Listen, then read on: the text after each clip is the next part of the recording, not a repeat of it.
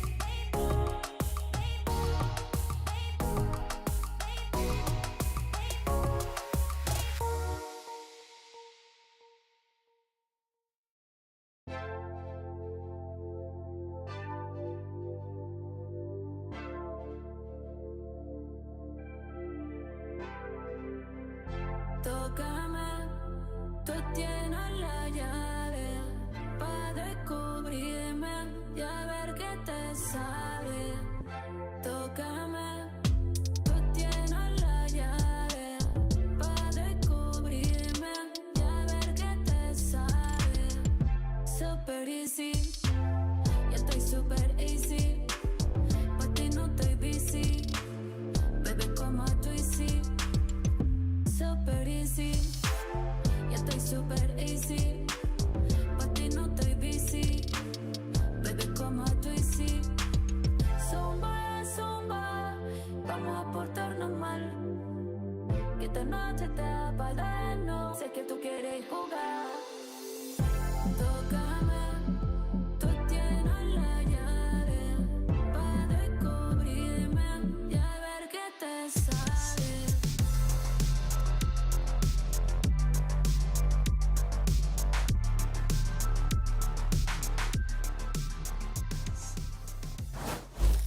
This stream contains fast flashing images that may affect viewers who are susceptible to photosensitive epilepsy or other photosensitivities. Viewer discretion is advised. They don't know he's there. Is he gonna be in there? He's done it again! It's just unreal! Again, and Derek wins it!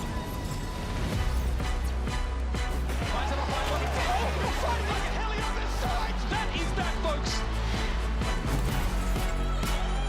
Sam finds a gap in the smoke and the spray, it's just beautiful! Forcing the issue out wide!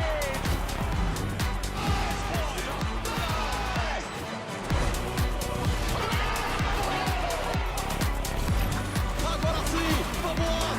É você!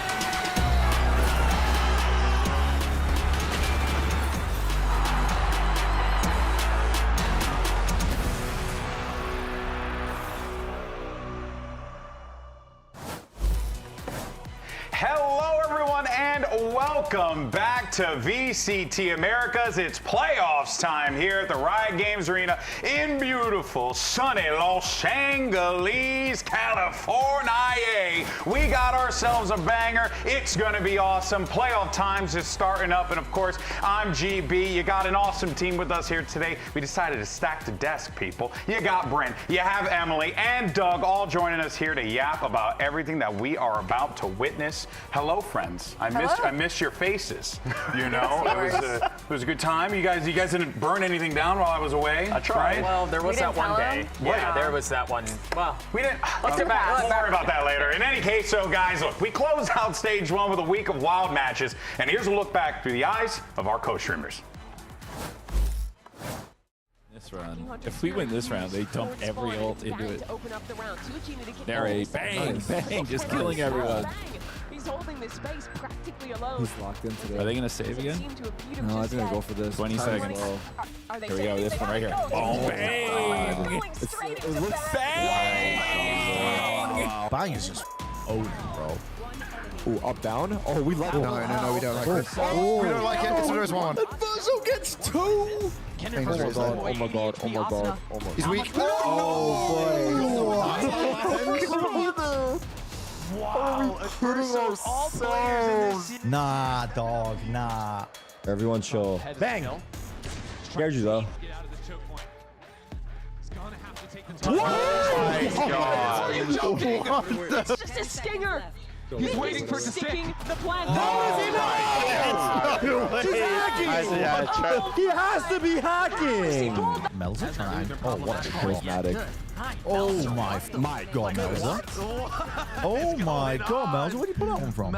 And they're fully committing on Drive it. peeking. Swing out behind it, tries to capture timing. Takes a step Oh my back. god, run. Gets what he was looking for. Running a mockery of it. Oh my. Nice, bro! Nice, Brock! Three on the round. Oh my, Brock, you're him! Brock, you are him, bro! Brock, you are him, bro! Holy Brock. My god! From challengers, bringing My the god. competition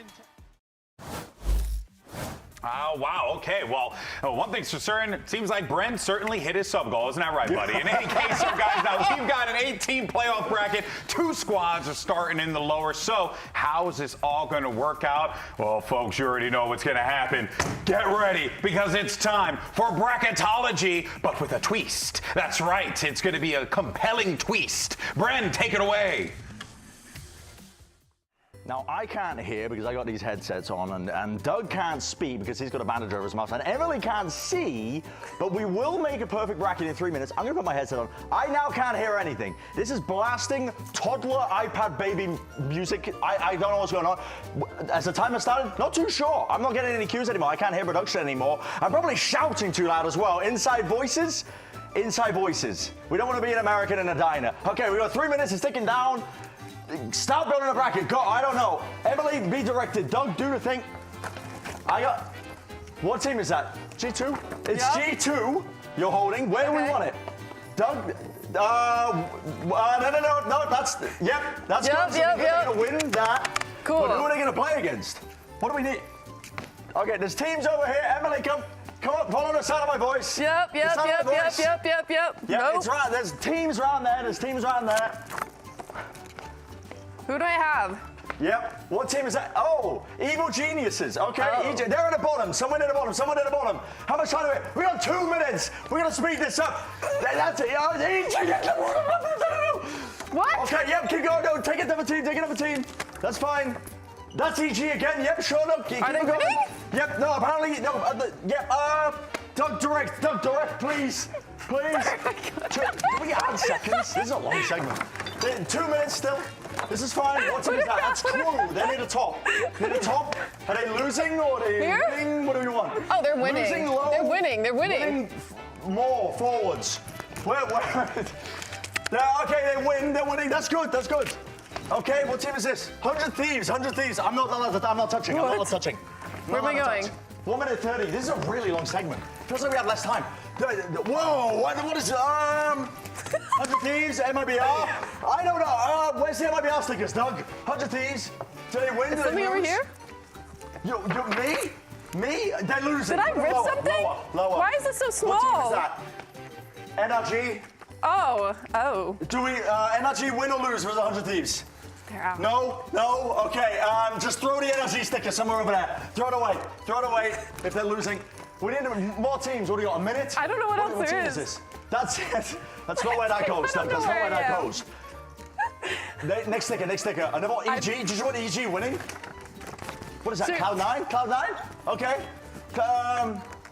Middle, do they win or lose? Win, they go low. Against who? Win, they go high. High. Yep. Oh, they lose? Okay, they win. Never mind. Okay, we got 30 seconds. 30 seconds to build a bracket. What else do we don't even have the lowers sorted out. Okay. Who do I have? The final. Oh, that's G2 you got in your hands, Emily. That's G2. Near the end. Yep, that's it. Very good. I'm just going to start placing some EG stickers. Because why not EG Perfect. here? EG come back? You need more stickers? Here, hold on. I've got like, I got some Cloud9. Who do I have? What is that? There's 100 Thieves. We got 5 seconds left. 5 seconds left. 5 seconds left. Is that 100 Thieves? Segment's over. I don't know what bracket we got. I still can't hear. I'm still probably shouting. Now we asked the fans of the Riot Games Arena which team was going to take home the trophy in stage 1, and here's what they have to say. Hey guys, it's Elizabeth here outside the Riot Games Arena, and I'm here with Riley. Now, Riley, one very simple question. Who is going to win playoffs? I mean, it's a pretty simple one. It's Sentinels. I think it's going to be Sentinels. It has to be Sentinels. It's going to be. I'd say Sentinels. Why are they going to win? For me, I've been a supporter for a while, but also they just have so much firepower in every spot. It's just very hard to bet against them. I think C9 is going to win. Why? I think Ox is going to play well. Sentinels for sure. Why? They have Zekin. Sentinels all the way. Why? Just the greatest team ever. All right, who's going to win playoffs? Definitely not G2. Okay. I will. So much has happened. that was one of the brackets that we've made, was a thing that we lived through. At least you got it somewhat right. I'm taking a third of the responsibility with that. Well, I mean, it was 3 of you guys in a segment. I was set up for sabotage. I didn't say a word. Yes. Oh, man. You know what I also love about that segment with Elizabeth? She was going around telling everyone, and they were like, oh, who's going to win Sentinels? It very much felt like John Cena versus Cody Rhodes at WrestleMania, when everyone thought Cody Rhodes was going to win, but no, instead it was John Cena. Sorry, I still got wrestling on the brain. In any case, so everyone, it was great. Now, let's go ahead and get into our first matchup of the playoffs. We got MIBR going up against 100 Thieves, and yes, Brent, I am locking in. You have 21 subs. I got to listen to you. Now, of course. I'm humble. I'm not going to set a goal high. Of course. Now, we got a rematch here, guys. This is a rematch from Kickoff, and things didn't really go that well for MIBR then, but it seems like, Doug, we have a completely different team now. Yeah, we do. I very quickly, as we think about the previous matchup between 100 Thieves and MIBR, Cryo went interstellar. The guy was absolutely insane. Austin also had a ridiculous series. And then you look at the other side of the stage, and Artsine and Cortesia both really struggled. Yeah. I have a really hard time believing that's going to happen again. Yeah, is that a belief, Emily, that, I mean, like now, given how MIBR is, it feels like the tide's turned? I mean, back to the Kickoff thing. Big picture-wise, yes, they got knocked out early by 100 Thieves, but they had a hell of a lower bracket run, and 100 Thieves ended up losing out to teams like NRG. Ooh. Yeah, absolutely. In fact, as well, they've been switching around some of the pieces as well, from NRG directly with Verno coming in as a bit of a difference as well. And Verno has been lights out. Sometimes you need to kick up the ass to realize, wait a second, I'm not going to get too many other second chances out off the back of this one. And he's just been playing lights out for the team and playing with that fire in his belly, I think, as well, ready to perform at a moment's notice. It's been showing, I think. The way he's fit into this team has been nothing short of astounding, considering when he, you know, at the beginning, before he was joining, and it was kind of like suspected and rumored, I suppose. A lot of people were throwing up like, wait a second, this guy was getting dropped because of comms issues on NRG. Now he's joining a Brazilian roster. What's going on? But it hasn't affected it by the look of it. I mean, the results speak for themselves. MIBR are currently looking like a top 3 team with this change being made. Yeah, and look, I'm gonna, we oftentimes talk about them, but I am gonna give some love to the coaching staff here, because you integrate a player that fast into your lineup and you're getting them up to speed that quickly, you gotta be turning to guys like Fraud, who, Emily, legends in the space we always talk about, but he helped, I'm sure it was instrumental in guiding Verno and this team to where they are right now. No, of course. Coach plays a huge role into like how a player can transition into a new team. And I just want to say, like, a lot of people see it as black and white when they make roster changes like this, like for NRG dropping Verno and Verno going MIBR. But I want to say, like, just because you can't find success on one team doesn't mean you can't find it on another. And I think he's proven that on this little revenge arc of his. No, you're so right on that one. I want to quickly touch on Fraud again, because if you think about the year MIBR have had, they have reshaped how people think and how people talk about MIBR. Yeah. First time at a playoff in VCT history, if I'm not mistaken. Like, they have changed the conversation. And coming in as one of the favorites in this game as well. Yeah, I mean, they've entirely changed the way people think about him, the way people talk about him. Yeah, there have been roster changes and things like that, but the addition of Verno, the fact that they've been able to integrate Cortesia and Ardzine and then Shenum into all of this, I mean, Danny gets all the flowers here. Yeah, no, without a doubt here. Now, of course, Cortesia and Shenum didn't really have the best of debuts against 100 Thieves, but these are two dudes who just quickly turned it around, Bren. It has been impressive to see them take to the stage. It feels like they were here the entire time with MIBR. It feels so natural. I think this has been a year as well, just rookies showing up in Americas for us, obviously. We've been kind of blessed with that aspect, to be honest, of a lot of new players coming in. But I think part of the reason this is so successful as well is from the inception of MIBR this year was Fraud and getting together with Icebox and saying, wait a second, how do we want to build this team around what you want as well? And having a clear say into it has been night and day, not only for Icebox's own performance, but bringing in these rookies as well. That's got to be a confidence boost, I think, as well. And I also want to also give Fraud flowers again, because he did this before with Loud, with Tui's and Cowan's. He brought them into the fold with that. I'm not trying to give all the credit here, but you got to kind of look at the entirety of the sum of the entire picture, Doug. It's impressive what MIBR have been able to do. I do think they were trying to build around Icebox, as you were saying, but also the talent that they've brought in stands on its own at such a high level. I mean, we've talked, you mentioned it, Brand, we're blessed with the level of rookies that we've had this year, and these two are at the forefront of it. Yeah, no, for sure. And I mean, of course, talking about Icebox. There has been a conversation, Bren, about Icebox online that I think has really changed around over the last year. You never know about that. I mean, I said a lot of stuff last year, and listen, it's different now. I'm not gonna lie, it's different now. And I pulled some clips, actually, some examples. Icebox, stats-wise, he hasn't been having as good as a year as he has last year, yet his team has still been winning. Why is that? Because he's playing his role with a lot of trust in his teammates to trade like this. Every example that I picked here is Icebox going down, at least in 2 of these instances, as the first step in the example. He's being set up well, but he has trust in his team to clean up. They win this round. He's doing the duelist he things. actually entries, he makes it a bit of a different pathing as well, and he ends up getting a 2-piece. This is a lot more, I guess, consistent now with MIBR, and they're doing this often now, where before, I don't know, you watched when Icebox was on Lev, and he's hanging back a little bit, and for some reason, Con was having the entry. And Icebox is playing, for a little bit of the numbers in some instances as well. He's trying to play to his outs. He's a smart player. But now, I can see it defined in the way that he plays. His numbers are worse because he trusts his team more to be able to get the job done once he sends it in, which is a major difference, honestly. It's a major, major difference, and it's one of the reasons why MIBR are sitting at top 3, I think, currently in terms of where everybody's expecting them to land in America so far. Yeah, no, but today, though, you got Icebox going up against Cryo, who is he's just Cryo. he's just doing Cryo things. But Emily, now this is it, right? I mean, how many times have we seen, like 100 Thieves in this position, right? Got guys like Cryo absolutely fragging out. How do they get this into a dub to move forward in this bracket? The rest of the team just has to step it up. In my eyes, when I look at this lineup, it's kind of like 100 Thieves is replacing Cryo's taking Icebox's spot on his previous roster, right? Like, Cryo does have to put up these numbers to have even these really, really close games and secure the wins.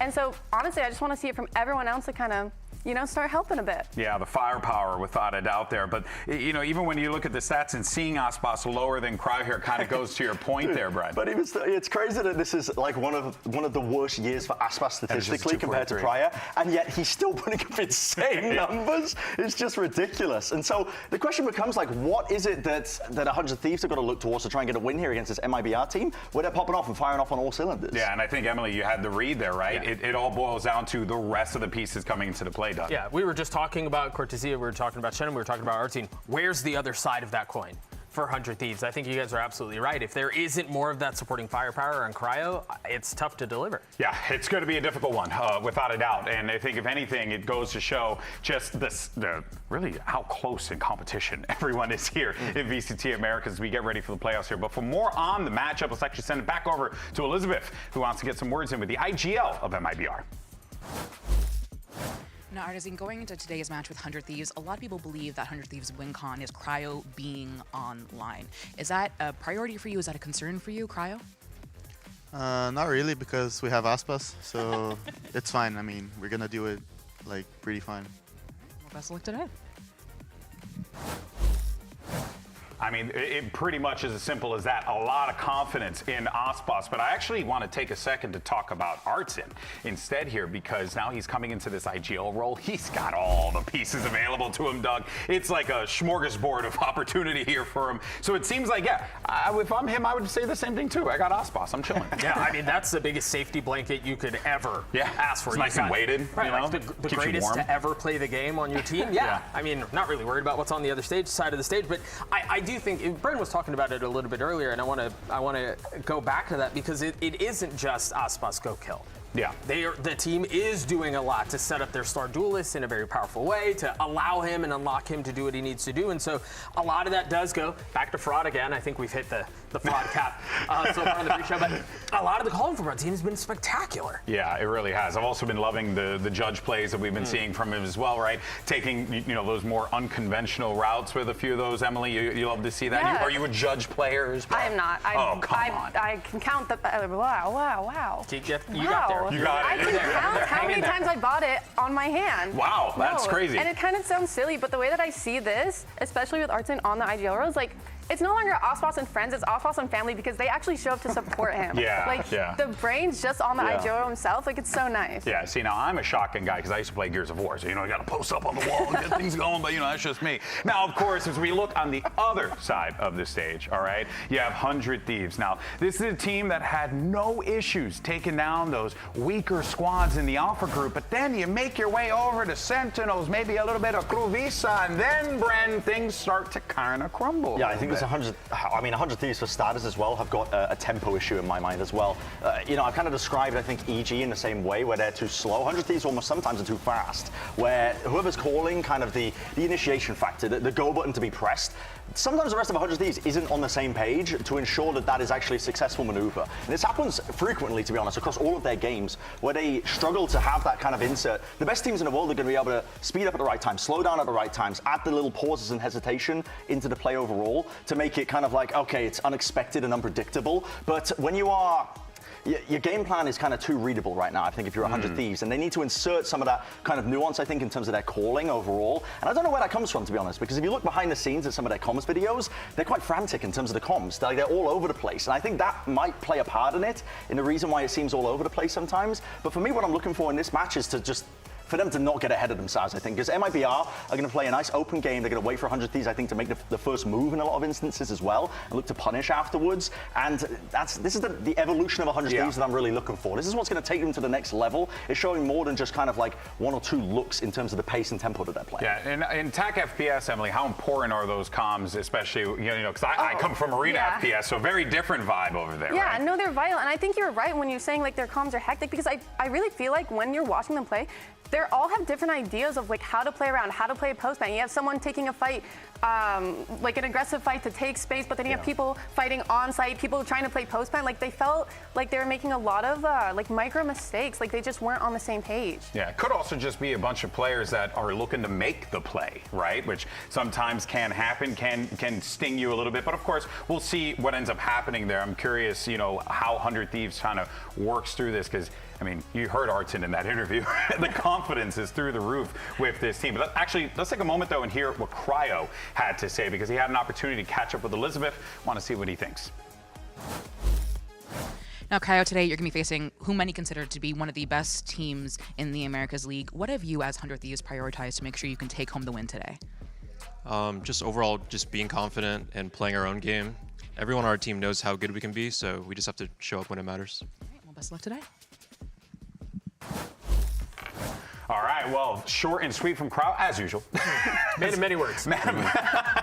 But let's see how this all pans out. Who are some of the players that you guys, we talked about Cryo, anyone in particular in the 100 Thieves side? Yes, Emma? I want to bring up either Boosty or EU, because I think every time Cryo can't show up, like one of those people do. One of those players do. And I think if that happens and you get the dynamic duo at the top, they could pull out a win here. Okay, anyone else on your guys' radar? I think EU kind of comes to mind as well, to be honest. When you take a team of 100 Thieves reputation and popularity, there's a lot of pressure. This team has been heavily criticized a lot throughout the year for their struggles and why doesn't it work and do they need to blow the project up, or, you know, who's the problem, this, that, and the other. And I think when things feel bad, when Cryo is not being Cryo, there does need to be somebody who steps up. And I think historically, EU has at times been that guy. Yeah. Right? Because Boosty has, you know, he has his ups and his downs, but when 100 Thieves has struggled and Cryo hasn't been there, EU has filled in that space for them in the past. So if things do get a little slow off the blocks for Cryo, I'm looking at EU there to be the guy to pick up. We got both EU. Are you feeling that too? Yeah, I mean, well, Boosty has been having some stinkers, if I'm going to be honest, right? Yeah. Like the last few games, to be honest, yeah. and it's a big drop-off in terms of his form of what we used to expect from him as well. I need to see that step up again, because you're not going up against weaker opponents this time. Yeah. You can kind of coast really near the bottom. And again, this game isn't all about numbers. I literally just made a point about Icebox is, you know, getting more first devs, but their team is winning because of it. Part of it comes into the team play, but for me as well on an individual basis, if you're not shooting back, that's usually going to be the first kind of checkbox you have to hit against teams like MIBR, Crew, I think of like heavy hitter firepower teams. You've got to be able to match them pound for pound. You have to. Yeah. And Ardzina Cortezia are going to shoot back. Yes, I get both sides of that coin, though, because I think when you do have that 100 Thieves roster, the pieces are there. Yeah. Right? It should work. So part of me wants to go, okay, Boosty, take a step back. Yeah. Right? Like, control the troops the way that things need to work out, because if it is a timings issue, if it is a pacing issue, if the utility isn't in synergy, I do look at Boostio to deliver there instead. Well, I'm so glad you mentioned synergy, Doug, because the pressure is on for all of our players, but particularly for the... I'm going to be playing a game called Guess Who. So we have multiple audio clips here. My job is to play them and listen to them and figure out which one of my players it is, and, you know, hopefully see if I'm a good coach and know my players as well as I think I do. Oi, coach. That's Artzin, pretty sure. Oi, coach. That's Aspas. Oi, coach. Verno, for sure. Oi, coach. Cortesia. Oi, coach. Shinnom. All right, so I have an opportunity to go back and play and see if I want to change my answers, but I'm almost 100% sure I got everyone accurate, so I'm just going to live and die by my initial gut feeling. Oi, coach. Oi, coach. Oi, coach. Oi, coach. Oi, coach. Yeah, got it all. Sadly, I think if any coaches don't get this 100%, you know, we're not doing our jobs correctly. But like I said, I spend so much time with them. I spend more time with them in the game, outside the game, than even my own family members. So I'm pretty sure I have them understood, know so much about these guys, and really do have a lot of love for them. Going into it, I expected myself to honestly get everything right. I'm not trying to be arrogant or cocky about it. It's just, like I said, I spend so much time. I have a lot of conversations as a team, but also individually trying to improve their game. So I really felt really confident about knowing my players. And to be honest, they also have really different ways of speaking too. So I think if anyone spoke to them for a little while, they'd probably be pretty accurate about this as well. Were you able to guess who? Thanks for watching.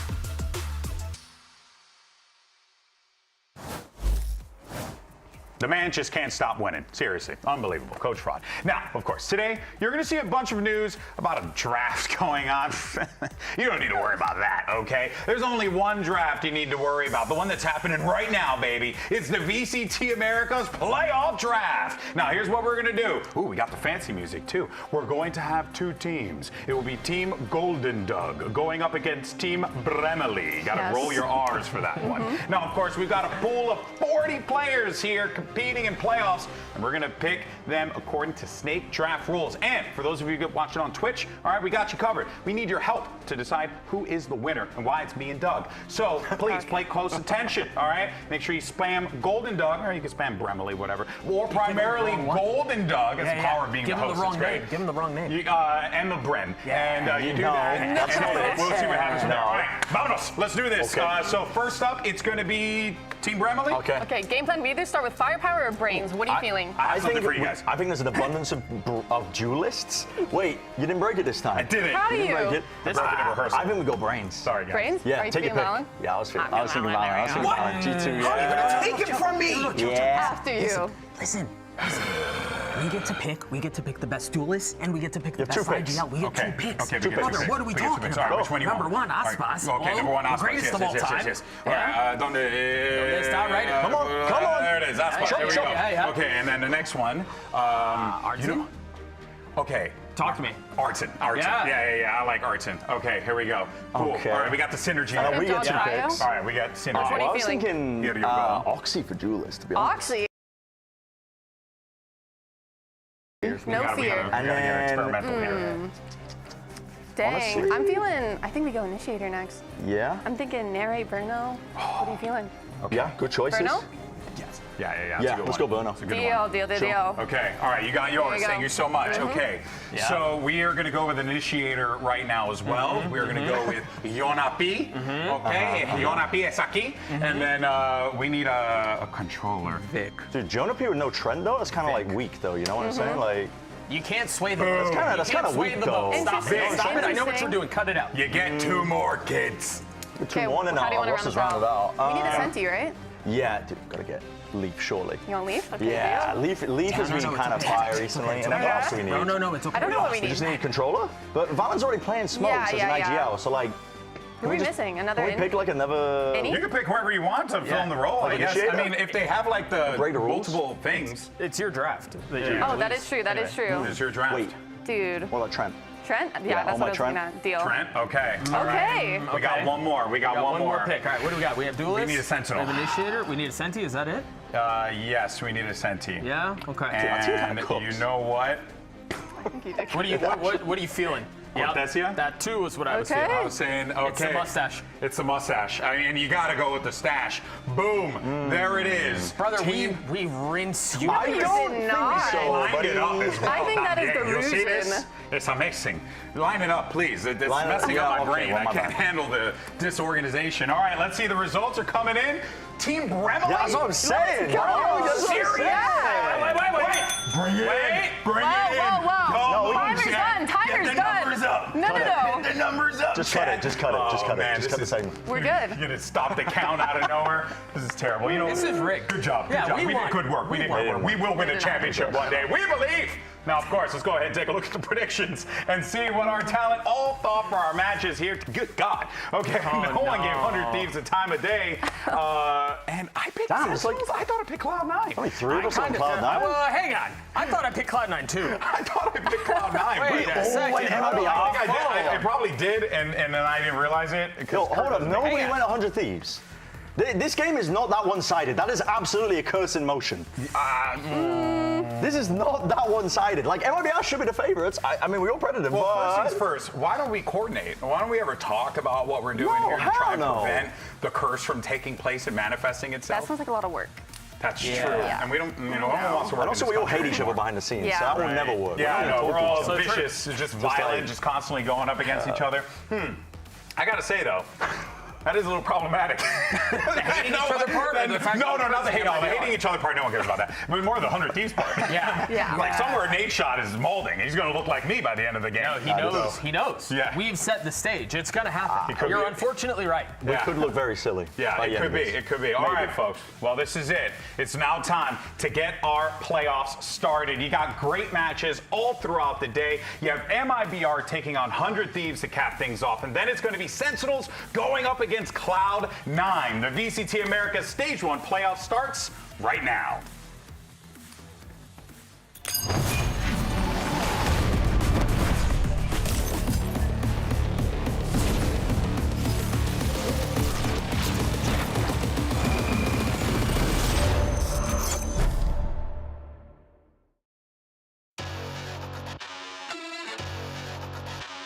The difference between playoffs and group stage, I would say, is ferocity and like hunger.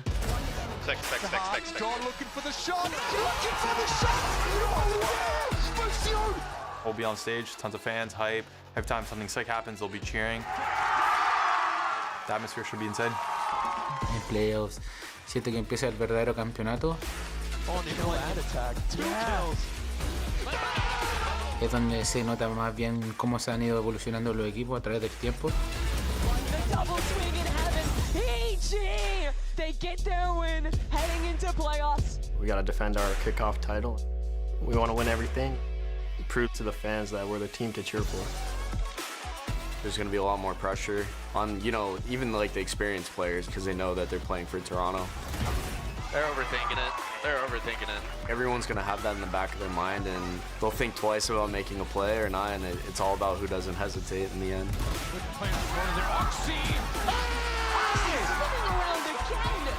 That extra pressure is genuinely something I embrace and my team embraces. Even if we're in the lower bracket because we're 4th seed going in, it doesn't really matter. It feels like a completely new tournament, honestly. So in that sense, it's a fresh start for us. Mata gets his 2 and then dismisses away. Off the rear, he tries to swing back yellow. That's 3, make it 4. Mata calls game.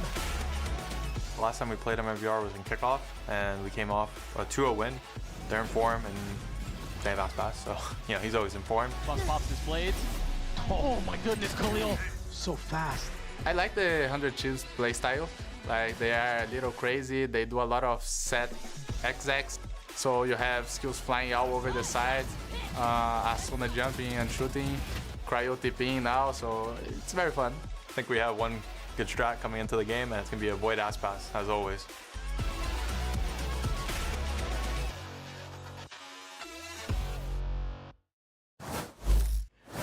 Riot Games Arena, welcome to Stage 1 Playoffs. Let's bring our first team out to the stage looking to steal a win. It's 100 Thieves!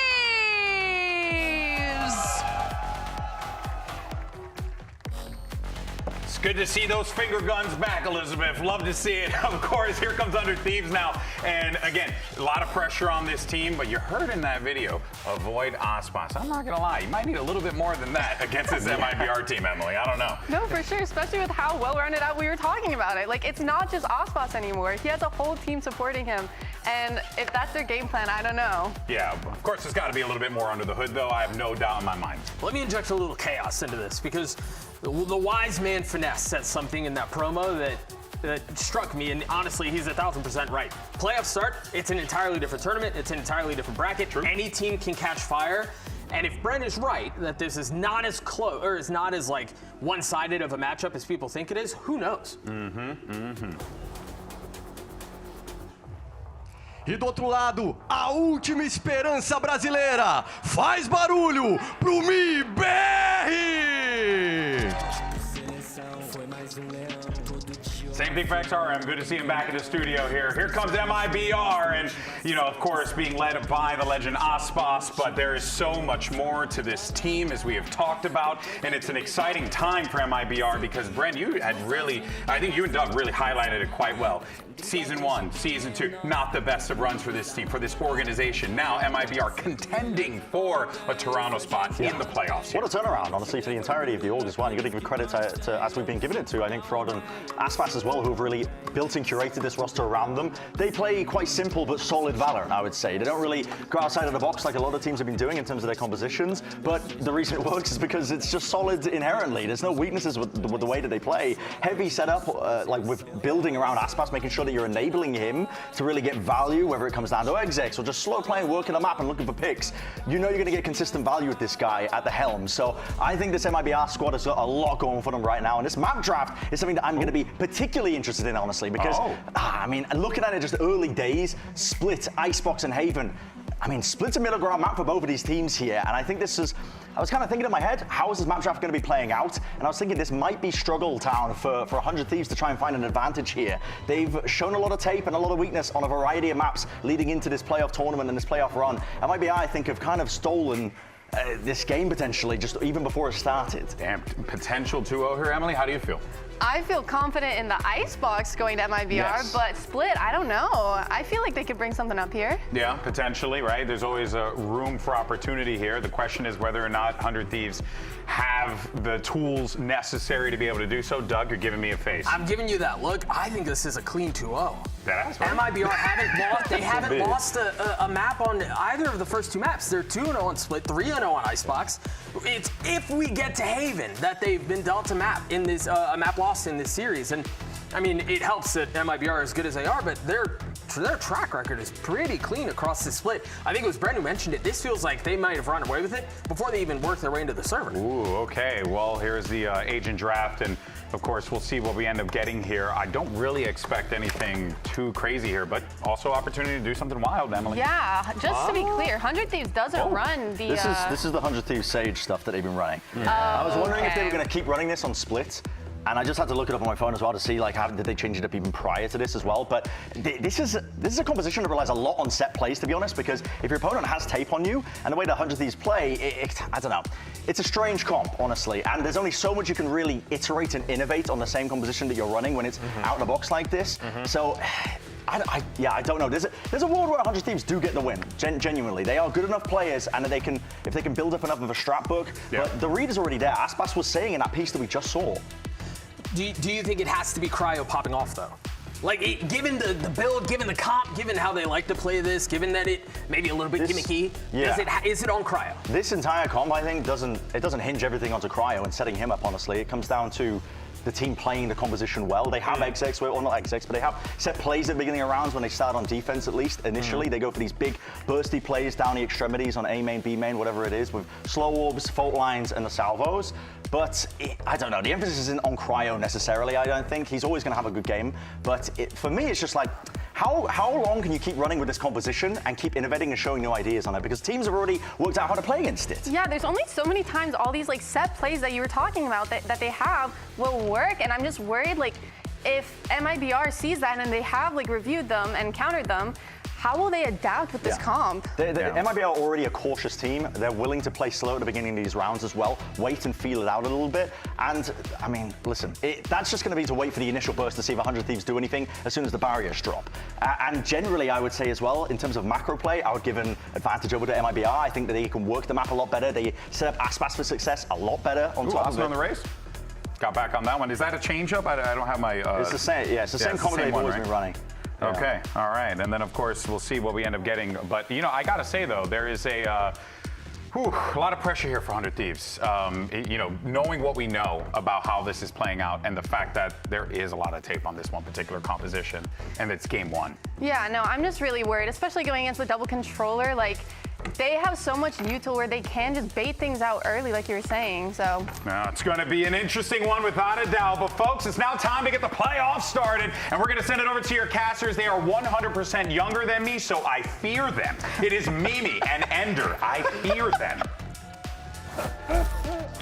You know, a little bit of healthy fears never hurt anybody. I'm not sure that's the aura we give off, but I'll take it. No, I don't know. I could be scared if you were walking down the street. You're pretty tall. Who's to say? All right, we have our first game of playoffs here. It's 100 Thieves, MIBR. These teams played once before this year. That was all the way back in Kickoff. And for an MIBR that hasn't done a ton of losing, only 2 series dropped to G2 and SEN, the 2 teams who made it to Masters Bangkok. Their only other loss was to 100 Thieves, and they got kind of rolled. 13-9, 13-4. Now a chance here for revenge as we start the playoffs. And going into this first match as well, it's time for our Samsung match start. You can load up fast the Samsung SSDs. 100 Thieves versus MIBR is also going to be our first time seeing Alpha and Omega groups collide here in the first round of playoffs. Now we are, and for MIBR, they start things over towards mid.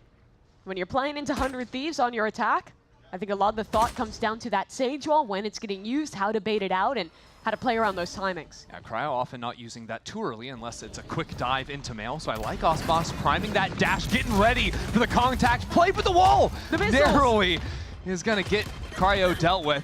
Xander and Asuna getting a couple of kills on the backside. Those MIBR flood on into the site, and Xander just hiding, playing ring around the Rosie. On top of this pillar, he's not going to be able to find anything. A 2K from Artzine. So a 3v2 on the retake.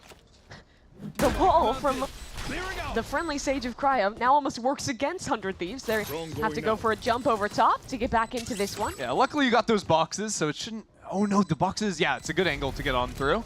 No problem for EU, but really waiting for Boostio's flank to pay off. Yeah, missiles in 5 seconds as well. So reset for the breach is stunned, but Boostio's been spotted out in main. Good counter stun. Missiles, that forces the fight, but Verno's the one to win it.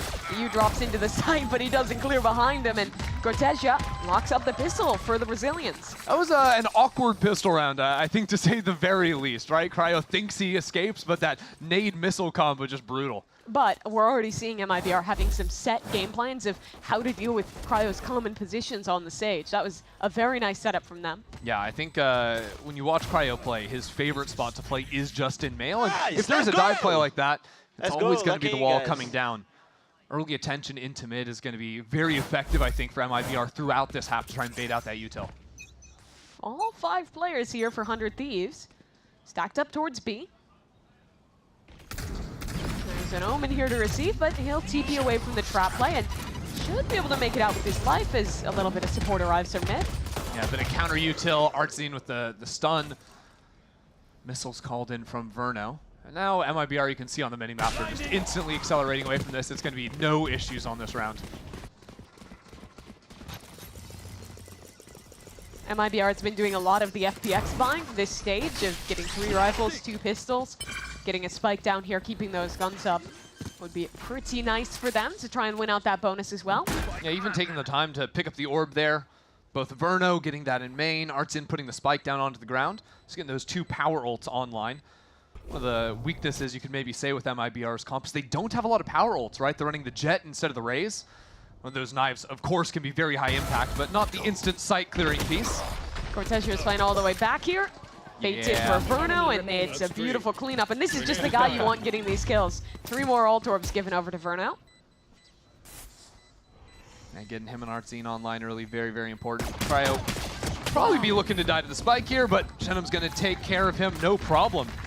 So on top of the fact that it is, you know, all 3 rifles saved, it's full armor maintained from Icebox. Light armor on, I think that was Cortesia, that didn't even get injured. So really nice second round for MIBR there. And that's going to be 5 guns going into their bonus round. I think one of the things you sort of look at these teams coming in, playing in their own separate groups. I feel like a lot of people think that Omega Group is looking very strong right now. Of course, you have G2, C9, and of course MIBR all stacked up in that group. Exactly, exactly. So 100 Thieves, it's been a bit harder to get the read on them because, you know, they've beaten, you know, the teams beneath them pretty convincingly. But how much better are they up against the competition on the other side of things? Xander stunned, dashed on, and Icebox through the wall. Can't quite find the kill. Xander low, though. But MIBR, besides their own, a little bit backed up here. Cortez doesn't have a ton of help, but as the gravel dissipates, soon teammates start to join him, flooding onto the site. Yeah, my eyes are on mid right now. Shenum going for this late pinch in. Right now, 100 Thieves covering that, but with the spike planted, Cryo could turn his attention away at the wrong time. Stun in, Xander for the first. Wow. Icebox! What a flick from him! Spray transfers onto And here two. comes that mid lurk. Shenum with the rifle in hand. That's an easy little backstab. Cryo's got nowhere to go. MIBR convert. I'm loving now from MIBR. 2 rounds where we've seen these contact plays with the fault line ready to go. They see someone, it's immediately stun missiles, Icebox dashing. The jet comp, well, it's a little unorthodox. Makes those kind of plays way easier than with the Rays. Exactly. If you need to get out, of course you can. That spray transfer is just gnarly. Couple of headshots there. And really, I think because when you have the jet, you don't have the same reach as, you know, the double satcheling Rays can make happen. So getting just a little bit further out is always going to be important. Now 100 Thieves forced onto the pistol buy for themselves, this time stacking towards the A side of the map, but MIBR going back to that tried and true B side. Xander gets spotted by the drone. I love the movement from Verno. Keeps it up for a tag. Icebox gets in, and now the next wave of utility should be able to deal with this one very well. MIBR get the plant down on Artson, and they're going to have Teo and Breach ult for this next round. That's going to be absolutely brutal.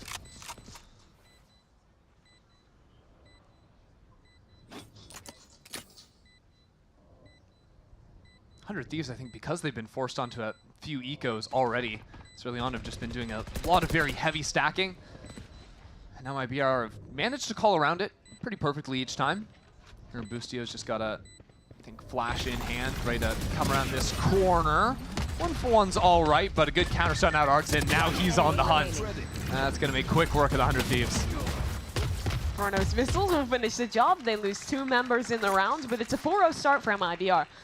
Are you seeing anything thus far that is of concern for 100 Thieves, or do you think this is more just been a couple nice plays from MIBR? They're snowballing the ult a little bit more, that kind of stuff. Nice plays and like the opening kills on the entry. Like, because really the only real rounds we've had around 1 and 3, and both times it was Icebox getting out in front, good utility following off of his contact. You know, Brennan was highlighting in the pre-show how effective MIBR have been at both trading out Icebox if he's going into sight and falling early, or just having good utility behind him. And so far, he's been staying alive, and the util, and trades have been there. Talk about the set plays. Saw pings going up towards Cryo's common position in heaven, and this looks like it could be a similar thing. Contact up, stun ready to go on Artscene. Yeah, it looks a lot like the pistol round. Here comes the drone. Slow. That'll mean it's a little more difficult for Icebox to get in, but he dives forward, and this time Cryo in a position to escape. Yeah, this time Icebox trying to make a lot of presence. As MIBR get ready to go, this Breach ult in main is ready to rip onto these players. Everyone on site is stunned up except for EU in heaven. 2 kills from him already. Can't quite convert it into a third, but 100 Thieves are making beautifully off of that counterplay. Very nice. Just play back, give a little bit of space, and are immediately ready to fight back in. I think the Raise Rocket from Asuna is especially crucial there. Satcheling into main, getting the kill on the player there, and then you have 100 Thieves cut off to, it's no longer a split, it's just straight up fight through heaven, where they're all trying to flood out of one choke point, where EU and Cryo have a crossfire. And the Breach ult, the only area it wasn't hitting was the Cryo player in hell and heaven, right? And that's where the majority of MIBR players were coming in from. So that crossfire, like you say, tears them up. First round for 100 Thieves. MIBR, a similar look with the 1-3-1. Yeah, we saw them do this same high-low setup in the previous round. This is sort of 100 Thieves reacting to MIBR going for the contact play, right? If MIBR aren't going to flash or drone around that first corner, well, Icebox is good enough to get 1 kill there pretty reliably, but he's not going to be able to get the second. That's what 100 Thieves are, you know, telling themselves. Whether or not that's true, who knows? It's Icebox. You can never really tell. Let him play it out. I do like, though, MIBR slowing down the pace. We've seen 5 pretty quick rounds. Even if they've been slow at the start contacting in, it's been explosive each time. Sage wall used. That'll fall at 20 seconds, but already falling in heaven is Boostio. Shannon picks just a perfect timing on that Lark, and he's going for more. Shannon catches another. And 2 fall as MIBR open up A. And that lurk is just buying time for the rest of the team to come in. 100 Thieves not expecting anyone to be looking for a second kill, though Cryo can't get it done on backside. Icebox will boost himself up into heaven to back up his teammate. 100 Thieves are going to play for the save. They're already running out of this one. So MIBR, multiple rounds of these fast kind of contact plays into pops with the breach stun and the dash, and now they slow it all the way down. 100 Thieves is full focus towards B and mid, and Shenom single-handedly catches an amazing timing in A heaven. Yeah, it's the first time we've really seen them go for the lurk over on the A side. And also, you can't really feel, I think it's EU there that gets taken down second. Usually, you know, what he's thinking is that MIBR are going to be playing like a 1-3-1 maybe. Shenom is maybe going to have players going through mid, pivoting into him. Remember with that wall in B heaven, 100 Thieves lost complete information over mid. So that's what EU is turning around to deal with. So I actually kind of dig the decision of Shenom to keep going forward on that lurk because his team rotates and follows him behind him. Shenom has been so good thus far in Stage 1. MIBR is a team with 3 rookie players, Verno, Shenom, and Cortesia. But Shenom is the one who almost always gets underrated in that mix. You know, Verno, Cortesia, those are guys that are in conversations for Rookies of the Year that were the most hyped players out of NA and Brazilian challengers, respectively. But Shenom, he's been having some really high impact games, and I think he's been consistently providing value in rounds like that as he lurks. Yeah, excellent fragger for the team, great finding timings, super effective on the defensive side too. Can do a little bit of everything. So a timeout called for 100 Thieves. They're down 5-1 now on their defense.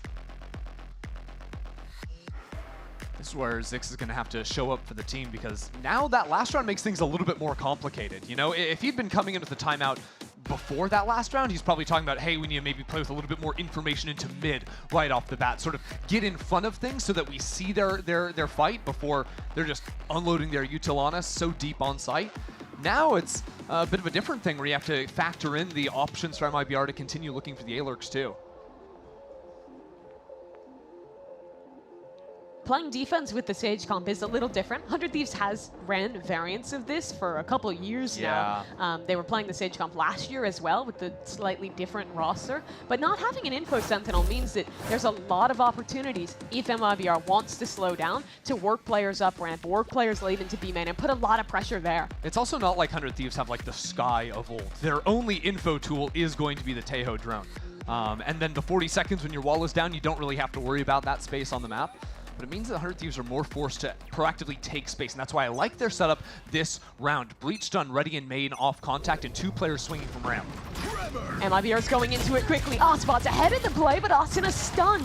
He gets the job done, and MIBR tuck tail. And now look into mid. Cryo sees 2 players. Wall will come out, but it's a bad wall. Artsen's in front of this and pins Cryo back into the corner. Now the blast to come through, but Cryo sees the opportunity to duck away. The round slows down a little bit. A lot happens in the first 20 seconds, but now MIBR works space into vents. We'll put a little pressure B heaven as well. Yeah, these players getting seen on drone might be the cue for Artsen to search for a little something here. He's walking up towards A main, and he's for Boostio on the other side. As Asana, over towards vents, picks off Artsen. Yeah, his teammates had gone for the spam, so he thought he could maybe find a timing. 100 Thieves have beautiful information over the A side, now creeping up right on the corner of the orb.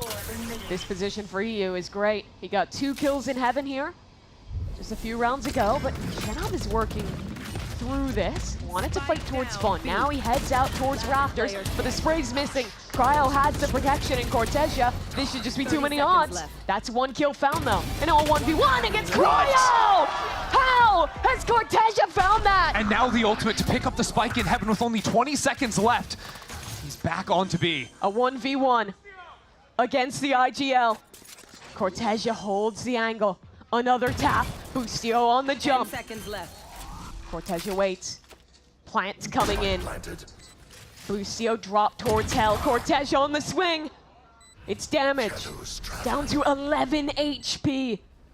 But time now working in his favor. In the smoke, Boostio just barely bails 100 Thieves out with the right-click classic. Doing a bit of dancing there around the smoke. I love that look. Cortesia almost had that one. 4 kills out of seemingly nowhere. And that's a round where, honestly, I think 100 Thieves dealt with MIBR just about perfectly. until this moment. His third kill has been unfortunate for Cryo, but that fourth one is just insane. Nice, Cal. Let's go. That's the champs winner. Champs winning right click? Not even close. It's a round winner, that's for sure. Yeah. 100 Thieves are going to need all of those they can muster. There's going to be another fight in A main. Same trap setup for 100 Thieves. Same idea for MIBR. Thrown up.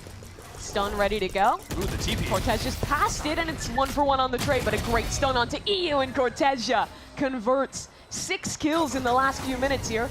Keep your eyes on Boostio. That's my champs winner inside of the smoke. They're jumping into his smoke. It's a 1-for-1. Sight belonging to MIBR. But Cryo has a Sage res, and he wants to fight back down ramp. MIBR realize they're like protecting this body. 3 players ready to challenge Cryo. Swinging into him, MIBR trying and trade out, but it's down to a 1-on-1, and Cryo nearly got the kill. But it's Verno coming up big instead. Couple of close rounds here back-to-back. Well played from Verno to get the trade from his teammates.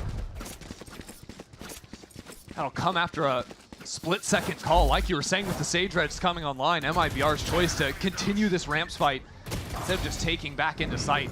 Really nice. I like, too, the slight variations of MIBR, right? Instead of going for like a dash play onto ramps with the jet, it's an Omen teleport, capitalizing off his teammate's stun. Enough for 2 kills there, and he's having a game. 100 Thieves are down on their luck again. An eco round here. And this half is well and truly snowballed for MIBR.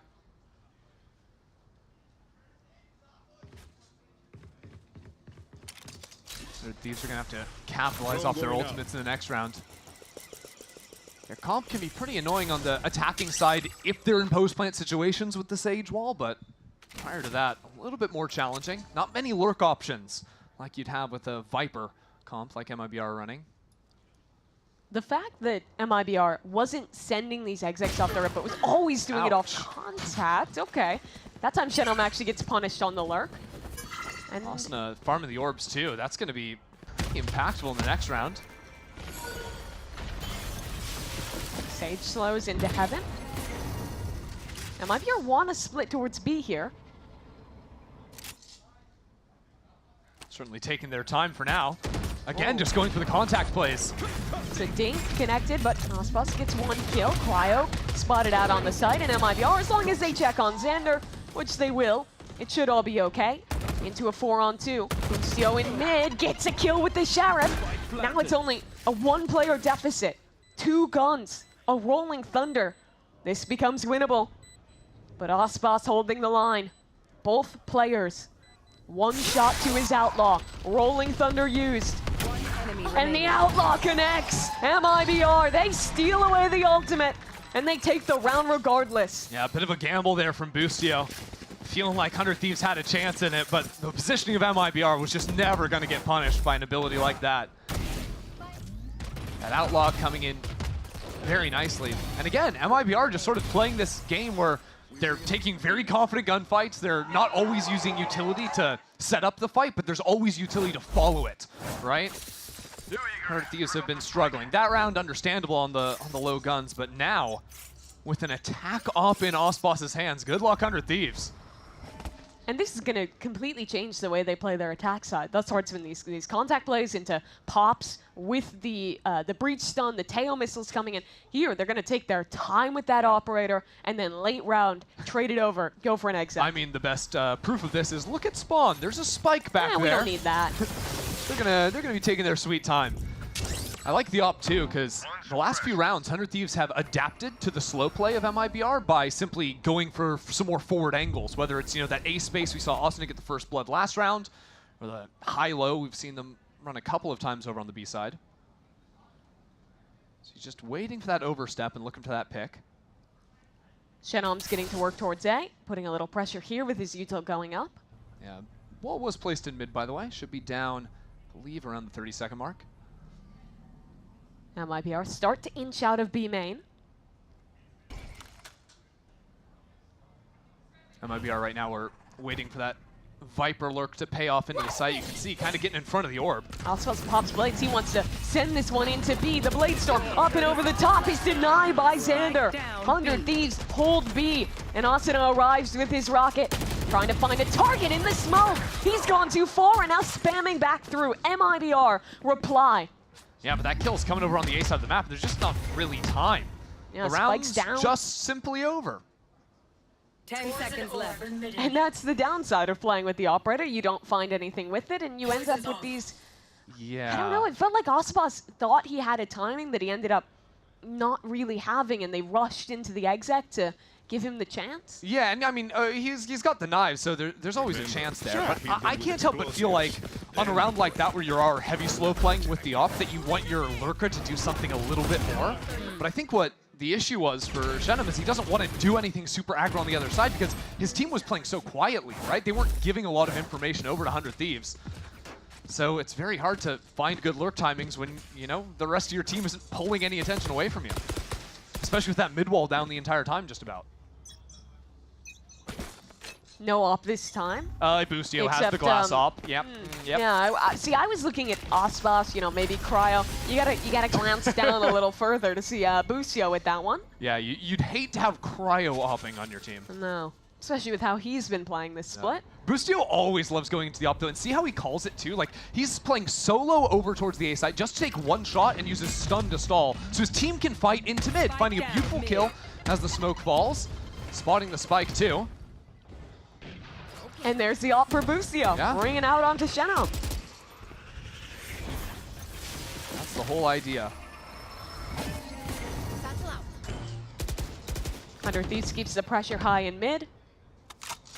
And MIBR, losing 2 players this late into the round, still don't really have anything to work with here. Yeah, have to break the wall just to keep some amount of threat alive, but 100 Thieves have not given up this space really at all. Only now falling back a little deeper into heaven. Because it's late on the clock, 100 Thieves can set up that crossfire. Falling off of Cryo's contact here. 30 seconds Cryo left. wide on the angle, and good with the shots. Icebox dead. The next player steps up to the plate, and they're out too. Just Verno in a 1v5 that he already knows he's not winning. All right, so in these last 2 rounds that 100 Thieves have just kind of stuffed MIBR completely. Really, 10 seconds left. 2 rounds ago, that was MIBR just taking things too slow on their own, I feel like, and sort of running themselves out of the game in a way. This last round, I like 100 Thieves' decision to go for a mid-fight. That's something we had not seen from them at all. So you were sort of expecting the read from MIBR after the slow round to be punish mid, which worked so well for them earlier on into the half. And that decision to put Boostio with the op over here pays off for him. Enemy remaining. And just good coordination from the B anchors. Set up some good crossfires, and now put us to the 12th round of the half. MIBR have a rolling thunder, have a pit for the post plant, and I think they want to pick up the pace.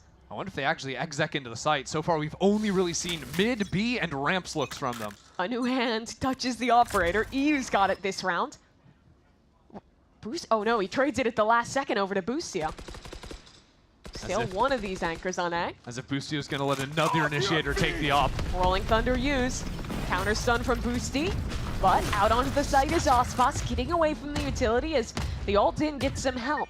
Spike still yet to ford the river, and Icebox has to hold, keep 100 Thieves out of this site, but they're just at the gates, ready to start this flood. In goes the utility, and out comes 100 Thieves, already on this site. MIBR have 4 players, all trying to find safety in the pit, but Cryo won't let them stand! Cryo for 3, Verno runs in, and it's a desperate game at this point. Asanari holding on the spike, and 100 Thieves lock up a 5th round. This half started so poorly for them, but they rally back and make it competitive with a beautiful retake. Oh yeah, 3 in a row, and the retake usually was great there. Boostio has the blast going over into elbow, and then Cryo lands a slow orb on everyone else in backside, so none of those MIBR players can move. They're just trying to hold hands together, try to trade. And it's Cryo spamming them through the smoke. No problem. MIBR still up by 2 as we head to the halftime break. You might have heard I'm going through a little upgrade with my tats. So when Verizon announced that everyone gets a free phone on any plan, pain-free, count me in.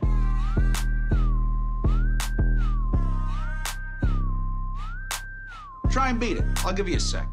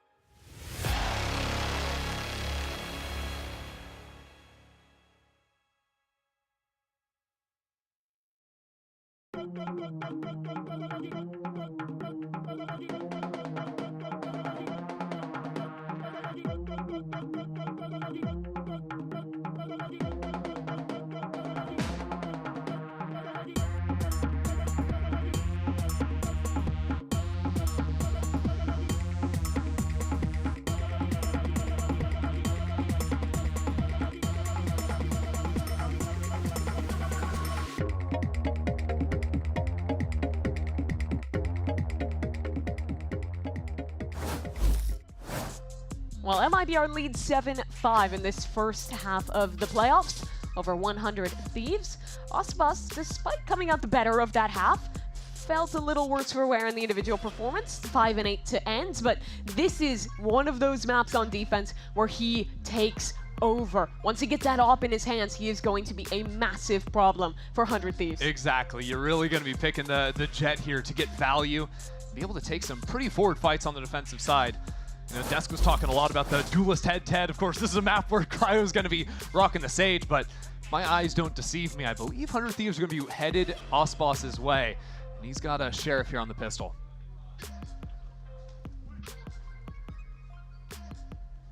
Hundred Thieves.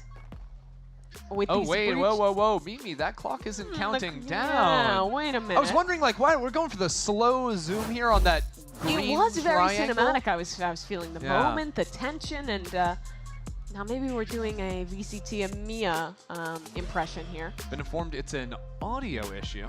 You see the... That's why he's taking off his headset. Yeah, the if referee anyone's out there to curious, help. yep. I'm on top of those things, don't worry. Yeah, looks like new in-ears already getting flown out to him. Oh, Boostio's also playing with his ears.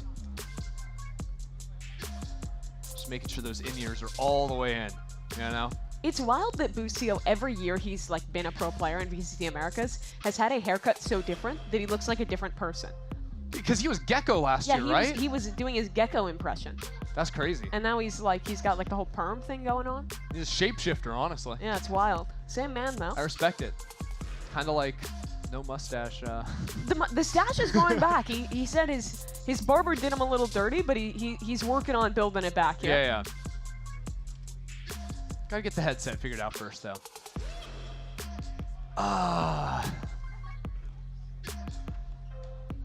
New in-ears? Well, the real struggle is when you get it all tangled up. Yeah. Because that adds a whole other level. Like, that's not even a tech issue at that point. That's just that's user error. Insightful commentary. Yeah. He's working on it, though. Still trying to get plugged back in here. It's rough though, coming out of the halftime of this. You're getting ready to go. 7 seconds left on the clock. And then no. Pause it just a second. We're gonna lock back in. Yeah. Oh wow, Get we the got the tips on the in-ears. Look at that technique. That's good stuff. Can you wear a watch while you play? I find it very personally, disruptive. I always have to take my watch off when I play. Yeah. Then again, maybe you need to get up there and flex on people. Yeah, I don't know. Cortesia is definitely flexing. I don't know enough about watches, but that looks... It looks like nice he can tell watch. time, though. It does look like that. I bet those hands move, you know? Yeah, hopefully at a consistent rate and a correct one. Boosty standing up. Gotta get that blood flowing, the circulation rolling. It's like, maybe I need another drink, you know? We got a little bit of time here. This series is a little interesting because we get this starting map, which is, I think, a pretty clear example of the difference between these two teams. 100 Thieves, they only play Jet on one map. Icebox. And even there, a lot of teams don't even play that agent. MIBR, they play the most Jet out of any Americas team. They have 5 maps where they lock that agent in, and they put a huge priority in putting Icebox in positions where he gets to play his best agent. As we'll see in this pistol rounds here, set up over towards B as we're out of the tech pause. And Cortez's doing some serious baiting as well, jiggling that corner. Well, Icebox is hiding core now. Oh, Cortez actually gets stuck. Yeah. And now Icebox has to go good. Make up for his fallen comrade, and that is excellence out of Icebox. A dash away to safety and Artson. Shannon, they arrive to aid the hero in his cause. MIBR shut the door on B. Pause ends and Icebox just kills you all. Cortezia doing exactly what his job required him there. Just look juicy and like no one else is behind you. That's it. Just the bait on the end of a fishing hook. Little smile cropping up for Icebox as they win their second pistol round of the game here. Oh wow, maybe some prep against 100 Thieves here. Icebox going for just the Marshal. You can see no armor of any kind from 100 Thieves, no buy at all on this pistol.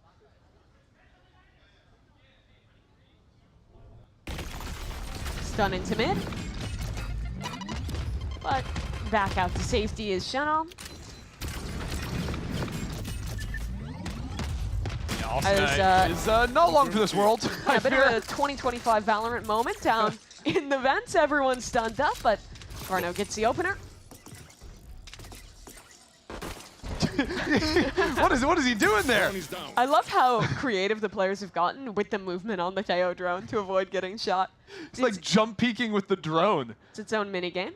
Artscene steps into main, gets an easy kill onto Xander.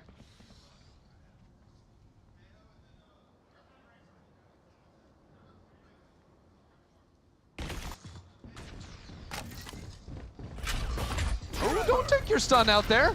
That's fine. I don't know. The spray gets a little messy. How's Cryo over there on site? What's going on? Spike down A. 30 seconds left. Unfortunately, he doesn't have the spike. One of the key parts of getting that plant money. There's some low players, though. I can see okay, not if it's Cortezia that's taking on the first that angle, contact. too. I don't take the ghost any day of the week. No, don't like that. 9 to 5 up for MIBR now. And that was a pretty light buy coming in from MIBR. A Stinger, a Marshal on the other side. I was wondering if, yeah, they're going to buy a few rifles going in, but this sets them up, even on a round loss, to have money for the next and possibly even be good enough for a half by the round after if they lose a couple in a row.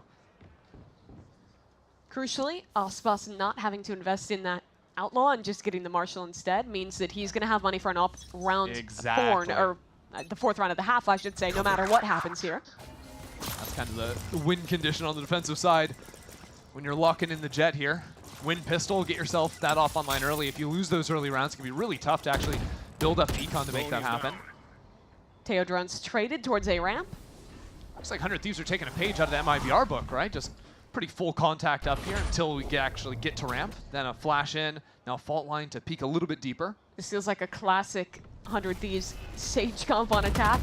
Maybe wall off over towards vent, split into the A site, or at least put the pressure that you might be doing that. I wonder if they're considering cutting back into mid here. 100 Thieves really don't have a lot of information. They're committed. Up goes the wall. In goes the util to take heaven control. But immediately, MIBR fighting back in. It's not successful, though. Austin is the one to open this round. Yeah, this wall is super frustrating, right? MIBR, how do you retake heaven when you actually can't pinch in from vents? Gotta have a player ramp or something. Now there's that lurk going down against you as well, so Shenham's just out of the round. MIBR down to a 3v5. 100 Thieves in a great position here. The wall means Cryo has safe hands controlling heaven. Yeah, how easy is it to hold heaven? It's even just 1 or 2 players, right? You got the wall there. There's no possible flank coming in because your Aster's hanging out in mid. So 100 Thieves can afford to play these very forward positions up in heaven and really get easy trades almost every time. Cryo taken down. And MIBR. They have no chance to win this round. I'm going to try and get a little bit of extra damage on their way out the door. Icebox will get 1 and try and find a timing onto Boostio, but the shots aren't connected. And so that's 100 Thieves getting up to 6 here. Yeah, so simple adjustments for MIBR moving out after a round like this is, A, you can just fight more aggressively for ramps control, because, again, retaking Heaven with that wall is exceptionally difficult. So either fight in front of that position and make that impossible, or maybe, you know, get a player to play out rafters so you have some other option for a crossfire. You can actually hold on to this position a little bit better.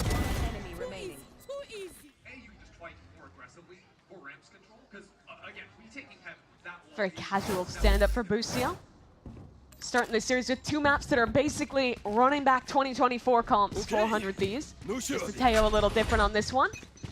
Icebox will have that op here, and he is going to be fighting over ramps, it looks like. Stun onto Cortesia. He's up in the open on B again. This time not baiting for Icebox. Just holding the site alone for now. Big round coming in. Not a lot of ults in play, but see how Icebox is creeping forward into the A space. Like, there's a lot of information over to MIBR. So Verno's going to rotate over into vents and have the option to potentially refight mid after using this utility to force 100 Thieves out of that mid smoke. 100 Thieves look like they want to group back towards A, but that's exactly where Icebox is holding. Yeah, and EU doesn't have the drone up. That is a big miss to not have here. The final boss holding down the line.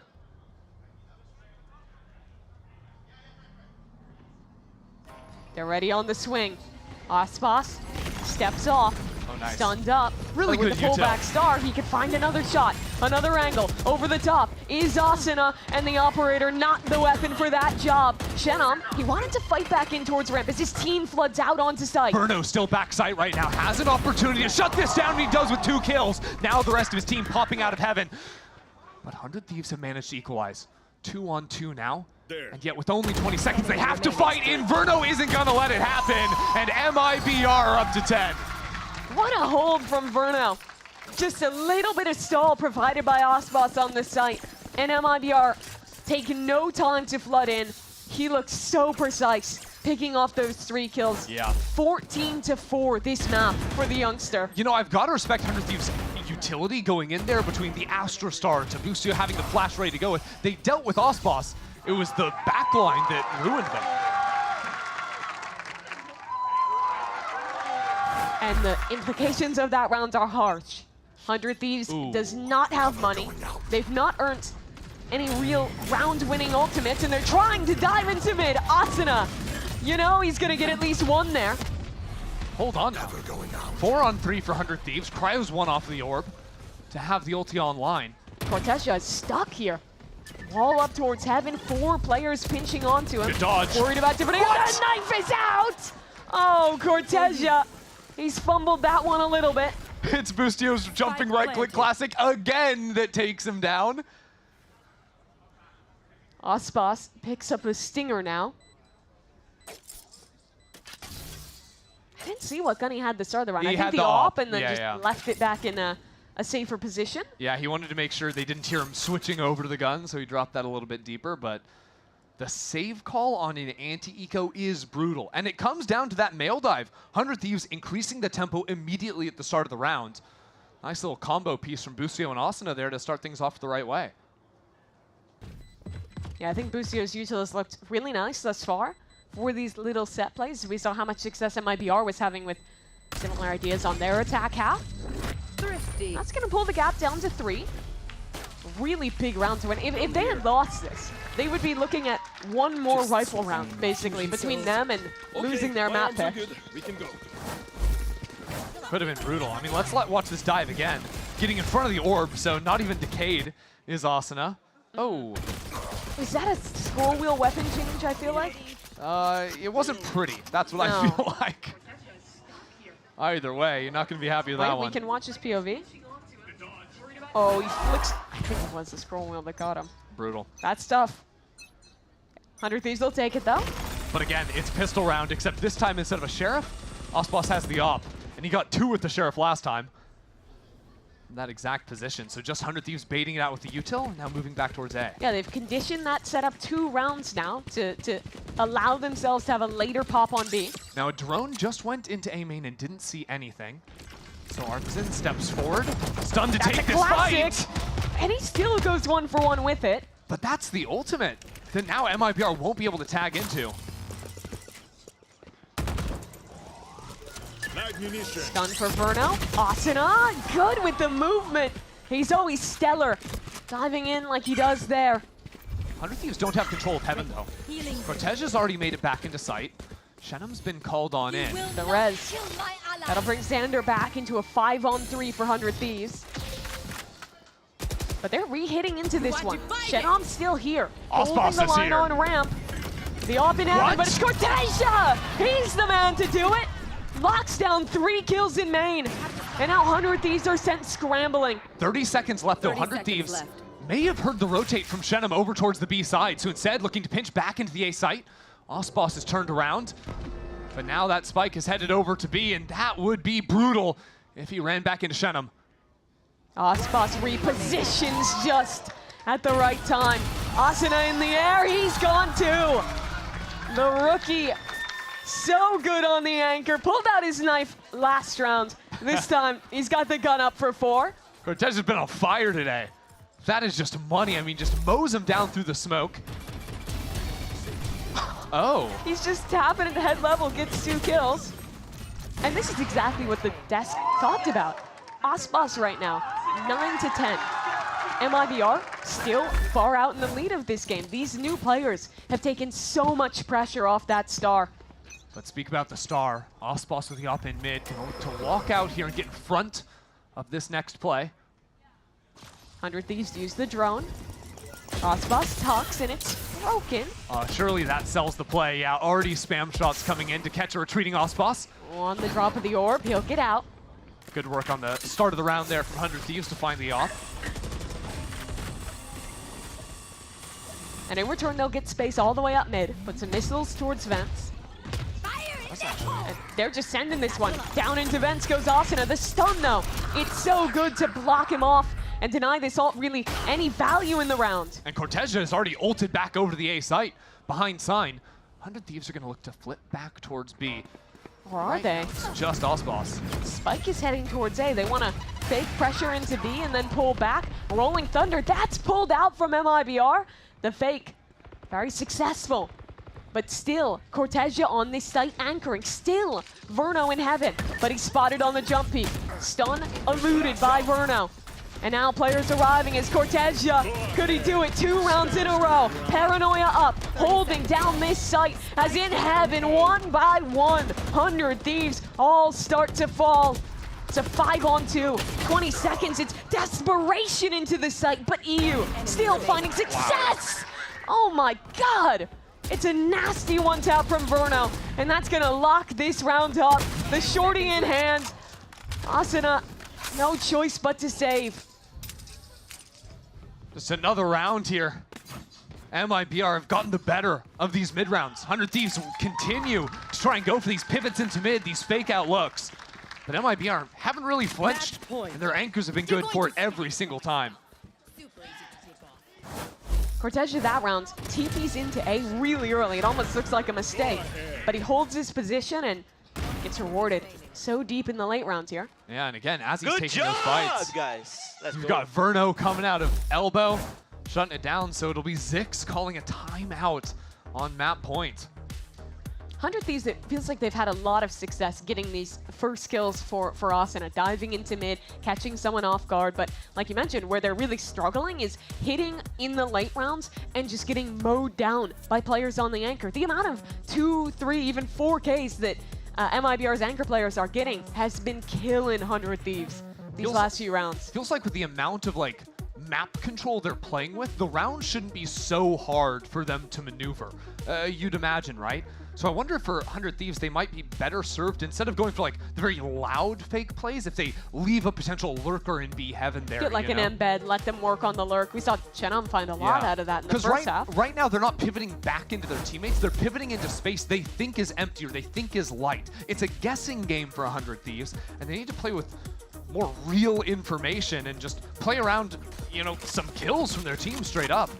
Or maybe the answer is to just pick up the pace. 5 of them ready to go outside A this round. That's certainly the one-size-fits-all solution.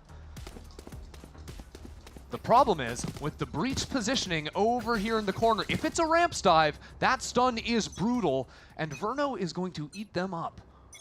Which way do they go? 100 Thieves. Start the round slow. Pull back Star in main, now a pop.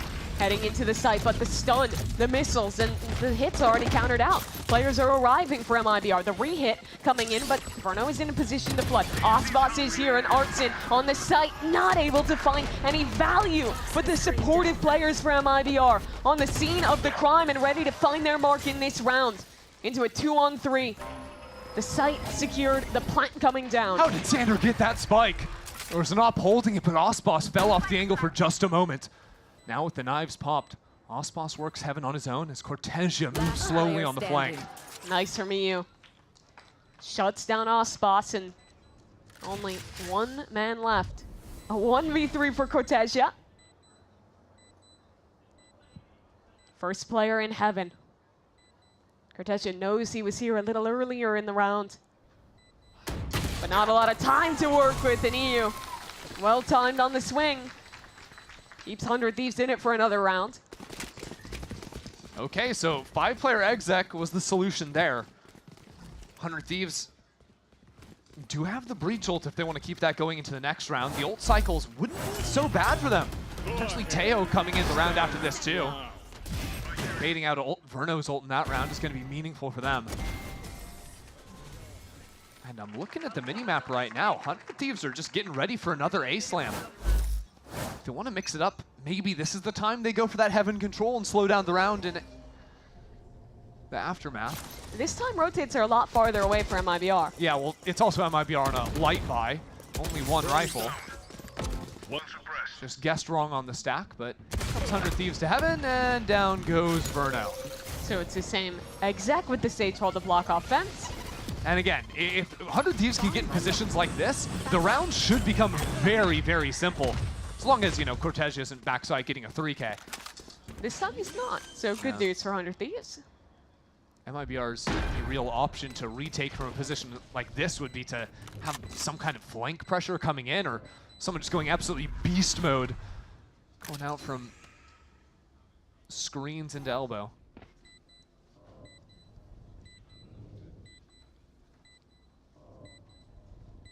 Good news for 100 Thieves is they also, on the anti-eco, didn't have to use the Rolling Thunder. And if you're looking at the actual amount of rounds you have left, okay, you need to win 3 more rounds after this. One of those could be a breach ult. You're going to have the Teo ult for the next one. Maybe we get Raze Astra online for the last. Start to believe a little bit more than you did a few minutes ago.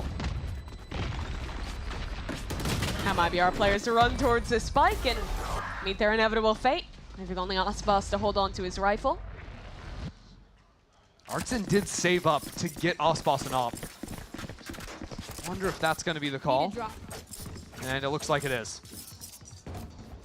100 Thieves have done a great job thus far of pushing Osbos off these early lines. A combination of pullback smoke, using their refreshable utility, and having Asuna dive in means Osbos hasn't really gotten many impactful first kills with the op. Yeah, it's clear the prep coming into this series for 100 Thieves has been to deny those early lines to Osbos. But it's that later phase, that mid-game, where 100 Thieves are getting muddied up. 100 Thieves, they conditioned the stun into B-main quite a few rounds earlier in this half. But this time they're ready to actually pop off of taking the space. Everyone here. Lucio with the Rolling Thunder. Xander is still slow playing A side for a late lurk. Cortesia on the site. Artson up in Heaven as well. The Rolling Thunder is in. MIBR can't dodge it and plucked out of. And it's back to a 4-on-4. Spike planted. 100 Thieves in great positions too, with players flooding out from CT. So MIBR are going to focus on reclaiming Heaven. If Cryo falls, this hold from 100 Thieves could be rough. EU has the Teo ult. Maybe to fight back into Heaven. No, Spawn the choice. And Verno's down. So it comes down to just the players fighting from Heaven, and 100 Thieves proactive on this site, holding forward angles, push MIBR back to another save. Look, if 100 Thieves are planting the spike, their post-plant is gnarly. When 100 Thieves are able to control the rounds and get in those positions that they've worked on, it becomes pretty challenging. And I'm looking at things. MIBR, it's not getting any easier. Gonna have a couple of rifles. The op going into the next round, but very likely being decided on the last round of regulation here. Oh, the moonshot. Yeah, that was nice from Cryo. Pick them up. Yoink.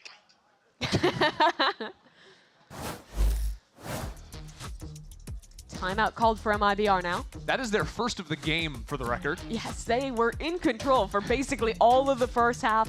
Won the pistol in the second. It's impressive. 100 Thieves is even stealing this game, getting double pistol, losing the bonus in the first half, and how it was looking for quite a while there. And good news for MIBR. Even if they lose this round, they could call a timeout next round too. You know, really make. So you have one more. Or the famous back-to-back. It's been a while since we've seen that one. I mean, right now, the money, I know we can't see it right now, but MIBR are in a weird position because they technically have enough to buy if they go for a judge or maybe a guardian on a couple of players. But if they do that and it falls apart, obviously next round rough. But if they don't, they have to make sure their operator survives into the next round because they wouldn't have enough to rebuy that, I don't think.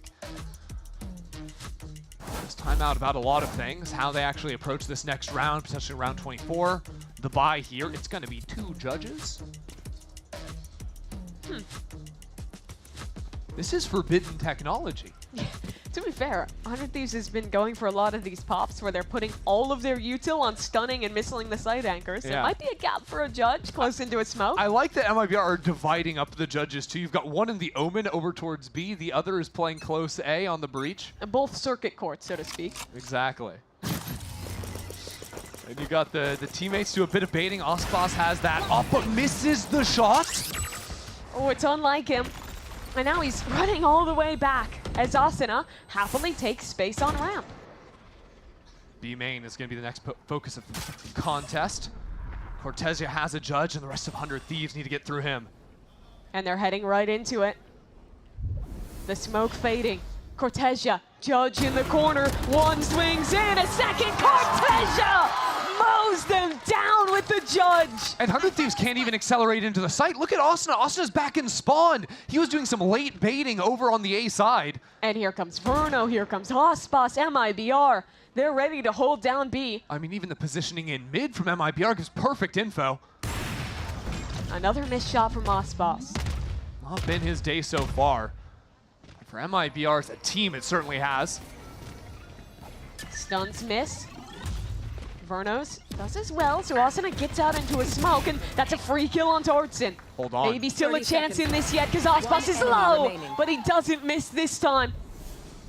Xander, 1 versus 3. Icebox not finding that shot, but his team has got his back. And MIBR, 13-10, take their opponent's map pick and start this series with a win. Cortezia just on fire in that opener. I mean, whether it was the near 1v5 play over on the B side to closing out the game with the judge. Smokes for MIBR has been on point to kick things off. A really strong game from him. Verno as well, having a ton of impact rounds, and I think also showing just a really good game plan against this 100 Thieves Stage comp. The contact plays into pops with the stun.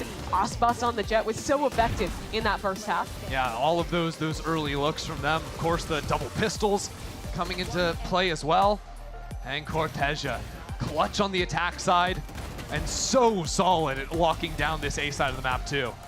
This round was nasty from Cortezia, but that's it for map number 1. We head over to the choice of MIBR with their chance to close the series when we return.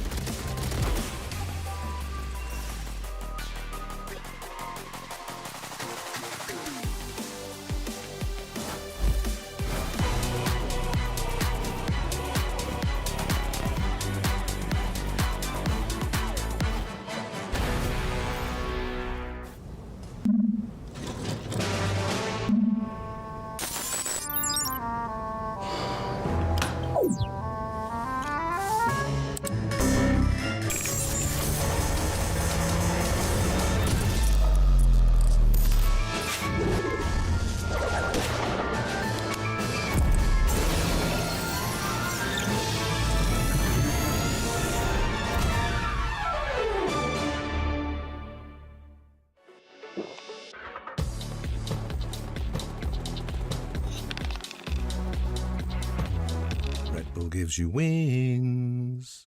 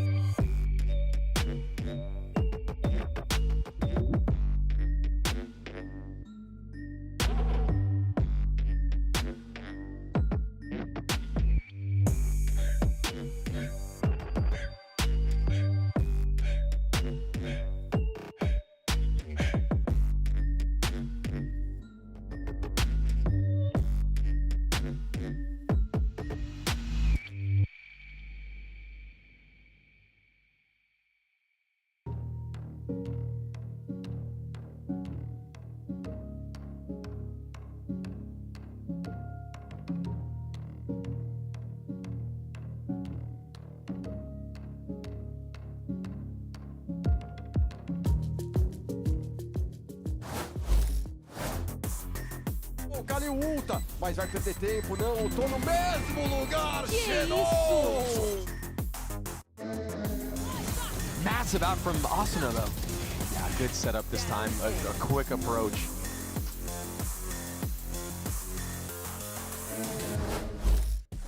Here, the coach of MIBR Fraud stealing 100 Thieves map pick away. We're going to your map pick of Icebox next. What is the plan for that? How are you going to take 100 Thieves down, make it a clean 2-0? Just focus on our own game. You know, obviously it's important to understand what the other team does, but we've been practicing really hard, drilling like our timings and our execs. So really just focusing on ourselves to make sure that our game plan works. And if it's not, then we'll adapt mid-round. Well, best of luck. Okay, so you see Bunny, Bunny, you gotta go here. Bear, if you choke Bear, you're off the team, all right? GB. That's all I gotta say. Done with that. What happened? Oh, sorry, I was just talking to the squad. Apologize. Hey, you know, we gotta get ready, okay? Because Icebox is coming up next here, and well, if you are a 100 Thieves fan, off a Fiverr. Yeah. Just what can I say? I'm basically like I'm like a Temu coach. You know what I mean? You order me in, and I'll get here in 2 to 3 days. In any case, so folks, MIBR picks up the win on Split, and folks, we talked about what were the win conditions here for MIBR and also the win cons for 100 Thieves, but primarily MIBR, they did their homework, Bren. It was very evident in the first round of play. We raised, I think, a potential red flag of 100 Thieves running the exact same comp that they've been doing all year long currently. Yeah. And it's that you're given so much footage for teams to take advantage of. MIBR out the gate, we're doing these slow plays and leaning over to the weaker side of the defensive default of 100 Thieves, where Cryo and Xander are playing essentially alone here, and they had set plays to try and force them back, push them back into these rounds to convert into the wins. They did it on the pistol, they did it on the bonus, and they did it on the follow-up as well. So just out of the gates immediately, MIBR are able to get themselves up to really just a momentous lead in terms of rounds, and it makes a difference overall. Despite this being a close game, you know, it ends whatever it was, 13-10. The pistol rounds, the development and the homework essentially that MIBR have been putting in, I think, to get the read on 100 Thieves is what paves the way to victory, and it starts right at the beginning. Yeah, 1000%. I think it started off at what, 5-1? Yeah. The way of MIBR, and it was because of what you were saying. I think they did their homework. There were a lot of concerns around whether 100 Thieves could bring enough innovation into the composition. The pistol looked the exact same. The eco looked the exact same. And that was the thing that really perplexed me. You're coming into playoffs here, and I know you don't want to give everything away right off the bat here, but Doug, this is a big game for them, and to go into Split, to go with a tried and true strategy that has tons of tape on it was a bold move. Yeah, and not one that worked out. I think as we take a look at the other side of the coin for MIBR, we had this conversation at the beginning. I think Emily was the one who said it. It's not just Aspas and friends, it's Aspas and family. Yeah. But she's right? Like we talked about this, you mentioned it on the desk as well. It's not just Aspas. The entire team is there, and yeah, there was a little separation at the end with Cortesia stepping, creating a little bit of distance between his teammates, but it was a complete effort Yeah, no, it definitely was. MIBR looked absolutely stellar on that one. And even though 100 Thieves managed to creep their way back into it, they fall just short. That being said, still plenty of opportunity left in this series. Let's see what Coach Zix has to say as we get ready for map 2. Here with Zix, the coach of 100 Thieves. Unfortunately, MIBR took your map pick. We're going to their map pick of Icebox. You took a couple timeouts there to kind of readjust and settle. Were you happy enough with those adjustments and you're confident going to map 2, or was it, because you took a while to come out here? Yeah, I'd say, like, honestly, like, we were making a lot of mistakes that are like, we're like just thinking too much. Like, if we just, you know, see 3 people turn around, like just basic things like that, that map would have been pretty different. I'd say overall, we played a really solid map of Split. Outside of obviously, like, you know, we have to get pistols. We had a man advantage in the second pistol.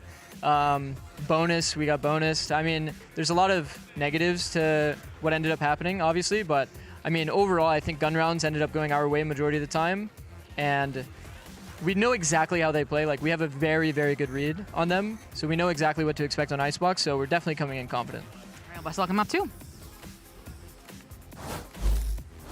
All right, they say they have the read on Icebox, but there's something that Coach Zix did mention was about the pistols, the bonuses. Like, Valorant, you know, being the type of game that it is, you know, we know how important those rounds are. So for him to say that, yeah, I totally get it, but that's where your bread and butter is, man. It's literally where MIBR got the win, I should say, in that first map as my in-ear just decides to pop out wildly across the floor. It was just thinking about it. Yeah, I was just thinking about it too much, bro. But he says looking ahead at Icebox, they know how they play. That's Zeke's referring to MIBR and their game plan, which, okay, it's Icebox, ends up being a bit of a flowchart most of the time, but MIBR are incredibly competent on this map. It's their map pick for a reason heading into this, and 100 Thieves are coming off the back of some losses on Icebox too. So it's a map that's weak in their pool. MIBR have specifically targeted it, and they play it in a way that's, I would say, unusual for Icebox. Most teams that tend to lean super hard into A hits all the time, MIBR go into B hits a lot because they're just really trying to utilize the harbor a lot more as well. Because, you know, you've got the double smokes. They're one of the only teams that run it too. Yep, you can fight deep. So, I mean, it's interesting that Zix is like, okay, we've got to read onto this one, but it's okay to have a read in theory, but putting it into practice is another thing entirely. Doug, does this end here? Yeah, I want to say yes, but I will say this. I think we saw some of those adjustments from 100 Thieves, even in the first half, right? The fact that it started 5-1, ended 7-5, the fact that they got close to it at the end, they were making adjustments on the fly to what MIBR was doing. So if it is an understood approach that they want to lean towards B, they want to use the double wall comp, they want to kind of lean into that, I do think there's a little credence to what Zix was saying. Hey, well, look, hope is still alive here at the desk. We'll see whether or not 100 Thieves manage to push through that map 3. We'll be right back after this quick break. Don't go anywhere.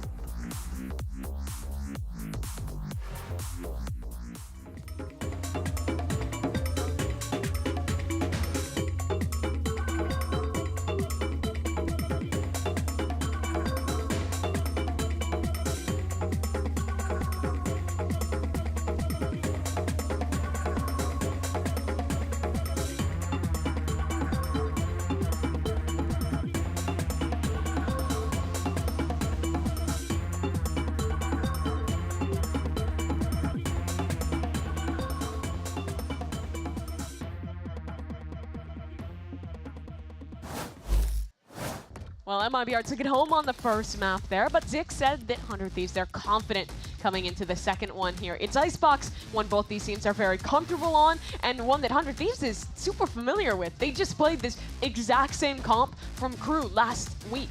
Yeah, MIBR Crew, they're playing the same comps basically every time Pretty they much roll the out same on style this. too. Yeah, it's a very, very similar look. So expecting to see the Harbor and whatnot come out from the MIBR side. Well, 100 Thieves continue playing the comp that they were playing so much of back in 2024, right? The Gecko plus the Sova is pretty effective at getting information. And of course, that Gecko wingman, really, really nice in the post plants. Yeah, that it is. On the attacking side, I think the pace is going to be a bit quicker for 100 Thieves. You'll see them a lot take space somewhere like A main and then wait for their refreshables, re-hit into a site. They have super strong execs here. And even against the Harbor Viper, double scan is super strong to be able to kind of clear out through those walls and even send cryo through on fights sometimes. For sure. I feel like a lot of people have sort of forgotten about Don't bring that energy. That energy I like. You're a boss, okay. Yeah, that's good stuff, and the other energy we have tomorrow. But no, I do like the wingman, of course. I think, come on, that's a good one, maybe. Okay, I'll give you that. I got a slight chuckle, and that's all I'm ever after.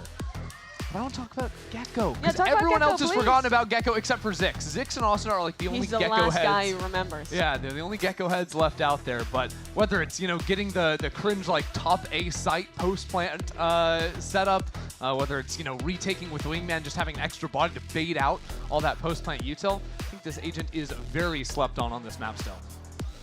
Yeah, 100 Thieves, it feels like their whole approach to this year was like, everyone discounted agents. Oh, Neon's gone, Gecko's gone. And they were like, wait a minute, guys, we can just still play all those agents. Yeah. They're actually still pretty good. And well, it's been hit or miss depending on the take, but generally 100 Thieves is one of the few teams kind of blazing their own trail, not playing nearly as much KO Breach.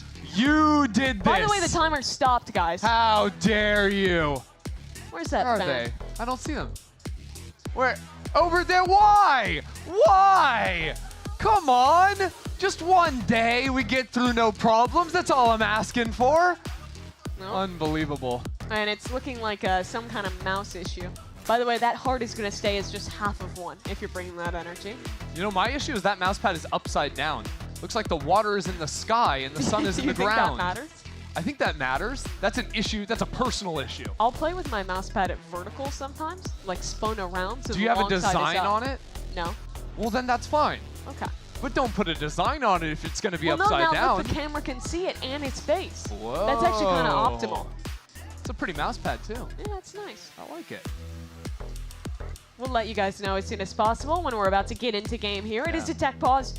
We saw our agents. Let's talk a little bigger picture, though, because winner of this one gets to play against Crew. And for 100 Thieves, I think they want that. It was a pretty close game at the end of the group stage, and it'll be their opportunity for revenge if they win this series against MIBR. There's MIBR Crew. That's just a banger. It All is. things considered. I think loser would end up going down and facing NRG in an elimination match, which That's would tomorrow, equally too. be a banger. But here we go. Finally, the tech issues are out of our way. We're hopping into Icebox, and 100 Thieves start out on their attack side. It's Icebox against the world over on the A site. Rest of his team is playing B, and already quick on the dash, so you see him checking out a little bit more on those angles. He's already lost his only ability this round. Gecko flashback online. Asuna spotted. And Icebox, he'll run away from this one. MIBR really happy to play retake with this comp. Yeah, Shannon pops that wall relatively early, too. 100 Thieves not respecting it at all. Could end up stalling out this retake for MIBR. More shock darts going in. Onside post plant against the Harbor Viper, but Icebox up again. This time only one kill on the pistol, but the trades favorable, and 100 Thieves only have one guy left on this side. He's got to run too. So a 3v4, but time already working towards 100 Thieves' favor, and now they fight back in, but smokes are up on the spike. Artson diffusing in the cove, and they're getting the kills, but can they stop the defuse? Not in time! MIBR just inside the safety of their cove. Come up with a third pistol round out of 3. Yeah, just brutal for 100 Thieves, not winning on these low gun rounds. And there it comes with 100 Thieves realizing, hey, it's a pistol. We actually don't have all that insane post-plant utility to stall. So instead of being able to fall back later in the round like they would have liked to, they're forced to go for these fights, and that cove made it such an issue. And I think 100 Thieves did have a good read into the Harbor Viper, trying to play really heavy on site and fight ahead of the walls. MIBR really only has the Sova Dart to get back in. They don't have any flashes, they don't have a ton of util to actually clear out the site, but they just straight up win out in the trades. And once you're off the site, it's so hard to win against that cove. Early Outlaw posts up, and Asuna splatters on the floor. And he had the spike too. Cryo's gonna steal that one and get back towards B. I guess 100 Thieves, they're just going to be sussing out what this B-side utility is going to look like, whether it's the one-way orb, pretty common. That alarm bot that actually gets dragged a little bit, didn't actually pop all the way because it was blocked off with Division. Orb up again. And you're going to see a lot of this waiting on 100 Thieves' attack side. Yeah. Oh, we used our Sova Dart. Let's get that back online. Then we can finally re-hit once we have the gas. But unfortunately, they're hitting into the Outlaw. Okay, Usio had some nice shots, but Cortesia better adjust with the Guardian and locks up a second round. Yeah, I feel bad hyping up Cortesia now. Last map was insane. He's got 4 kills on the low guns. I'll wait a little bit more before we start popping off on him again. But I do like sort of how he holds over on that B side as well. So much what MIBR is trying to. You see those double mollies that he's put down. That's just to guard that space on back yellow. By the time those mollies are out, teammates will have rotated over. MIBR will be able to push and re-get that position over on the back of that box. Makes it really annoying to hit onto the B side when he's putting down those 2 mollies. Yeah, you just saw him putting down the mollies there if you want to clip it and steal his lineups. Yeah, if you think about it, there's like 2 different lines of defense. First, you have the alarm bot and the orb that go down there. Then you have the double mollies blocking off yellow. And then you've probably got 5 players of MIBR behind it. So good luck, 100 Thieves. You need to deal with this utility early on in the round, which the pace they're working at now is fairly nice. He's very disciplined with it. Doesn't choose to pop the mollies yet. Yeah, you got to wait for that next wave of util. And here it comes. Molly's popped, but Cryo up over top. A duel against the Killjoy, who just nearly jumps out of danger. Yeah, nice that Cryo gets on top there. But again, it is down numbers. Bit of a worrying sign for 100 Thieves. A better sign. A site's open for now, and Busio's in a position to walk up into that space, but he's very worried about a walk up from his opponent. Yeah, I don't think 100 Thieves got full information of players rotating over, so it's still a bit of a gamble moving back to this area of the map. Still, MIBR will be playing full retake, and they have their beautiful Viper wall to play around, of course. Artsen's wall should also be coming back in not too long. So see what they can do. Expect 100 Thieves to play forward without a lot of tools in the post plant left to them. 100 Thieves would love to see Cryo get an early kill here. The shot darts, ooh, nearly actually kills Xander there. Gets quite low on that second one. Yeah, but 100 Thieves have to take the early fight, so they're just going to get blocked off by the smokes. Everyone's boosted up here. It's going to give some creative crossfires to the players holding down this site. First kill's good for EU. They hold strong on their positions, but MIBR starting to make their way in here, starting to trade things out, but time is low. The smokes players are dead, and the shots, oh, not quite landing there. Verno has to back his buddy up, and he's done that. EU, 1v2, darts available, but Cortesia, he gets the kill, and the defuse, it'll come in time.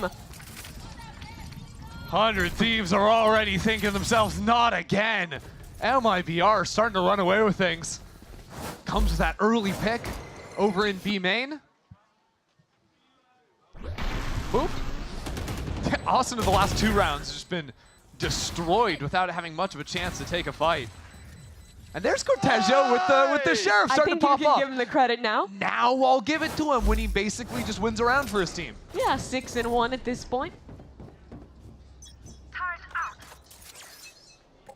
And it's giving echoes of map 1. Remember, 100 Thieves started that game down 0-4 on split.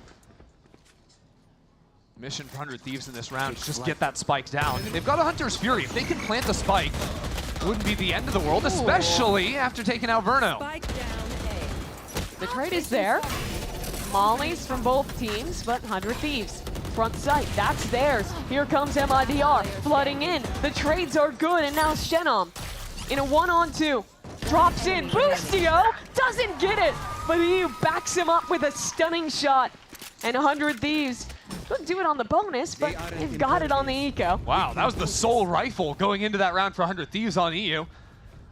He's able to get the job done.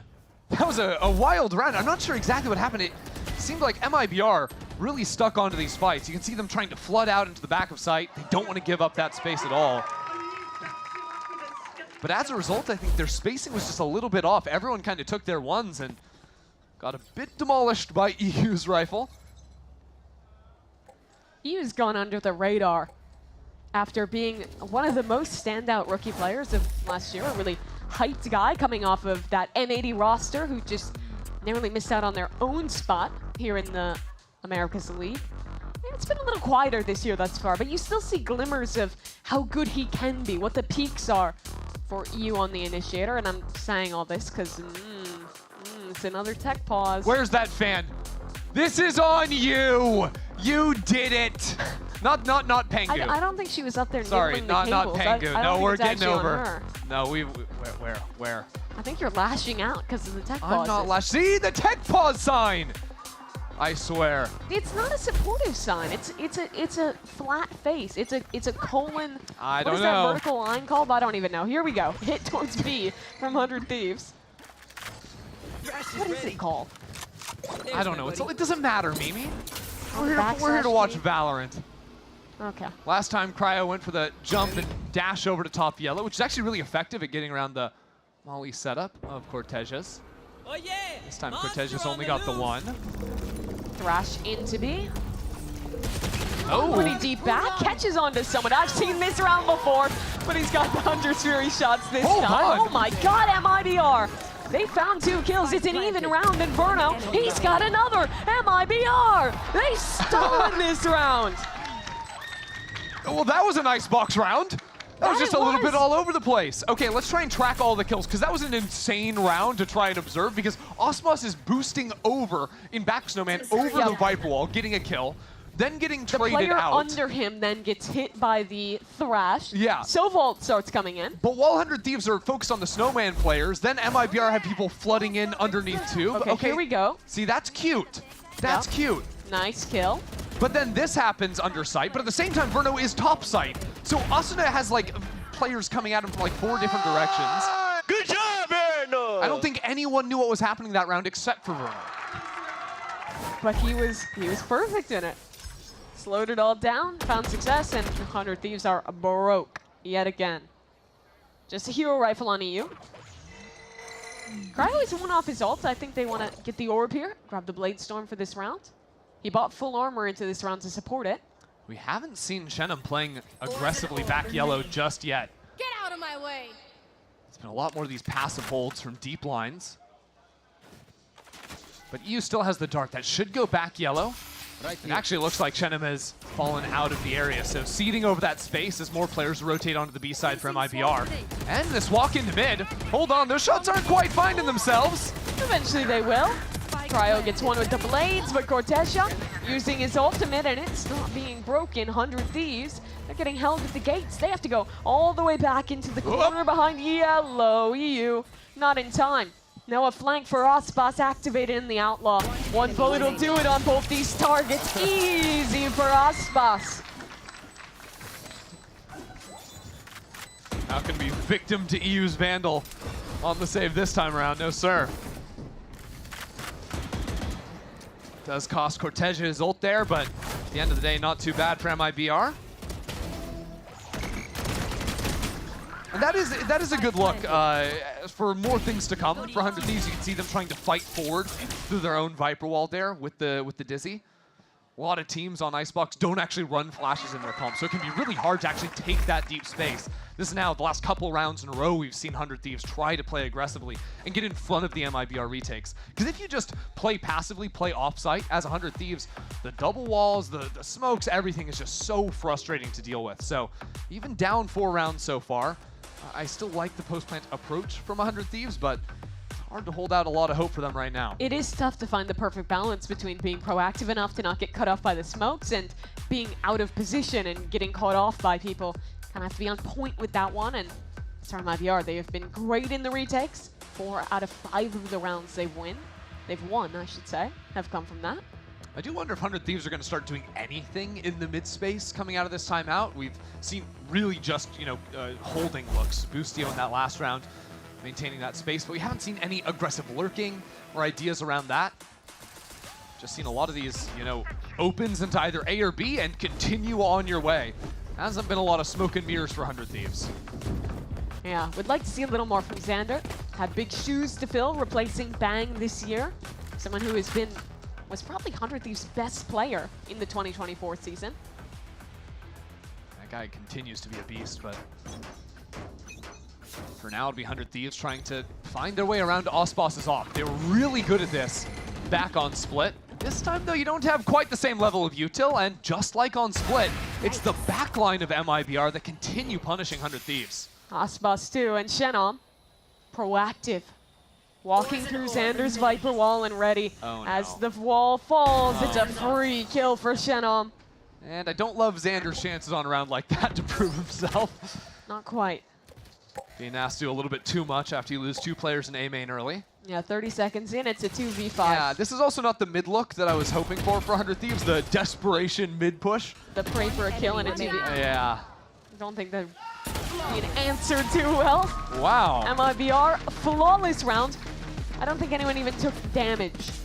I'll add insult to injury. That was 100 Thieves buying down to nothing. Oof. Now again, this is MIBR's map pick, but if you stepped away during halftime and didn't hear Zix's interview, this guy sounded confident. He's like, yeah, we played a great map of Split. Like, we just lost our pistols. Yeah, and he the was bonus. like, we were winning all the gun rounds, we were feeling okay, lost a couple key rounds. Came C'est in, la vie. Yeah, it came in and said we have the exact read on how MIBR are going to play this map. So, well, even if they have the read, it doesn't seem to have been enough so far. Yeah, that book has teeth.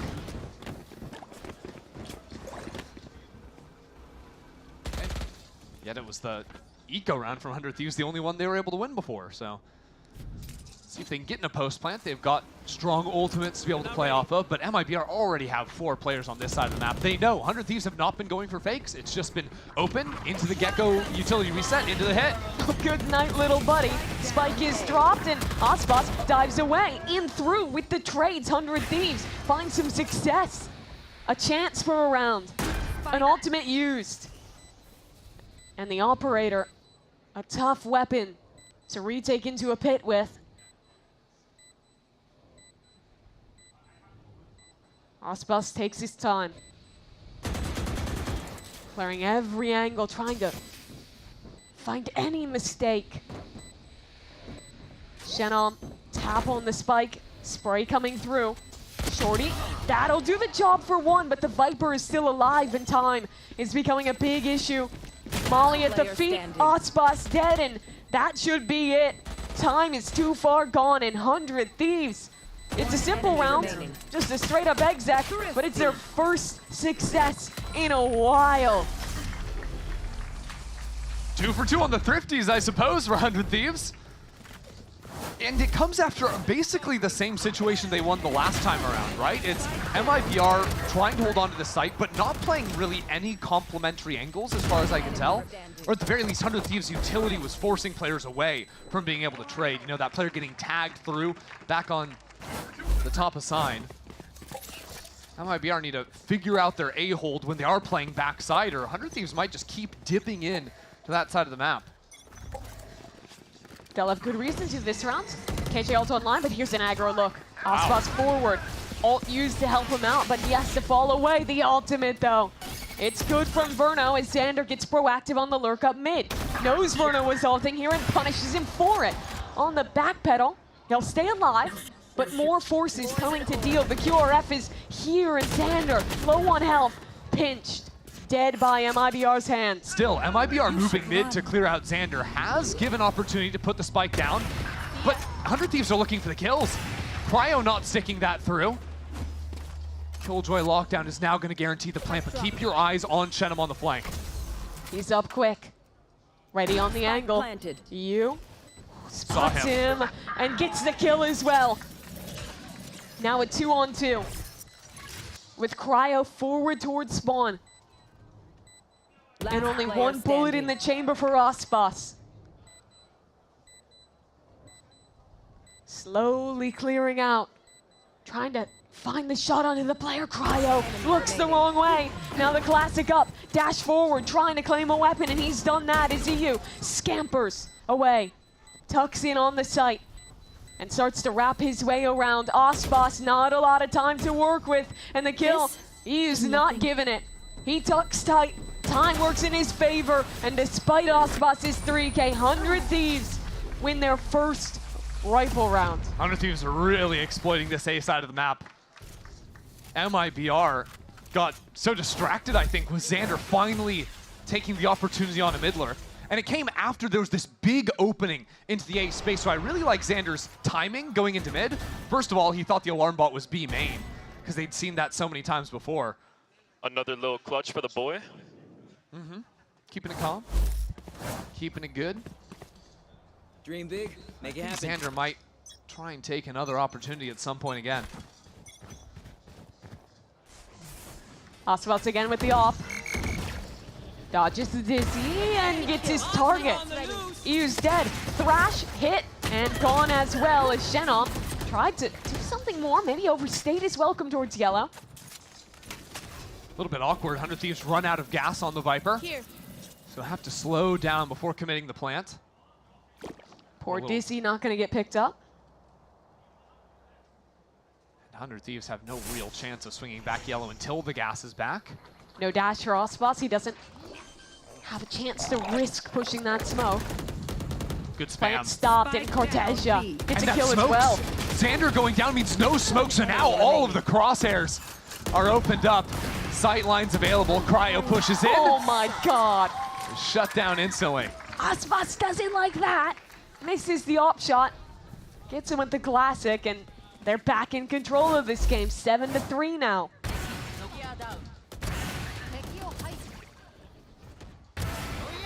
Tough round for 100 Thieves. Not doing perfect work at clearing the jet. Of course, they saw that the Dizzy got a ping on someone. Didn't realize that Icebox had just tucked away on the back left corner. Isolate. Now it'll be 100 Thieves forced down into a save. 4-1 stack. MIBR forward. Fighting on A. The op. Not ringing out for a kill this time. But up top, Shenom arrives for his. The ultimate trying to punish this forward play. Can he get a tag? Yes. That's a death onto the IGL. And it's even back to a 4-on-4 as 100 Thieves explores their options. Yeah, thing is MIBR, they've still got that alarm bot in B main, so they won't be too fooled by a play like this. Got mollies to stop the plant as well as to stop the flip back into Snowman. Bit of a different setup that we've seen from Cortesia. Already though, having to use the Sovalt on what is just an eco round. Ooh, really want to win it. Late on the lockdown. Still gets it in time. Cortesia, a little pressured there. And up top the spam. Oh, it's excellent from Cortesia. Shorty to finish the job. They trade out ults, but MIBR again winning the round. Yeah, that was kind of nice from Cortesia. He thought, originally he was thinking, I put this down now and they won't be able to plant. You don't have to stall the round. But instead, because he puts it down at the same time the spike's getting planted, 100 Thieves are almost forced to fight up into that. Had a good line on the spam. The rotates were coming in quick enough to capitalize off of it as well. Spike planted. One enemy remaining. It was a rougher map one, but Icebox here in playoffs delivering. Let's go. He's 15-6 on Icebox thus far. The final round of this attack side, 100 Thieves again looking at the A side of the map.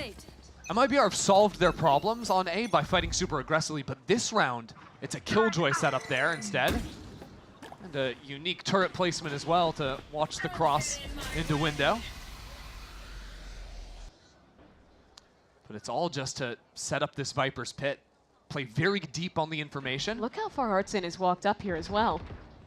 He might have a chance on Debussy if he wants to take his timing. Yeah, Icebox is holding the garage walk out too with the op on top yellow. They set up his killer. Artsin spots the shoulder. That's a great jiggle from EU. Another punish coming through, but Artsin blinded. He's still good for 2. And while he found his mark, there's still the operator waiting here. Primed to hold down the space on B. Where's 100 Thieves heading? They still want to make an attempt to take B main. EU will have his start in a couple seconds, but they're just swinging into the op instead. That's one for Icebox. He keeps the pressure applied, sticks around back yellow and wants to swing in for more. His team's starting to arrive. The op posted on the angle again. And it's locked down. Icebox, he does everything on B. 3 kills from him, 2 from Artsin, and a shutdown to end the half. Just a dominant first half from MIBR. Apart from those few silly little thrifty rounds that 100 Thieves won, just dominance from MIBR. And continuing to find different looks round after round. This is the first time 100 Thieves have seen anything like this. Nice. And it blew them up. Icebox cool, calm, winning that last round. They're up 9-3 as we head to the half.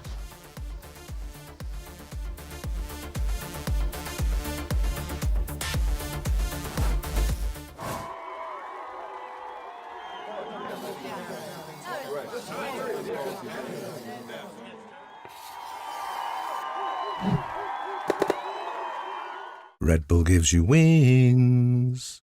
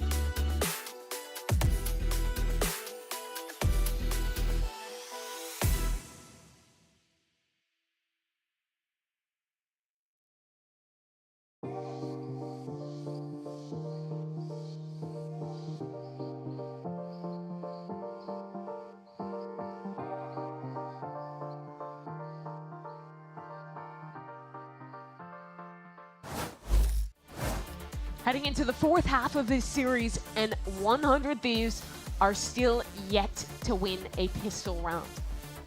It's been tough for them so far. Now trailing 3 rounds to 9 of MIBRs. It's time to start this half off the right way for them, or about time to wrap things up, to be honest, on MIBR's map pick of Icebox. So my eyes turn to 100 Thieves Duelist. Talked about him so much before the game. Cool start to this second map, but now a ghost in hand dropped over to him, armor as well. It's time for him to show up big. Had 0.97 KPR in the regular season, the highest of any players in Americas. Cryo was electric, but he's yet to get that going here in the playoffs, and well, he's not on the right side this round. Said it's pressure towards A, but there's a 4-stack here from 100 Thieves. They're ready to try and hold, but it's still going to be an onslaught. Busio through the smoke. Everyone's blinded up, but 100 Thieves do well on the conversions. Now they have to take the time to back away, or they'll start to lose more, because it's back into a 2-on-3. Quick flank. Cryo's just sprinting through spawn right now. Can slow things down now, because MIBR do not have control of the spike. 1 enemy remaining. Nice shot. 100 Thieves Duelist. It's finally the Duelist head-to-head we've been waiting for. In what's likely a fairly meaningless situation, Cryo's going to get the job done for 100 Thieves' first pistol. Very nice from 100 Thieves. Wait for contact in main, pop back through with the dart and the dizzy, and went out in the brawl. Now, the other thing 100 Thieves did, I don't know if you guys were paying attention to Cryo's money at the start of that round. Yes, he had a ghost given from a teammate. Yes, he had line armor. He didn't buy any utility. He was holding on to 400 credits, maintaining that he can guarantee have an operator for round 3. 100 Thieves realize how far behind they are right now. Guys, win me this bonus. I promise you we win this game for free. And look, they're setting up my point, because what I'm trying to say is he wants to have that op on a quote-unquote bonus round. And to prove it forward, they've bought him a Guardian. He still has almost 4K in the bank. Bro's just getting handouts. One of the things 100 Thieves do well, too, is especially on the A side of this map, the way they fight together and play complementary angles has been a strength of theirs consistently. Icebox is here, and there's trades coming through, but Asuna, good spray transfer. I think he might have just righted this ship. They're not out of the storm yet, though. Guns to be picked up on this side, and a plant going in for Cortesia. Those guns are kind of deep. I don't think MIBR have a chance. Retake is fast. They won't let the guns be picked up, but do they even need them? Cortesia with the Sheriff for 1. And now a 1v2 for Verno. Xander up top. Spotted out. Verno has it down to a 1-on-1. Busio on the other side. Only a Sheriff for the IGL as well. Tap on the spike. Verno sees the stick coming through, knows it's gone halfway, and Verno, the shot too, a clutch to win out the eco round, and MIBR back out on top, shut down the hopes for 100 Thieves. Verno, ever since joining this MIBR team, has just been a treat to watch. Now with the Red Bull clutch, always alive in these late round situations, but so effective for the squad. It's just a disaster for 100 Thieves. There's one bit of saving grace, the fact that yes, Cryo still has op money. Bad news is, no one's headed to him. And no one else really has a gun to speak of. They force fully into this round. Regardless, Boosie only has a Sheriff. Trap play with the Dizzy ready to go. 100 Thieves contact. Ooh, but it's popped a little early. No one's home. So MIBR leave completely, and at the same time, they've got a late mid lurk in form of Shenum. Cryo's op needs to be everything for 100 Thieves here. He's got a couple of angles to play off of. And yet waiting to lurk. It's creeping forward. The timing here could be everything. Shenum. Cryo has no idea. The utility was not set up for him. And now he's been spotted. Knows. He's ready. Spots the jet backing away. Oh, he has no idea. He's just going to tuck in. As the team comes around on a flank, if he gets the kill onto Cryo, then MIBR have massive padding in this post plant. Cortesia, he's the one to open this up still. A slow jet working through defender spawn. But MIBR holding the line well. Cryo still gets one. Maybe a chance for 100 Thieves yet. But down goes Cryo. And these last two players, they don't have the guns for it. MIBR, yet again, come out on top. They navigate that post plant perfectly. Yeah, great reaction to the triple flank coming in from 100 Thieves. And Shenum choosing to play a little bit more cautiously. You know, instead of taking that angle against Cryo, he just tucks straight into the site. Says, we'll play numbers, we'll bunker down here. That op has no chance of really swinging back in on that line, and you can see it there. Cryo had no idea.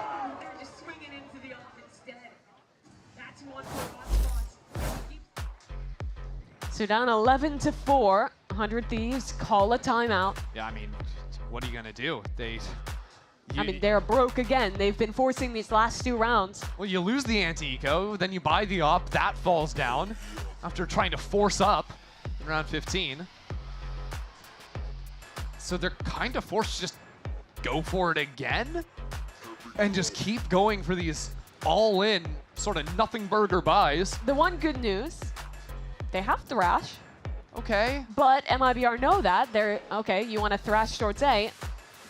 I'd put some money on MIBR, just setting up on the high ground angles, put the op somewhere that Thrash isn't going to be able to get it, and hold the site through. It's in no way a gotcha for 100 Thieves. I think the only thing that's giving me hope in 100 Thieves right now is that they've seemingly just won their thrifty rounds. Yeah, to this map at least. It's not logical. And it looks like, again, MIBR are calling around Cryo pretty perfectly. Cryo's just been offsides every single round.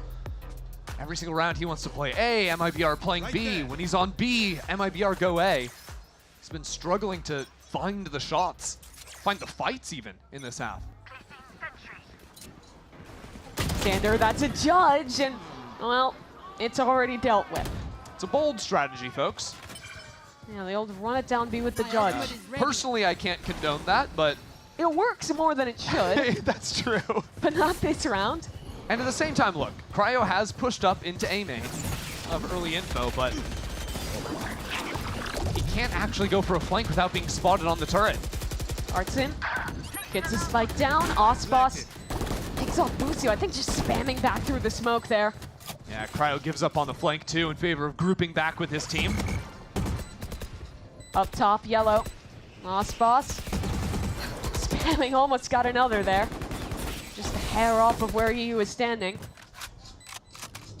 It's a 3-on-5, players getting spotted out, and one by one, they're just getting dismantled. MIBR, it doesn't look like a contest in this round. 100 Thieves put all their money into it, and they get nothing in return.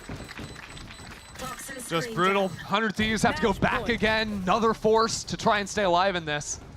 And honestly, look, we came into this expecting MIBR to be the favorites. Sort of curious what our first look at Omega versus Alpha groups is going to be like, and it has certainly delivered to expectations. Yeah, it's living up to the preconceived narratives of those Omega teams and how strong they were looking throughout the group stage. You'll get another chance at that. Next game, SEN facing off against C9, but for now it's 100 Thieves putting another stand on a 4-spy round. They've gotta. 8 rounds between them in overtime. And again, Cryo just on the wrong side of the map. MIBR are just coming up heads with the coin flip every time. They've got some knives as well. Icebox. When that orb drops, he's going to be ready to go. They'll use the lockdown for it as well. Is Xander going to stick around and try and take a fight? I think so. He is. They're all heading in for the fight. 100 Thieves. That's 2 kills. The lockdown broken. But MIBR winning. The fight's in reply. And now, another ultimate available and an open A site. Yeah, that's the thing, right? With 2 players pushing up in yellow, now Shenum takes the lurk into mid. There's no Killjoy left to spot that out. So it's a dancing game between Asuna and Shenum. Who will break first? It's gonna be Asuna. Shenum takes him down and just paves the way to a victory for MIBR. EU and Cryo, a 2v3 retake. And look, try and stay in the upper bracket here. They've been the top performers for 100 Thieves in this map. But Cryo's down on 1 HP. EU hasn't got any armor. There's still Shenum in mid. It's over. Wrap it up. MIBR 2-0 over 100 Thieves. It's beautiful from MIBR. A 13-4 victory on the second map. Outstanding lurks from Shenum. A step up from Icebox on the operator. And a right dismantling of 100 Thieves. Yeah, if map 1 was an example of how MIBR can still beat you when Osboss isn't popping off, this was an example of how badly MIBR beat you when he does. Yep, 24-9 for Osboss. Cortez, Shenum, both 17 and 11 right behind him. Classic stuff, classic work on MIBR's best map of Icebox. MIBR, that sets us up for a qualification game against Crew on Saturday. That's such a banger, especially if we get Icebox in the pool. Both those teams so good on the map. Our 2 best in this league playing on the Icebox. And on the other side of things, a 100 Thieves NRG elimination match. Boostio versus Finesse. Need I say more? Cinema.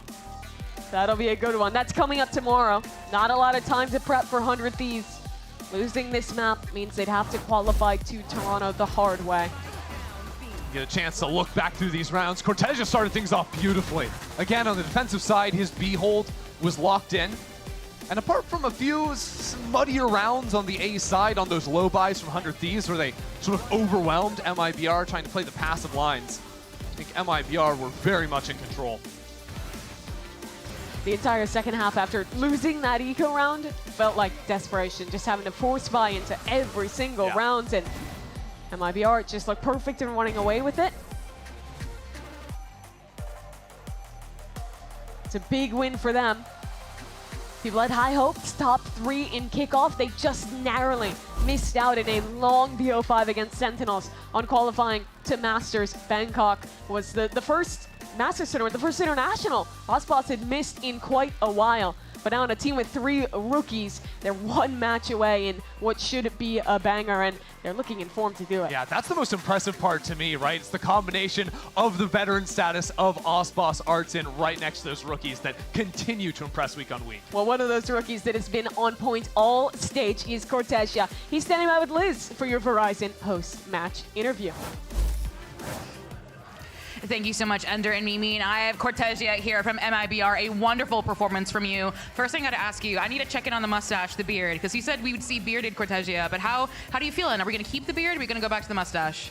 Yeah, I'm trying to keep the beard now. Oh, why? It's growing Why do you up like the really beard? fast. I don't know, like 2 weeks ago, I shaved my beard, and now it's really growing like really fast. So I'm trying the beard, but I always have the mustache option. Yes. Because I already know it's good, you know? Yes. Which one do you like more right now? Oh, I don't know. Probably the mustache because I get used it a lot with the mustache because I use it, I don't know, 3 years of my life.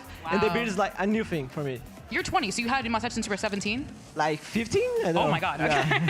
Well, going into the game, the first thing I want to ask you is about Osboss. Osboss had a colder start today, was missing a couple op shots here and there, but there was this kind of understanding that you were fragging, the team could step up. Emily said, Osboss and family.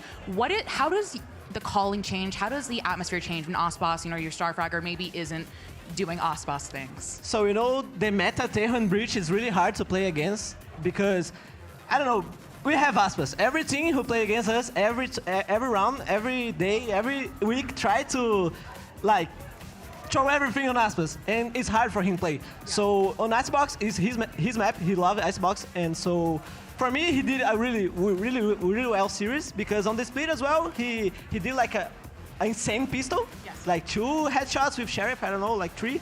So he won the round he's supposed to win, and we won the series. So. I talked to Fraud after map 1. He said you guys felt really confident working on your execs and timing that you worked really hard on. I'd love for you to talk a little bit more specifically about that. What about the execs? What about the timings were you working on for today? So, like, day by day with Bretz, and the Verno is a new guy on the team, so for me, I ever say this, like, for me the line to we grow up is really high. Yeah. We are not on the maximum. We can do more. And each week pass, we are better and better. And we are going to Masters if God allows, and we are going to this tournament to win. Well, in order to get to Masters, you have to face Crew next. Is there anything you'd like to say to your opponents? Good luck, and I see you next game. All right, well, everyone give it up for Cortesia. We're going to go to a break, but stay right there because I know you know what game is next. It's Sentinels versus Cloud9.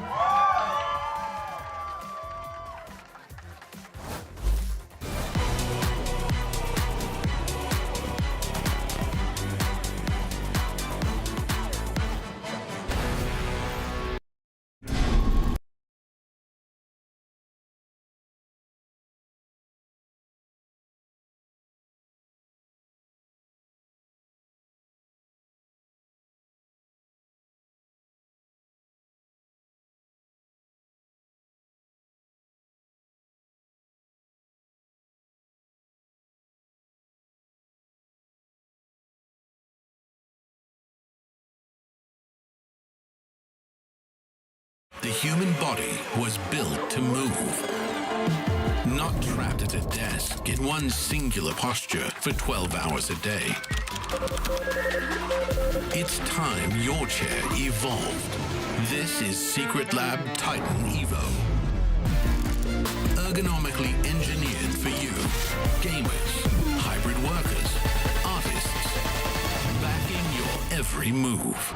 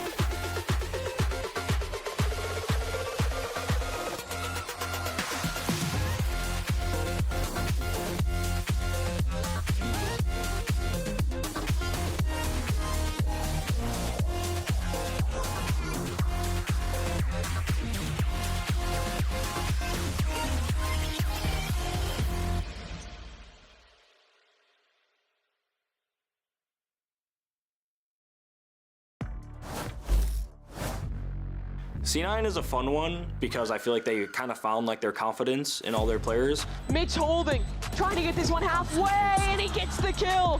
For the time, He has it's it. close. He's got it. Mitch down to the wire, and he's done it. SEN is obviously a very solid team. We scrimmed them a bunch. Are they saving? They gotta go. 2G has to run, but they're going straight into Bang, and he's putting them down. I think going into playoffs, there's going to be a lot more pressure. You're playing for a spot in Toronto, or else you're out of luck for a couple months. It's going to be a lot on the line, and I think whoever makes the big plays are going to qualify. Playoffs is a whole different beast. Like, it's a whole different like feeling. It's a whole different feature. Like, I just feel like they are going to be a little bit shaky in playoffs. We're going to go into the match and just play our game and play confident, and I'm pretty sure we'll beat them. Oh, doggy, it's going to be a good one. Welcome back to day one of VCT Americas Stage 1 playoffs and our second match of the day. It's going to be a good one. It's Sentinels versus Cloud9. Of course, Chibi here back again with Brent, Doug, and Emily as we look to break it all down. But first, we've got an update on the bracket because this is where we are right now after that win from our friends over at MIBR. They locked themselves forward. They're moving on in the competition. And guys, MIBR looked scary. They look real, man. I mean, they got a real deal currently on all sorts of maps. They're playing really well. I mean, we were kind of picking it up like, okay, well, this map pool has really worked out in the side of MIBR, right? Definitely showed it. On Icebox, I mean, that was just an absolute sweep.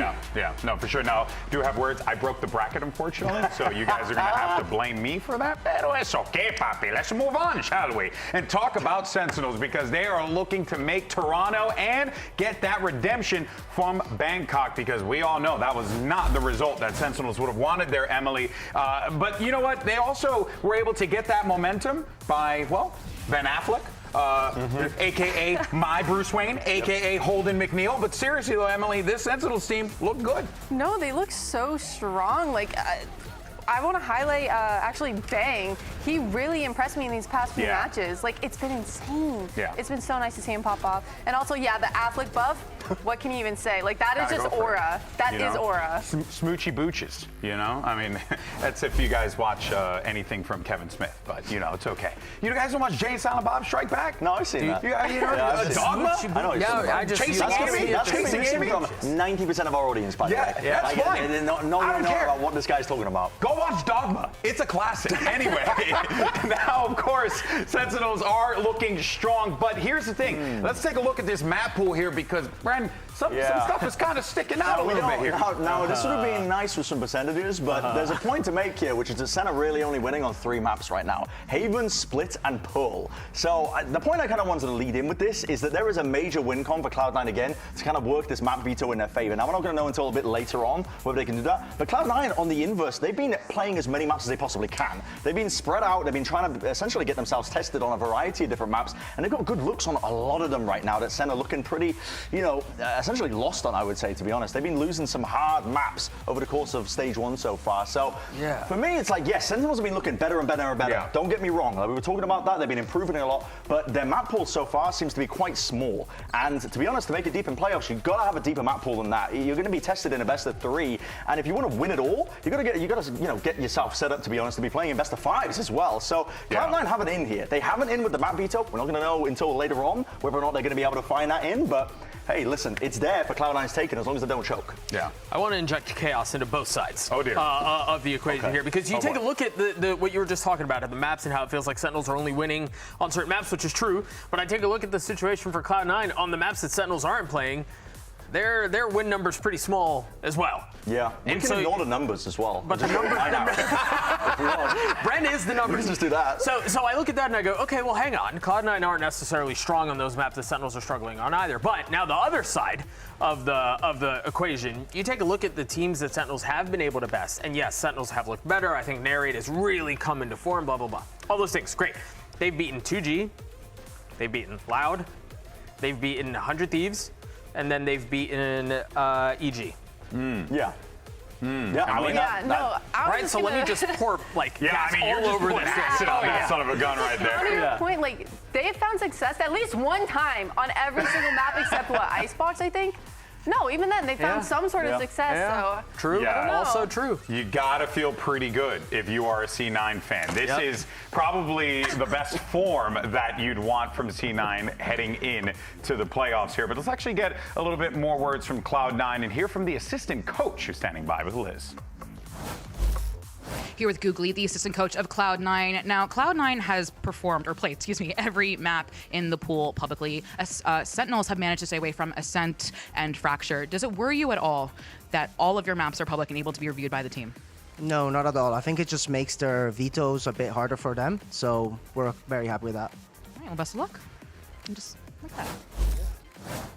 Hook a brother up with that shirt right now. I gotta be out there for my ball brother, okay? My favorite coach, Emmy. Well, the okay? Oxy one was last week, too. That's I mean, true. they've got the whole line. Do they just have a shirt press there? They're just making shirts on the fly. Wow, look at that. That's a business in of itself. Now, of course, folks, today we are in for a treat. You know why, guys? You know why it's going to be so delicious? Because you're back on the desk? Oh, thank you, Papa. Pero, no, it's because of Oxy versus freaking Zekin. Oh my God, put this in my body every single time, little Emily. This is some good stuff injected into the bloodstream. I'm all about this. I want to see what we're gonna get because both players are playing out of their freaking minds. Yes, no, I'm a big Zekin fan. I think he's a very consistent duelist, but I really want to speak on Oxy here because going up against, I believe his last thing was G2, where they almost won that third map.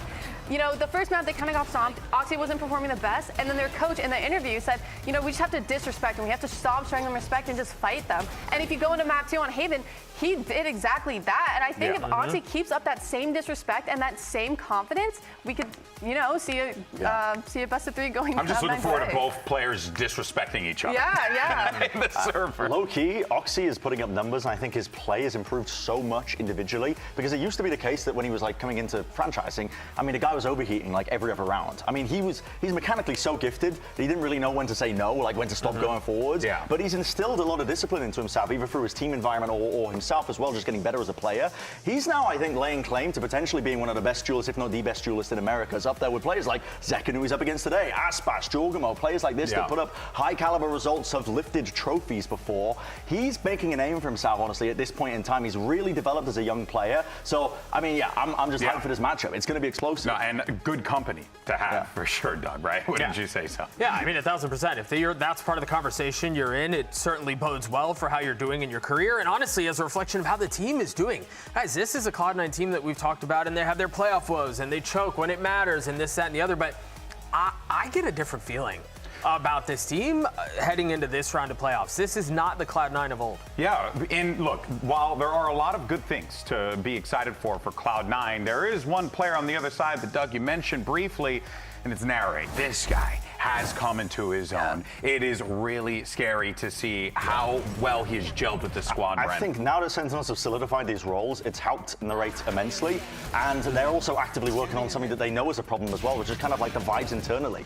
Because I think you can tell that they've been making moves with that one as well. They've released a lot of behind-the-scenes vlog footage. Sentinels have been quite candid, I think in terms of their approach and their kind of attitude towards the game. And it was like a glaring weakness for me watching them early on, like Narrate would kind of, get tilted very easily, start banging on desks. That's a poisonous atmosphere to be having, but he's kept it in check steadily over the course of stage 1, and they've locked down his role more, so he's having more consistency as well. That is a recipe for a win, I think. And for Sentinels themselves, I've opened up the question of kind of like, okay, well, their map pool wasn't looking too hot, but in terms of like the actual individual gameplay and the players themselves, they're on the right track actually to building, again, another title, I guess, another squad that is going to do much better than they did at Bangkok. Yeah, no, excellent points there, Bren. Well, let's actually check in with Elizabeth here and hear from Bang from Sentinels. Now, your opponent today is C9, Bang, and they seem to be making greater strides every single time they play. Are you worried that you were not prepared for their performance today, considering they surpass expectations every single time? To be honest, I'm not too worried about it. I feel like we're a good enough team that if we just play at our own caliber and like the level that we're usually playing at, I think we'll be perfectly fine. I'm not too worried about how well they're going to show up. Well, best of luck today. Hey, and look, I respect that. I think it's great. I'm happy for you, Bang. But here's the problem. You got Vic on the other side, okay? And this kid is making a case for Rookie of the Year. This kid is nasty. And the combination of Oxy, everything that's happening there with C9, it feels like it's a perfect storm, Emily, of pieces that are kind of fitting in place here for C9. No, it is. I'm literally a Vic fangirl. Like, I am such a big fan. He's probably been my favorite controller player to watch throughout this whole stage.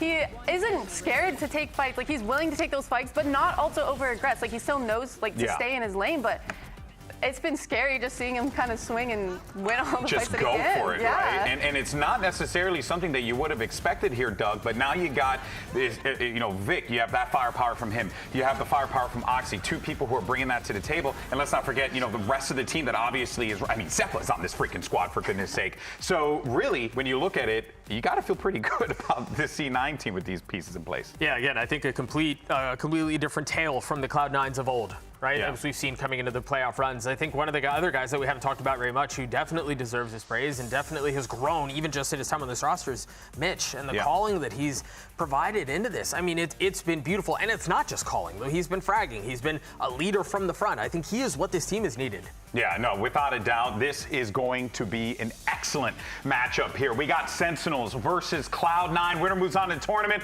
Loser goes down to the lower bracket. Let's go ahead and bring out our two teams. Elizabeth, the floor is yours, homie. Riot Games Arena, it's time for a classic North American smackdown. Make some noise for Cloud9!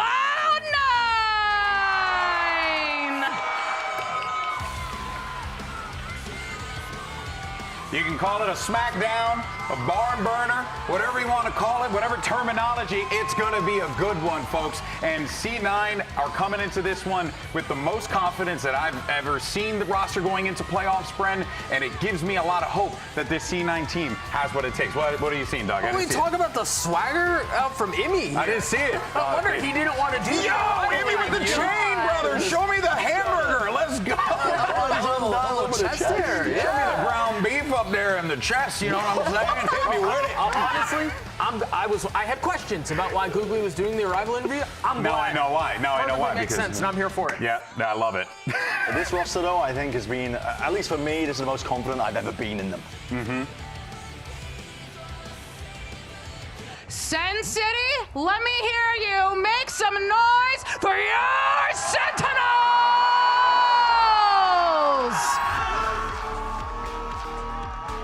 Now, a big thing that we have not acknowledged is, well, the sixth man, the crowd, the audience that are all here to cheer for Sentinels. I mean, you saw in the piece earlier today when Elizabeth was asking who do you think is going to win, everyone said Sentinels. So, Emily, there's not just the pressure of them to perform, but there's also the fan pressure as well. No, there is. And one thing that I want to highlight that I saw on Twitter is that Nere, when he started popping off, he was wearing this jacket, and now it's like they do not let him take it off. He has worn it every single match since he's started popping off. Bro, he's like sweating in it. Hasn't cleaned it in weeks. Smells like passion fruit. I want to quickly touch back on something I was saying about Sentinels earlier, because I brought up their strength of record. Yeah. And I went, okay, yeah, they're 4-1, but against who? I will say, if there's any team that has been successful against lower competition, and the questions are around can they deliver against stronger teams, Sentinels is one that I'm inclined to look at and go, yeah, okay, I think they could. Yeah, well, here's your map layout. You got Ascent, Pearl, and if necessary, Icebox. Start there with Ascent first, Ascent as our opener. Now, when Cloud9 played this in the past, we only got to really see the defense side. They're going to have to start on attack. But in terms of the map pool overall, as we were already pointing out, Split, Pearl, and Haven, the maps that Sentinels basically have only been winning on right now, they have two of them removed from the map pool immediately. So if this goes the distance, I got to say the advantage goes to Cloud9 again, but it all hinges on whether or not this opening attack side from Cloud9 actually has something behind it. Because you can put all the time in the world on your defense half, and it looks absolutely sublime, but it matters not if you can't figure out how to work it on attack. That's my big question, I think, leading into this series, and that's what I want answered. Yeah, for sure. I have a lot of questions on if we go the distance. Okay. Pearl is a really strong map for both teams. Like 3-0, 3-1, something like that. They both have been really successful at it. Icebox is a massive question mark for both teams. And that could maybe be What was the thought process going into that draft, right? Because we also saw Haven kind of get pushed all the way out to the end. It almost felt like both teams were trying to bait one another to pick it, and instead we ended up in Icebox. What do you make of this layout here? Dude, honestly, I don't even know. I was expecting like maybe like a third map would be split or something, or even as a second map. So seeing Ascent kind of completely threw me off. Going into Pearl, looking at their past comps, you know, they both had success, but I do enjoy Sentinels comp more with the single duelist versus, you know, Cloud9 where they run the double duelist Sova.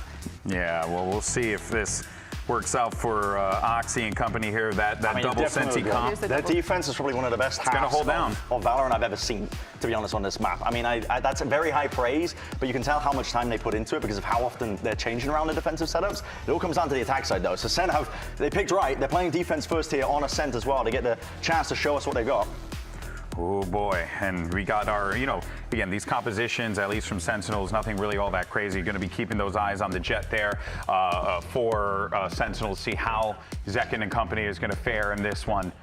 Certainly going to be pressure here. You can see our team also working with the team, or with the players, excuse me, down on stage, so we'll get that sorted out. I see your ears being moved around. I start worrying. I start worrying. No, it's all good. We'll get this sorted and we'll jump right into the action. I'm getting a little ahead of myself here, but we've talked so much about how successful Cloud9 are in the defensive side of Ascent because of this comp, this double Senti comp. Brent, you mentioned how quickly how versatile their looks are. They can have double Senti setups on one side. They can hit tiles crunches. The playbook is so deep, and you might look at that and go, oh yeah, it's a double Senti comp. It's really easy. It's very.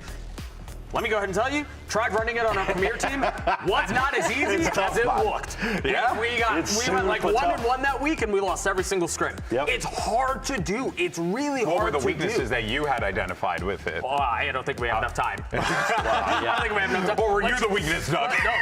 Let's just say I learned a lot about how difficult it was to run this comp. It's not an easy vanilla comp to run. I think there's a lot of depth to this and there's a lot of complexity to running it well.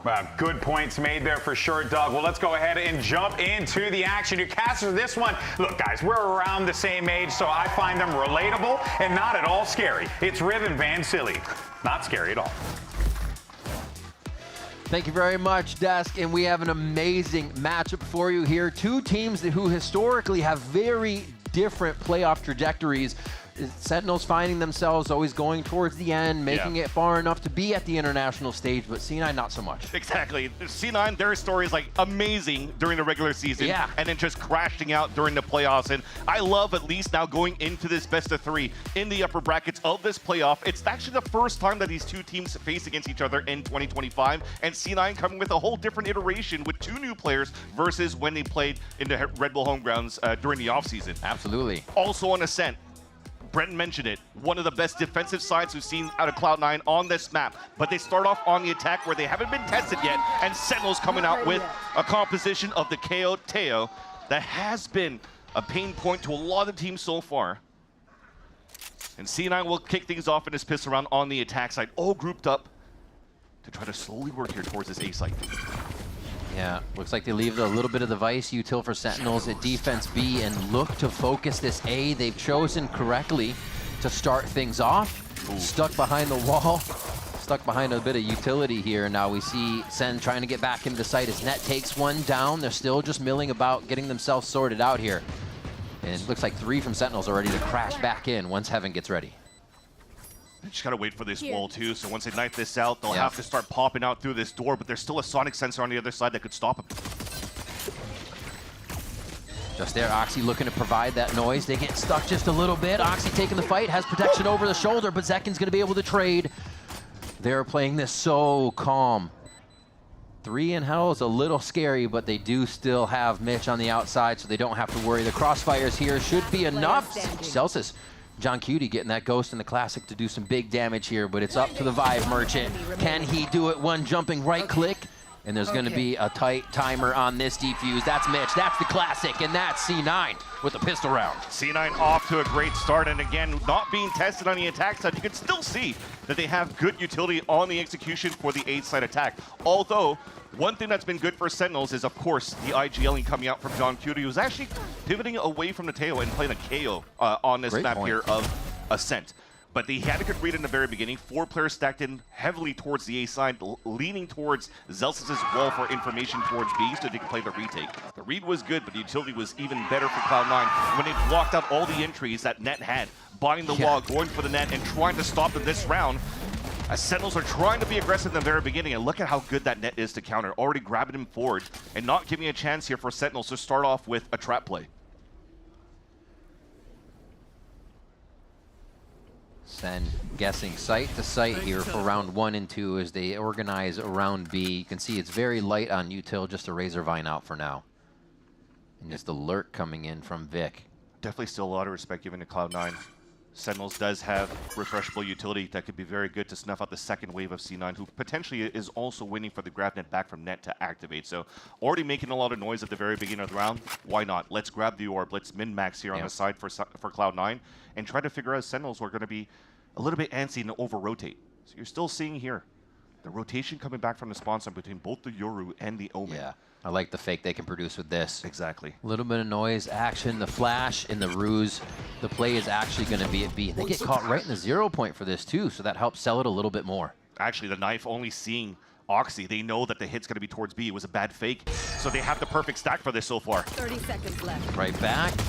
Net on 1, but Zekin will trade here. He's still in towards the back of the site. They find Zeppa finally, as the whole death ball finally is able to come through the archway at B. Looks like a pop flash wants to come through. Zekin's going to use that for help, but they can get the kill onto Oxy. Weapon upgrades as well. Pop flash trying to delay. Yeah, weapon's down. That was a huge upgrade. It's going to be the stinger for Zekin. The second round here for Sentinels, and they pull the rug out from under C9. Great eco round for Sentinels. Again, we talk about the good reads coming out from John Cutie. When the knife only spots Oxy towards A main, when double footsteps are being thrown as an attempt for a fake, they knew exactly that the second wave hit was going to be towards this B site.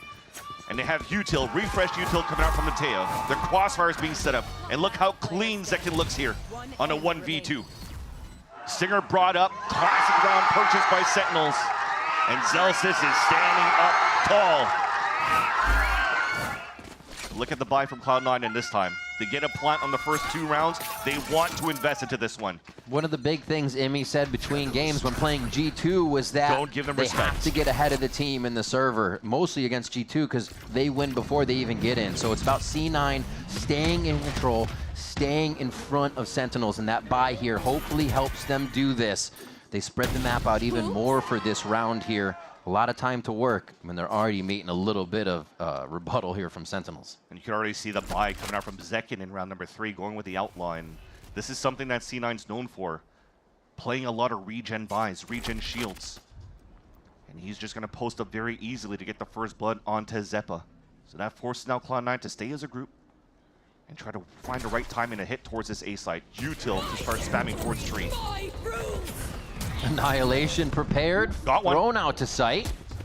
Oh, he missed. Oh, Nat on the right side as they start to trade back and forth. The Stingers just seem to be the higher prio weapon right now that's doing the damage. Plant on Jenny and a quick shot from Zekin. Always good for the one, but is the second one in the chamber ready for another member of Cloud9.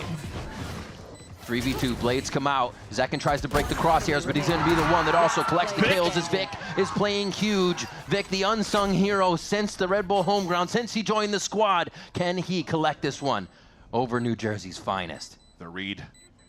And again, it's a one-shot with the Outlaw. Good read by Vic to not get pulled by the defuse on the fake from Zekin. Fakes on fakes here from both of them into the site. One shot miss. Vic's gonna get it. He's gonna get a 3K on the round and enough to take it for C9. Again, Vic coming into this playoffs as the highest rated controller player in the VCT Americas and proving his point right here on a 2 versus 3 when Zekin has Bladestorm, when a team's trying to flood within the site. And he even loses a teammate in the process towards Generator. He still picks up the 1v3 towards the end. Jeez. We're gonna have a highlight reel of Red Bull clutches in this series. They talked about this game being intense on the desk, and we're already witnessing this now. It seems like when you call upon Vic, he steps up to the table in these situations. C9 benefits from it just about every series. Back towards the A site. C9 is being very quick with their attacks, knowing when they could possibly go for the throw, but they're not prepared. They don't understand what Sentinels can bring to the table. A flawless round 4. And you know when you're going to play against Cloud9, you will have some very fast rounds. Blink and you miss it. The push from C9, unfortunate miss from Net, who couldn't get the kill at the generator. Jeez. But look at the crossbar setup. And you know, here in the Riot Games Arena so far, they've been loud here for the fans. On Sen City's side and also for Cloud9. Yeah, the desk was talking about it, that 6th player of the team, the crowd. You have to feel like you're always on their home turf, even in the same home area.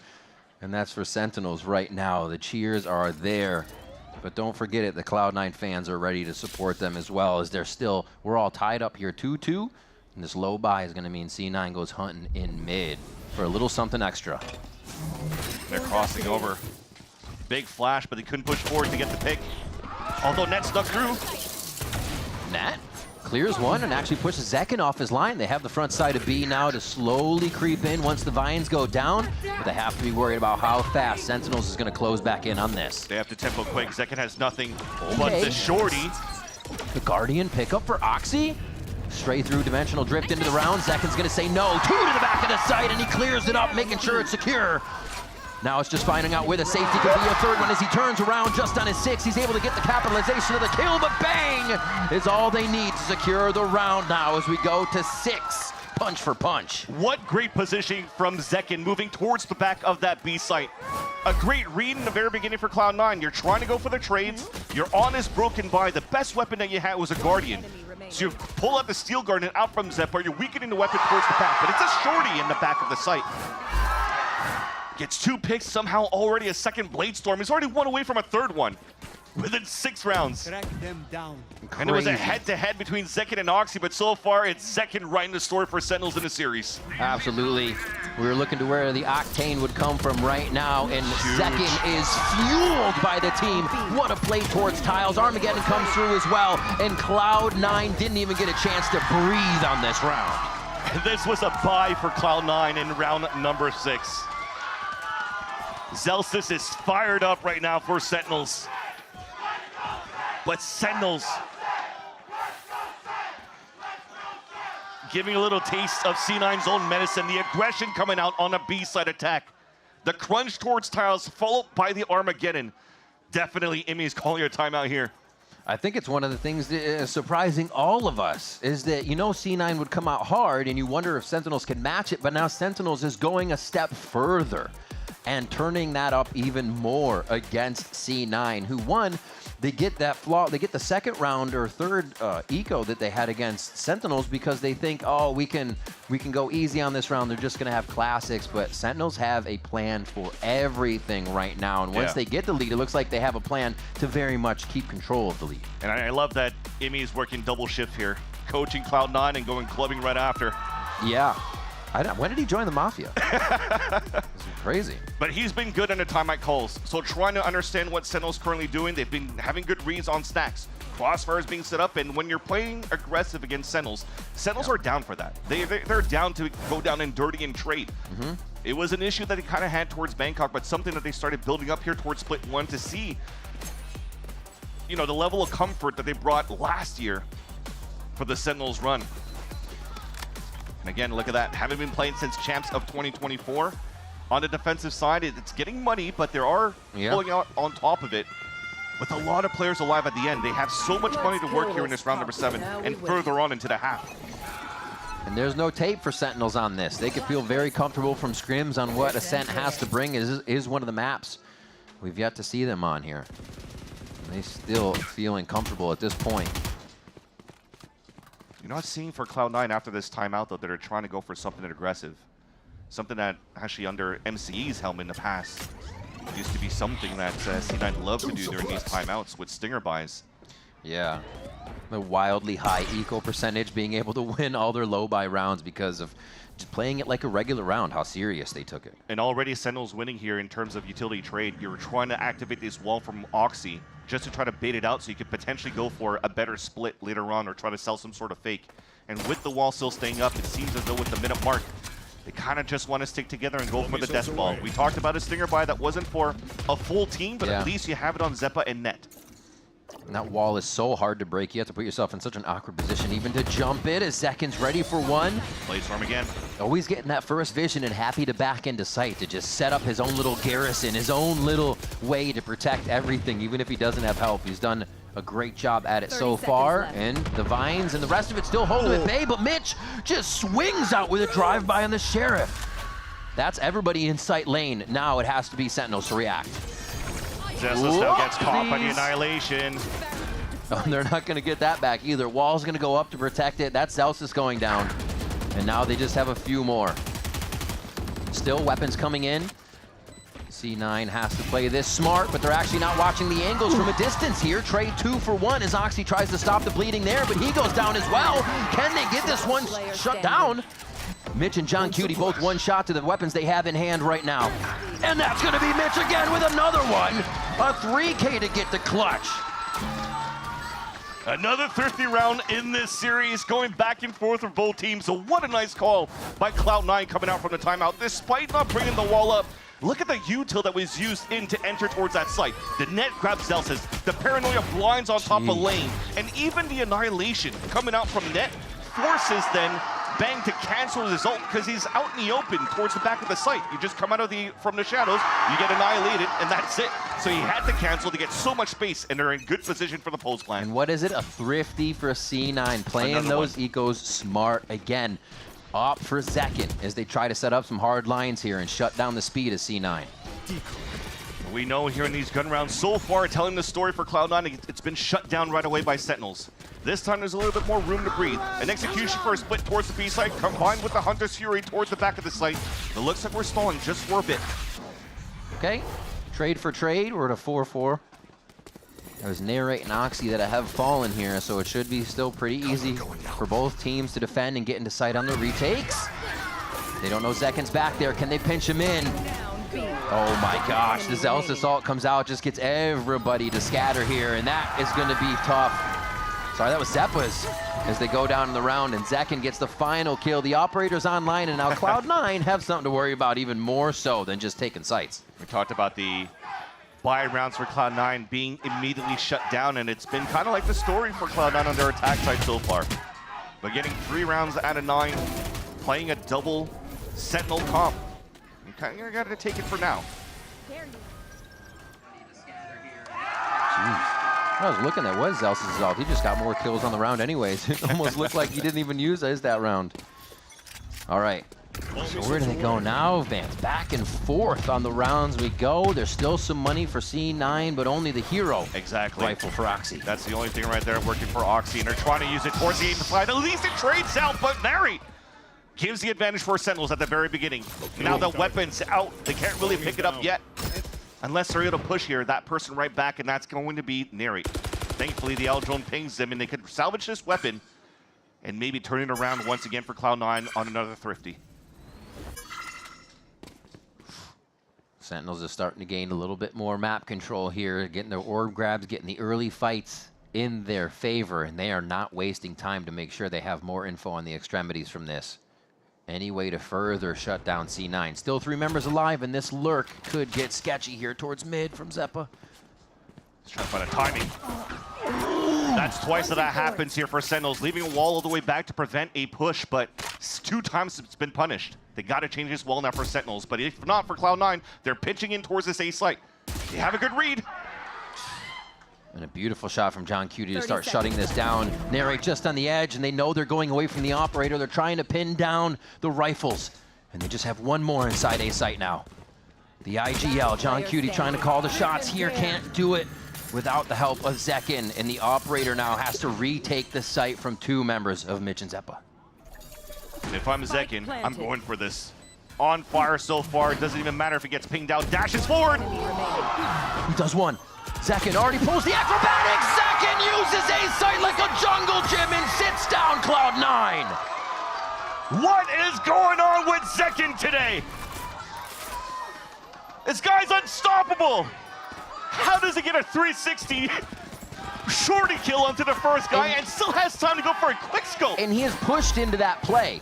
That wasn't his decision. Exactly. He said, oh, I'm about to get pinged by a dart. Let me quickly come up with a play to kill these two players. Like instantaneous from this guy. Look at that.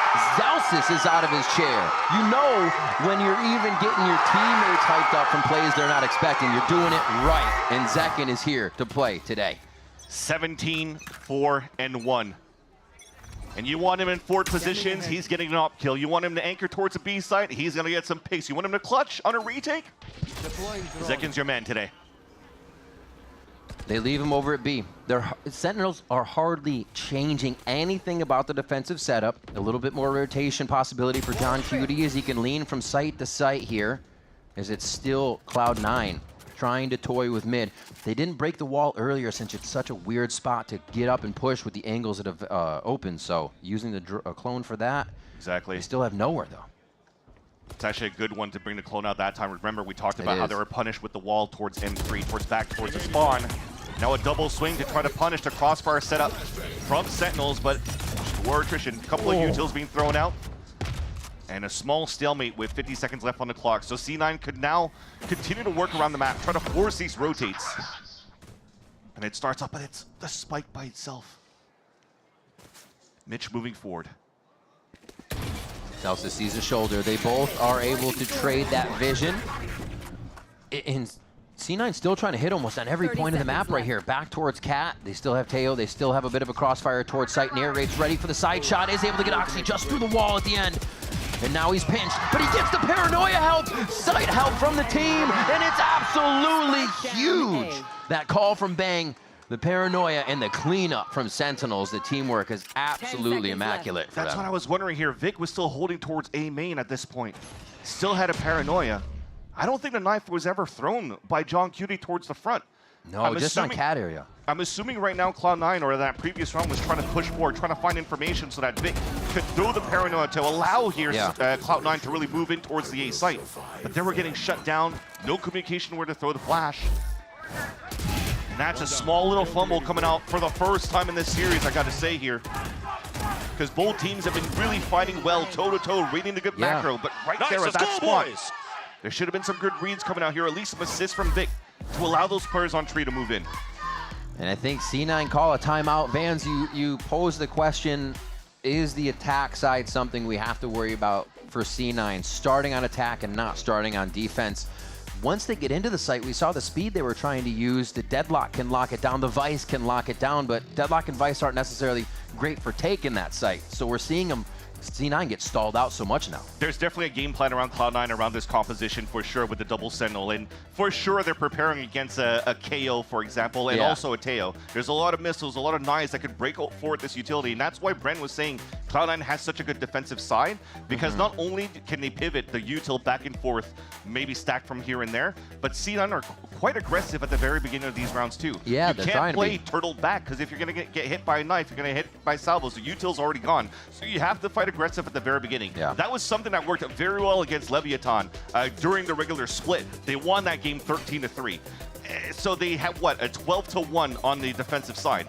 So getting 3, again, as I say, it's not too bad looking at Cloud9 because they look very clean on the defense, but for sure, coming out of this timeout, that's why Imi's using both of them right now on their attack side, just to try to salvage these last two, when they once again have not too much utility to work with, or in terms of weaponry, but they have the ults, and they've been really good with the Annihilation hit the last time around. And looking at Sentinel side, you always have to look at Zekin right now. The operator out now from B main, pushing mid and takes down net. So even if we do see C9 getting a sight, that hold becomes that much weaker. Zekin has been so pivotal this game so far. I think that's 18 kills for him as well. And the op hasn't slowed him down and even retaking sites alone. That's Cloud9 that was trusting that smoke too much. Being pulled up on M2, right fly pizza. Zekin just walks through that, gets an easy kill and dashes away, while everybody's so hyper-focused on trying to take up Catwalk. A little bit of a fumble once again for Cloud9 out of a timeout. Micro mistakes, but it renders costly because Sentinels are closing and taking a huge lead on this first half. Oh! John Cutie playing that angle perfect. Narrate takes another one down, and even the eco rush, that little death ball through Market, could not make it alive. Sentinel starts to pinch in from every which way. They're varying up things that C9 has looks at, right where John Cutie is getting those kills. Zelsa's played a few rounds ago, so who's playing it and how they're playing it is changing. C9 may be expecting a bit of the same, but they're always seeing a lot of different things here. Yeah. Well, thankfully, yeah, they decided to use the Steel Guardian for Zeppa for that split. Don't do that, John Cutie. What happened last time when you did that little one? But trying to get that split towards that B site was fully denied, but at least they have weapons to work with this time around, and also still some more ults. So leveraging Oxy this time around, who's been relatively quiet so far in his head-to-head matchup between him and Zekin, could get a lot of information here for maybe doing some sort of combination with the Dimensional Drift and also the Annihilation from Net, so that they could open up a site. But they have to figure out where Sentinels are currently positioned, and I love that to start. A great first blood from Zekin, but at least it gets immediately traded out, and that's finally C9 working on those fundamentals that were kind of needed in the last couple of rounds. Yeah, they're trying to put their cat hold back together here. You see quickly John Cutie coming around if there needs to be a flash. They get the drone, they'll have the knife. And it looks like they are going to try to Dimensional Drift over here towards A. The step up though from Bang just to get a little further and take him off guard. Morfield. Narrate coming in, closing down the site, playing previously where John Cutie was, so they're rotating each other around here, as I said before, but still the hold is just the same. And there it is, Zeppa goes down 9-3 here for Sentinels on the first half, after quickly pulling away early. It was going back and forth until finally you're starting to get the ult and also Zekin on an operator. That's been something that's been a pain point for Cloud9 so far, but I love this position from Bang, getting in front of the Dimensional Drift. Creating ruckus, not giving a chance for C9 to activate here on the attack, but hopefully they can here on the defensive side. Sen City looks to keep the momentum going when we come back from the break.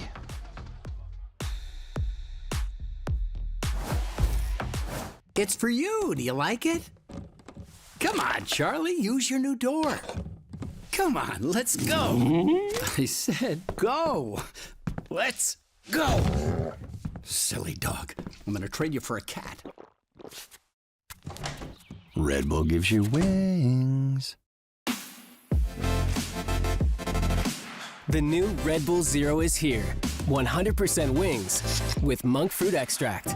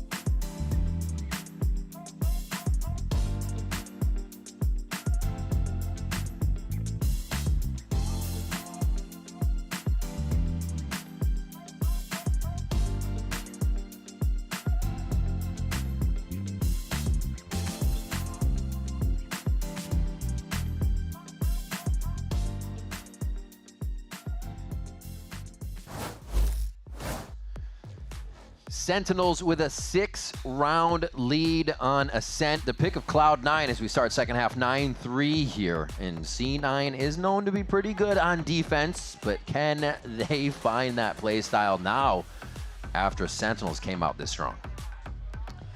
You got to find ways to shut down Zekin so far. Yeah. If not, it's going to be a pretty easy first map for Sentinels to start this series. Like the team deathmatch score for him out there. Yeah. Jeez. You see the position from C9 at the, from Sentinels at the very beginning here. It's just going to be to scale up to try to find some information. Bang is all the way back at the top middle, so he's trying to listen for some information. A lot of damage onto Mitch, and that's not going to refresh. This is tough though. Narrate cannot overextend so far because he has his spike, but thankfully a defensive smoke will allow here his teammates to meet up with him. Just buying more time, making a little noise. They want C9 to dislodge themselves from those initial positions here and feel uncomfortable. Right now, the deadlock wall is going to prevent any of that, though. Yeah, you're definitely seeing it from Sentinels, the way that they're just pulling back and forth from the very beginning. They're expecting this type of aggression coming out from Cloud9 on the defense. And you're seeing it slowly. It's a scale. Look at the minimap. They're actually pushed out here towards the A side. But now they're read on the wall. Protocol wall takedown. It's going to be Logs. And they do hit an air raid quick. Second and John Cutie coming fast with the kills on attack. It is a swarm from Sentinels, and now they're going to have the site. Zekin Sheriff is still going to be lurking around here. Looks like he will stay close to stairs. Try to make sure he is one of the crossfires on the outside of this boathouse so they don't get utiled, and it's going to be the 2-1 split here from C9. They need Oxy and Mitch to get value out of this recon flash. They could maybe get some wall bangs with these ghosts. Oh, the flash into a recon so they can't dodge would be perfect here if they can just get it over the wall in time. Vic's trying to draw the attention. 1 and 2 come out from the left side. It's the util. It's the fight now, but Sentinels has their eyes on the prize, and they instantly wipe down the 3 members of C9. Yeah, Sentinels already knew the WinCon coming out from Cloud9, trying to get some pings off that recon. Bang throws the smoke, hides into it, and then the rest are playing towards the back of the site. And you even see the position, I think that was Zekin, in front of the default boxes, so they can't get pinged if the recon goes towards the back of the wall. So again, I just think that they have really good understanding of how to play against Cloud9 so far. Even though Cloud9 have only played this map once this split, they've always second banded against other teams, thinking right now that the domination that they had versus Leviathan will be enough to play against Sentinels. As they're trying to walk out for contact, the Stinger by. As backs against the wall in the first map, they have to try to make a play. And what else would C9 do but push on a round where they might be forced against the game point very soon? So Sentinels, knowing they buy, backing up, still lose second. That's how hungry C9 is to get these Stingers to go to work. All the deadlock utility at A means they can start to focus a little bit more of the map here. But they did do some damage onto Oxy and Mitch. Both of them quite low, while the rest on the side of Sentinels, you still have 2 rifles in the hands of Zelsis and Narrate. That's 2 body shots and the players are down. Delay on delay. 54 seconds left. Oh. With the spike moving, this becomes interesting. Unless they hit a little bit cat and go back to market here. I feel like they might stretch themselves a little thin, but it looks like they'll just leave that one lurk on mid. And Zeppa just threw a flash onto B main, and it did get the contact onto Zelsis, which is why we're not fully rotating yet. Yeah. All the way towards the A side where they were trying to work before, but everybody's taking control of the map around Sentinels. Easily back towards mid. That's going to be timing on the wall to drop it. Oxy's not going to think it. He's going to think it's a clone. Bang was already there. And now Mitch, like you said, already low in sight. Zeppa just behind. How much damage can they do? And is it enough to shut down the rest of the members of Sentinels? 12 seconds left. Zelsis gets a pivotal kill inside sight so they can get the spike down. And this leaves the 2 Stingers full HP on the half armor to come in. Bang already takes one out. And that's going to be Zelsis finding Vic. Sentinels gaining control of the situation very quick here to get another round. Yeah, in a round where it's not Zekin that needs to pop off, and when he's already sitting in the silence, the rest of them are actually activated here for Sentinels on the attack. Very nicely done on how they controlled around the map, and yeah, another small fumble unfortunately coming out from Cloud9. The wall's been activated. There has to be a call that potentially there's going to be some sort of pressure out of Sentinels on the other side towards that spawn. Nice! And Noxy gets caught rotating across with a knife out. Let's go. Easy kill coming out from Bang. And Stark. yeah, they're getting worked. They are getting worked. A stark difference already in our duelist that we tried to match up today in Oxy and Zekin. Oxy at the bottom of the board there for C9, so Sentinels is not letting him get online, and it has been a problem for C9 here as Zekin is just running away with this game and the team behind him. And C9 have to be worried too. The nature of the composition around Sentinels, if they're going to try to play it very passively in the very beginning, or if you're trying to play a la G2 sometimes, when you're pulling out these salvos at the very beginning at the entrances of A main and B main, it renders it very difficult for C9 to play as aggressive as they want to. So C9 definitely has a lot to think about here to try to come back in this first map on their map pick. Double swing denied at the very beginning, and C9 are in a position where they're pretty much going to force every single round. It's from a 1-3-1 hold. Usually that's just for info, but to get a collab, like, Sentinels is in the position, everything going their way right now, and they can do no wrong, rather. That's going to be the hit back. Flawless round coming in as they get it to game point here. 12-3 on Cloud9's map of Ascent. And the game plan's simple here for Sentinels. Just stay back towards the spawn, let them walk towards you. Zelsis gets a beautiful double kill in the very beginning right here. Yeah. But that's what you kind of have, as I mentioned before, C9 has to do this type of play where they have to try to find information. They have to try to go for a buddy system and maybe punish the extremities. Because if not, if they're staying turtled within the site, you might get hit by a KO knife. All that util from the Sentinels are gone. The Sentinel player is not, of course, the Sentinels team. That could be rather confusing. Okay. Finally, some sort of hope here. First blood coming out in even a second. Wait a minute. And this is why C9 is C9, because they can do this and you just don't understand where they pulled it from. Wasn't a timeout, wasn't anything. They just activate on mid. No other kills are on the map. Mid, everyone mid. Maybe some rotations from the side, but it was in mid. And I think that was a little bit of that C9 taking control of the game from the beginning, right? It seemed like Sentinels had the rounds every time they started, but C9 finally can inject themselves a little bit there and show that they are worthy of taking the aggression. Took better rounds, but maybe C9 were finally figuring out here that there wasn't enough pressure from smokes on middle, so let's just all buy Guardians and move down and get these picks. Just go mid. Became kind of easy. We still have a long way to go here. Another 8 rounds. And it's kind of squashed the question of will Sentinel's map pool be exploited a bit here. I think they've really just had this hidden in their back pocket. What a nice flash by Oxy. Good push out. C9 getting a little angry here. Gotta see it. We gotta see a change in something, even if it's pushing more, being aggressive more. Sometimes you gotta go outside the box. Push around as well. This could be huge at top mid. They're getting timing on the map, and they may lose it over to the side of Bang, but that's not going to give the rest of Sentinels a free path to Bang. And he's walking through. Right now, if Sentinels could continue to delay towards B main, they need to find it to allow this so that Bang could find the perfect timing in the back of the site. No more. Fortunately, though, Nara gets spammed through the smoke, and that's already a player down.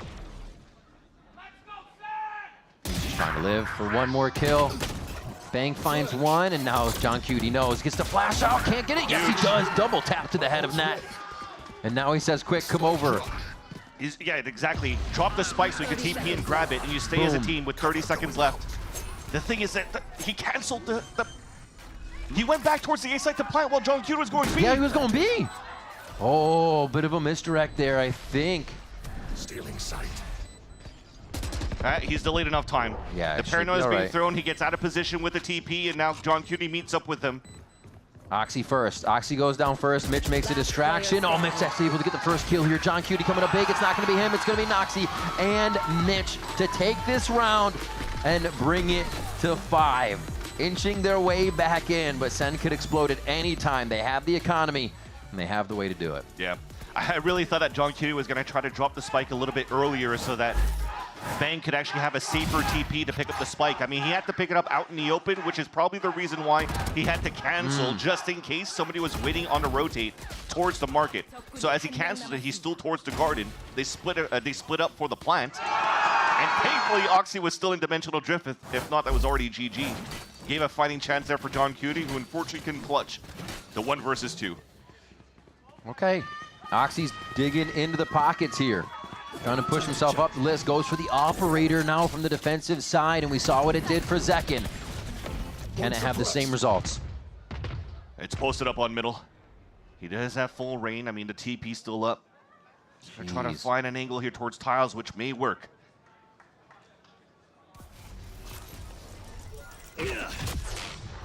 They expect it. They expect everything right now from C9.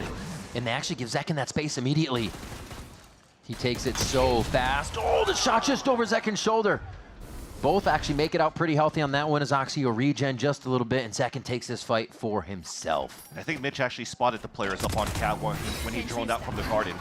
So C9 has a pretty good read here that they're still very slow on the hit. Yeah. But this time with the null command, a split towards the A site. You're playing a cross map though, so the barrier survivors are still really good. Beautiful, nice. Right on the Razor Vines as you see Zeppa over at the B site. The utility can be used off of that ultimate since he's not getting hit. And now Sentinels is left wondering, where do they go from here? Who's actually at the site? And they're not going to have enough players to get through here. So C9 are able to capitalize on one more round for themselves, and slowly finding a way in. But is it too little too late? We almost have to ask that on every round as they've allowed Sen to get to 12. The pressure rounds must make it so much more difficult. Yeah, and they don't really want to go to try to make it expensive for Cloud9, No. even though a couple of them could still buy within the next 10 round. seconds But left. Zekins seems like he's one away here from the Bleedstorm. But for the last two players, John Cudo and Nary just want to save these two Phantoms. Oh. So far, so good. Zeppa. Not a good story finish, unfortunately, there for John. For John Cutie. But C9 did a really good job here to shut that down. Again, doing a little bit of a classic in terms of playing on extremities to avoid the utility or avoid the KO ult. So they had a perfect delay going out towards the Razor Vines or the traps to be placed. And you see the combination. A nice little one from Mitch, taking down Zekin, who still is currently on fire, 20 and 10. And it forces out the first timeout from Sentinels. I think C9 finally getting the op, and even the shot missed on Zekin slows down a bit of what Sentinels has to do, or activates them to push towards the site. They activate into the Razor Vines. They were kind of not on their own time is the whole point, and I think C9 likes that. So at 12, game point, and losing 3 in a row, a timeout coming in from Kaplan. Yeah. Thankfully, on that previous round, they already found out that Oxy is wielding an operator. Exactly. So now the timeouts is, can we try to push him away? Are we going to try to get the Bleedstorm out from Zekin so we can have a healthy buy overall across the board for Sentinels? Leverage Zelsis' ult and just overpower Cloud9. And it may be that start because all of Sentinels are leaning towards this A site. Away from Oxy's position currently. He's just waiting for the right time to get the TP out. You can see he'll place it across here on the top of Heaven. Yeah. And then try to get a pick towards the B main. So all of this is being avoided by Sentinels in the very beginning. The pop flash potentially is going to come out to swing out towards main. Zekin orb into Knives. He's going to get that right away, only a shorty buy, so they can get the money spent around. Oh, and they're going to go hard. Oh, yeah. Somebody's going to get caught by this. That alert on the way in. Steel Garden goes down. And look at that. Zekin just shooting ducks at the back of sight. Nobody even knows he's there. A shorty from Zeppa here wondering if he can get out of the smoke without being seen first.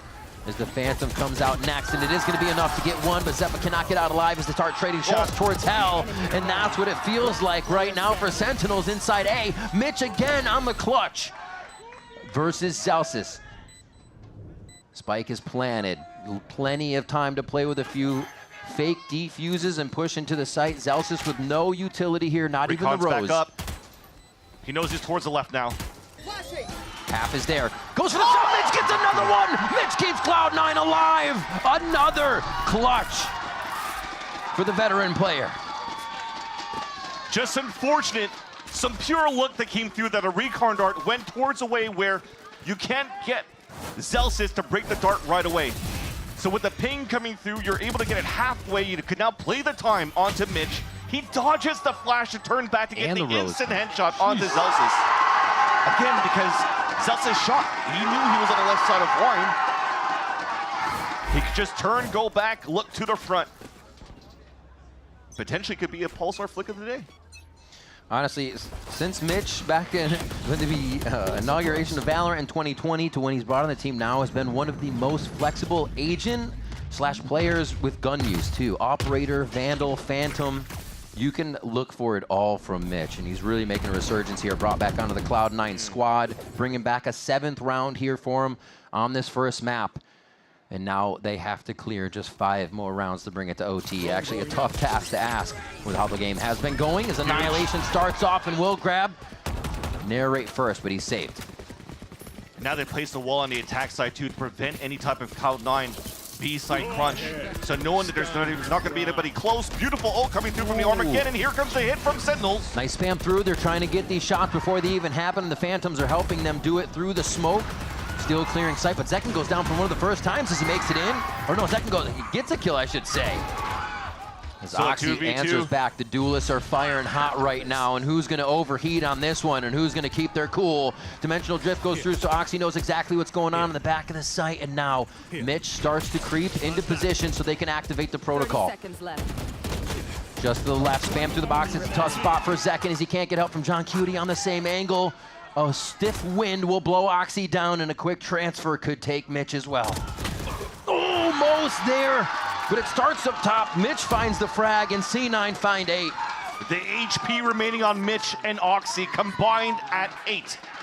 6 on Mitch, 2 on Oxy, and they're still able to convert a 2v2. So far in the Chaos, though, Sentinels has been doing an excellent job on these hits. But C9, when they come back to try to fight, not giving a chance here for Sentinels to really set up to a plant or to a post plant. It's been very close towards the end. And thankfully, again... Let's go, Francis! Let's go, baby! That's all you! That's all you! Let's go! Come on! Boom! All right, Nat. Don't usually hear too much from him. Nat getting hype right now. He's been loud this split for sure. Dang. Ever since he came back now into the VCT stage, dropped by G2 last year. Coming back this time around, I mean, he mentioned it in an interview, I think that was with Sage Tween, that mentioned that he was basically fighting his own demons, playing against himself in terms of not being able to get the confidence to compete here at the top level. But he's been doing pretty decent, not necessarily only in the kill department, but also in ways that he's using his utility as mainly the Deadlock or even a Cypher. The last few games look great for him. Yeah, he's an integral part to C9 in terms of how they're working around the site. He's just trying to stay alive, trying to find information into the mid-rounds, and has these moments where he gets good assists around his util. Fans, both timeouts for Sentinels has been called on their game point. Nothing left now with and 4 rounds left. in the past 5 rounds, they have been called. Yeah. Sen City wants to lock in here. Can Sentinels deliver? As Cloud9 is riding high, finding the silver lining here on the comeback from the defensive side. You called it. We wondered about their attack side. It was a little iffy. But C9 continues to lock down their defensive side. A low buy here for Sentinels to try and push through on this round. Off flash, maybe trying to get Zekin to hit the switch. Yeah, it's a full exit in. Okay. Goes fast. Net's still able to find him in the smoke and the chaos.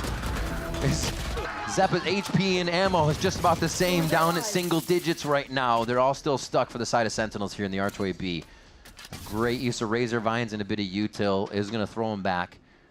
And no upgraded weapon will come of this just yet. They definitely got snuffed out of that one. That's exactly what we're just talking about. Net throwing a beautiful wall right into the main side. So, yeah, Zekin's able to dash through, but the rest of their team can't follow up. And even if they made it through, you still had 2 sonic sensors towards this B site where nobody could jump down towards that lane. But a good read, a good pivot for Sentinels in the mid-round. Still 2 stingers available. John Cutie calls for them to move towards this A site where there's only Mitch playing, and he plays the perfect spot. Exactly, moving back to be more of an anchor, but not in the site, just outside the site, causing Sen to now have to re-clear main, have a few more things on their plate. What you're trying to do with this position here is just to maintain the A site. When this plant comes down, when the door closes, especially that, you now know that the players have to play inside the site for Sentinels. So it will allow for the rotate coming back from Vic, from Zeppa, from Net, to fight within the site. But look at the post-plant positioning so far from Sentinels. That flash currently set up from Zelsis could really help delay and fight back here against Cloud9's Flood. Oh, he gets one solo, and now he can draw the attention. This is perfect for Heaven to start coming out. You can see Nat start to sidestep. They're looking for the swings. Another one from Mitch. Does he even need him? No, he doesn't. Another 3K for Mitch. Mitch has the IGL starting to activate as well on the second half.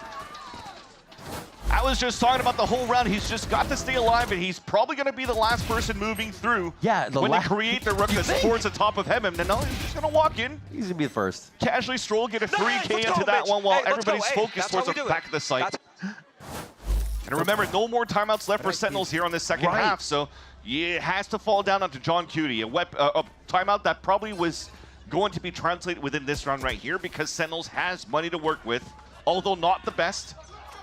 Half buy small shields, trying to keep the economy up for continuous buys for the rest of the half. But C9 are finally finding some ways to fight back right here. Wait a minute. Oh, they're not coming from mid. They just go for a bit of a push towards the left side. I was wondering if that was going to be a huge attack on tiles, too. And now we see no operator in the mix. There was more than enough money for C9, but they realized the speed of the game is going to be changing. There may not be time for an op. Everything is moving pretty damn fast right now, and you have to be able to move at that pace with your team.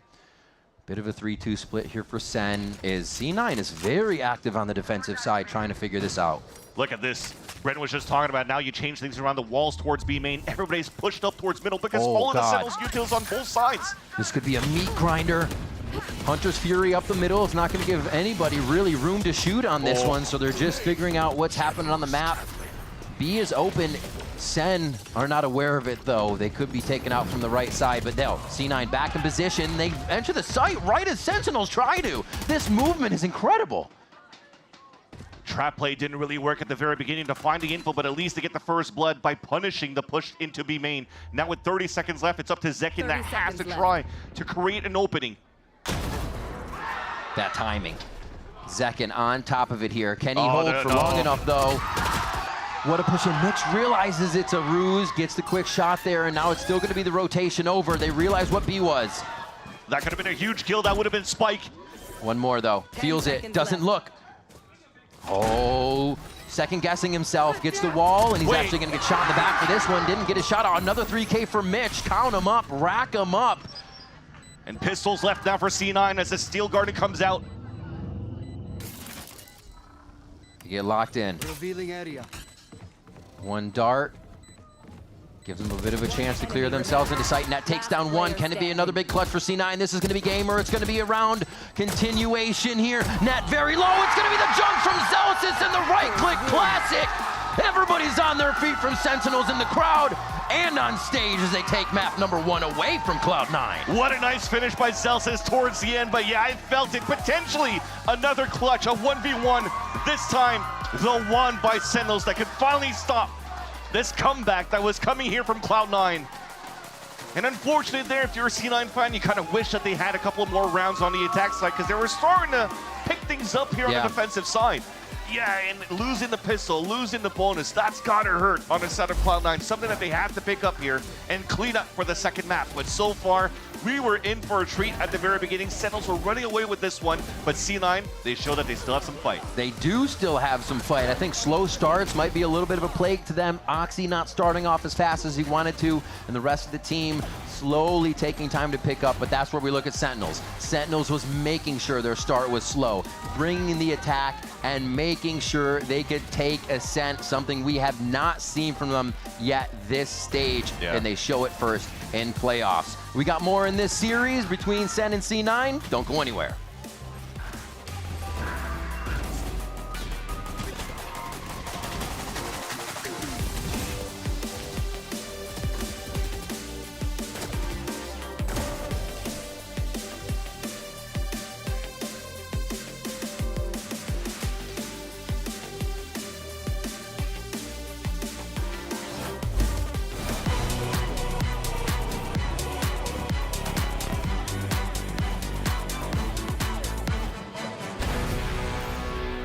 I don't really like committing to things. I'm scared. But when Verizon announced that I could lock in a low price for 3 years, I mean, yeah, that's what I'm talking about.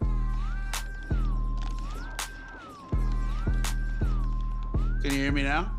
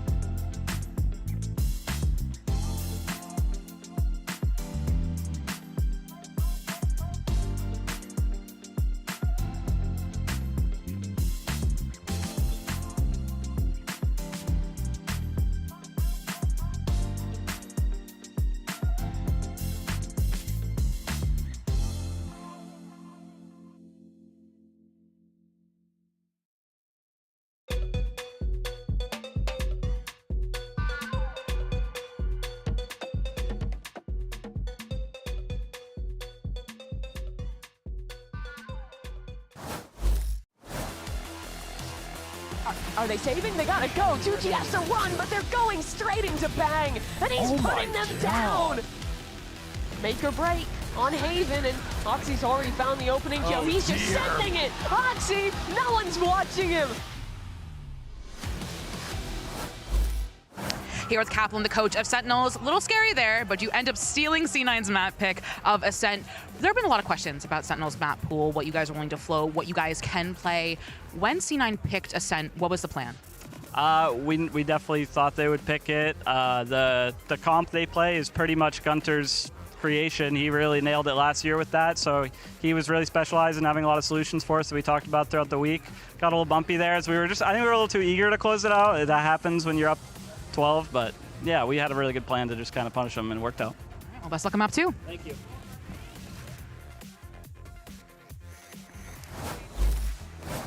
And there you have it. You heard from Coach Kaplan there. The confidence for Sentinels came from the fact that they had the plan, they knew what they wanted to do, and most importantly, they had Zelsis with that SEN Classic closing it out. Now, of course, folks, that takes us to a very hectic situation here for C9. And team, I mean, honestly, at this point, I really felt, Emily, so confident about C9 coming into this. I'm sure they did too, because there were moments there where it looked like it was going to happen. They were going to make that comeback happen. Yeah, no, it sounds like Sentinels did have the read, but I want to, oh my gosh. If Cloud9 started on defense, I feel like it would have been a different story. Like, they had a really hard time closing that out there. Yeah, and of course, they had a big problem to deal with in the form of Zekin, because this kid just popped off. Yeah, Zekin went nuts, and I think a lot of it was him getting going on the first half. He was Kaplan was talking in the interview about the value that Gunter was able to provide on countering this comp. Yeah, and fascinating. I think it showed in a massive way. I know Kaplan has worked with Gunter in the past and previous iterations, and I know he was very adamant about getting him on the roster. So you can tell a lot of the prep came into this. They knew what the strength points were for Cloud9. This was crazy. This play was crazy. just this was offensive. That was offensive. I was offended. You can like nerd out and draw defaults and all this stuff, but then Zekin can just happen, all right? And it's just insane. So I think there's a lot to be said about Sentinels, even in the second half when Cloud9 was starting to come back into it. You could tell they were ready for what Cloud9 were going to throw their way. They knew what was coming, and they were able to dance around it. And yeah, it got a little hairy, but I think they were in the driver's seat for most of it. Emily, where do you think things kind of went south on that attack for C9, and really how they were only really able to get 3 rounds out of that? And we talked about what we wanted to see from this composition on the attack.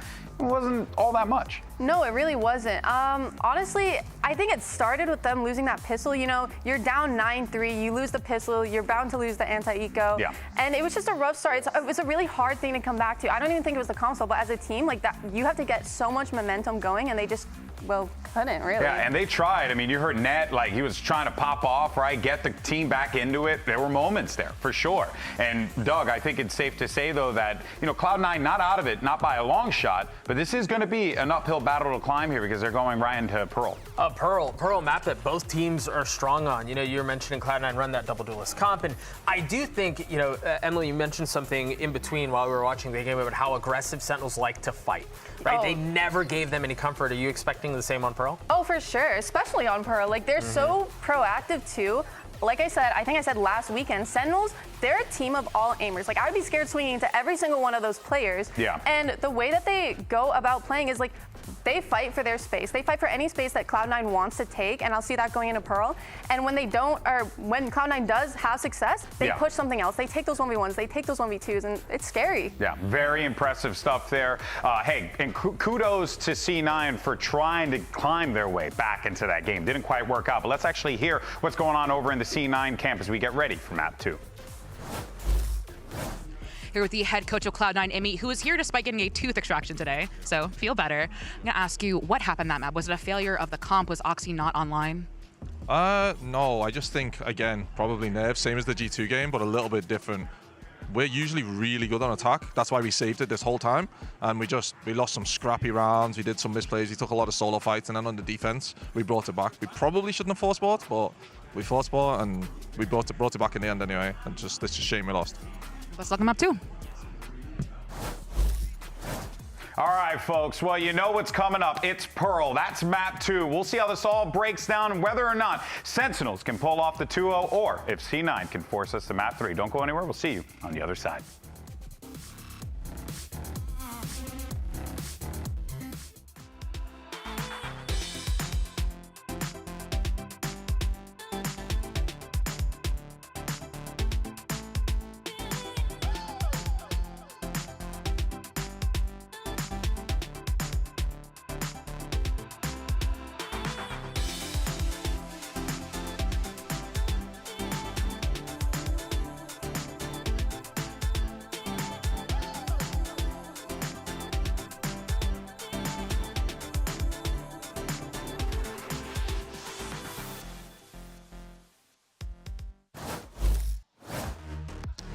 We are back for Sentinels versus Cloud9 as Sen take Cloud9's pick of Ascent 13-9. And now we head to Sentinels Pearl.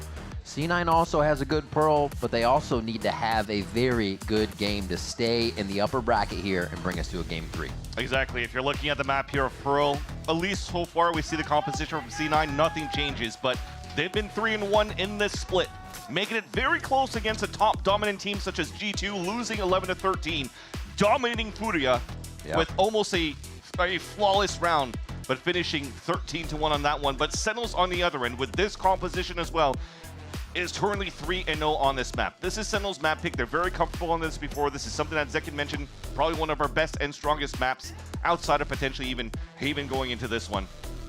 But now it's the head-to-head battle. You see maybe in terms of the Sentinels, it kind of changes, right? You have the Cypher that stays around net. You have the Vice here for Zelsis, both of them really prominent and good on their respective agent for this map.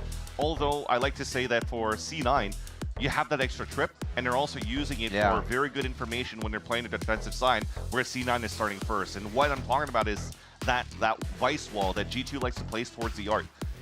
Net does that with the trip. What it allows here for C9 to do is to work a lot of aggression on the extremities and to play on rotates on from the A side to B because they have this Euro to work with. Yeah. Sentinels probably has a good read going into this game because looks like they had a good read going into the Ascent game as well against Cloud9. So when I was really hyped up and trying to see that C9 probably had a chance to push us into a third map, I mean, these guys over on the Sentinels camp have been doing an excellent job adapting on the fly. I mean, they're going to have to, right? I love what you mentioned about the Cypher because it's more information in those areas, but it also allows you to be ahead of the game more, which Imi absolutely loves. Any step he can be ahead of the other team is perfect. And yeah, the Vice wall is going to let you know when people are coming by, but having that camera around, how are Sen going to play around that? Where are they going to find it? How fast do they destroy it and start messing with Net's utility? Is all the questions to see how they can shut down that Cypher's defensive Happy birthday! hold. Happy birthday. Let's go.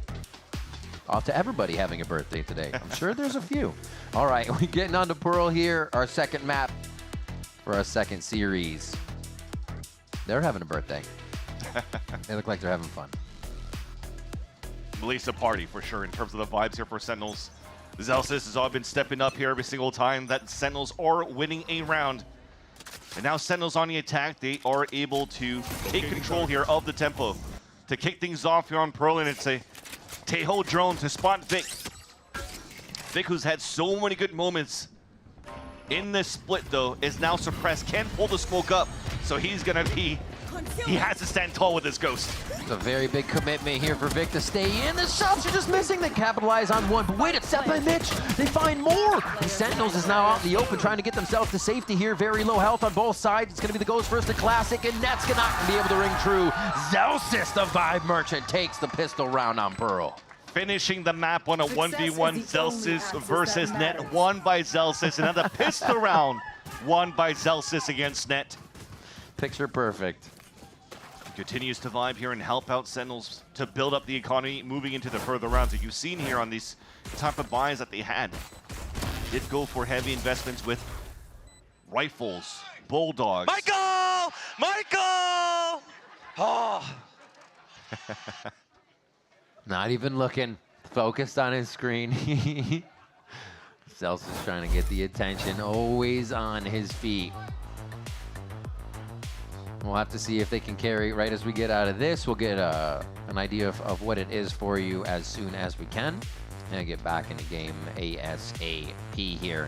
But like you said, Zelsis not stopping an inch there. Gets the clutch on Ascent to win the map. Gets the clutch for the pistol round to make sure they can start off strong here. And definitely wants to... Just a rush attack to be. Exactly, and just really wants to get into Net's head here after winning this 1v1. I mean, also, Zekin mentioned that, yeah, I'm looking forward to playing against a team like Cloud9 because they're good friends with Net, and they just want to topple him down. Unfortunately, you had this friendly rivalry from these players, right? And best friends between absolutely. Zelsis and Coach Imi. Watching over at Zeppa C9. play ranked just a few days, or like yesterday or a few days ago, him and Zelsis were going at it in MM2. Yeah. Just kind of chatting it up, being like, "But you lost to them like 2-3. You got burned." I'm like, "Yeah, we'll see you on the stage." They're always ribbing each other just a little bit. The crowd's ready, happy to get back in. Some Q-Berts out there supporting both levels of the Sentinels rosters. That's right. Usually I see a red here in the arena, but you can definitely see that it's split across the board C9 today. Thundersticks out there today, and C9 crowd for sure. This does mean a lot, though, for a team like Cloud9, who's been missing internationals after internationals. I mean, even if you're looking, I'm going to inject a little bit of cope here for C9, and Imi talked about this in interviews and streams, but when C9 actually had these occasions to try to play into playoffs where the storylines is, well, they're missing these opportunities to make it into Masters and Champs. But it was last year when we actually had these knockout rounds where there was no double elimination bracket. And who did C9 have to play? They had to play against a crew team that made it into Champs into that split 2 of last year. And even they had to play against a G2 that went all the way towards the grand finals in a knockout round and then qualified for Shanghai. So they had to play some tough opponents no matter what, every time they made it into playoffs. Now this time, they're playing against a powerhouse at Sentinels that's turned things around since they came back from Bangkok. So it's never going to be an easy run for C9, and either of these teams moving forward will have to face off against G2, as now, back in the server though, 1-0 for Sentinels.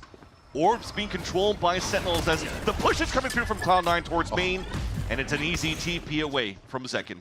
Like zoo, just the zoo animals running out A stairs. They're stomping through. You see Sentinels like, no, we don't want any of that. Low buy or not.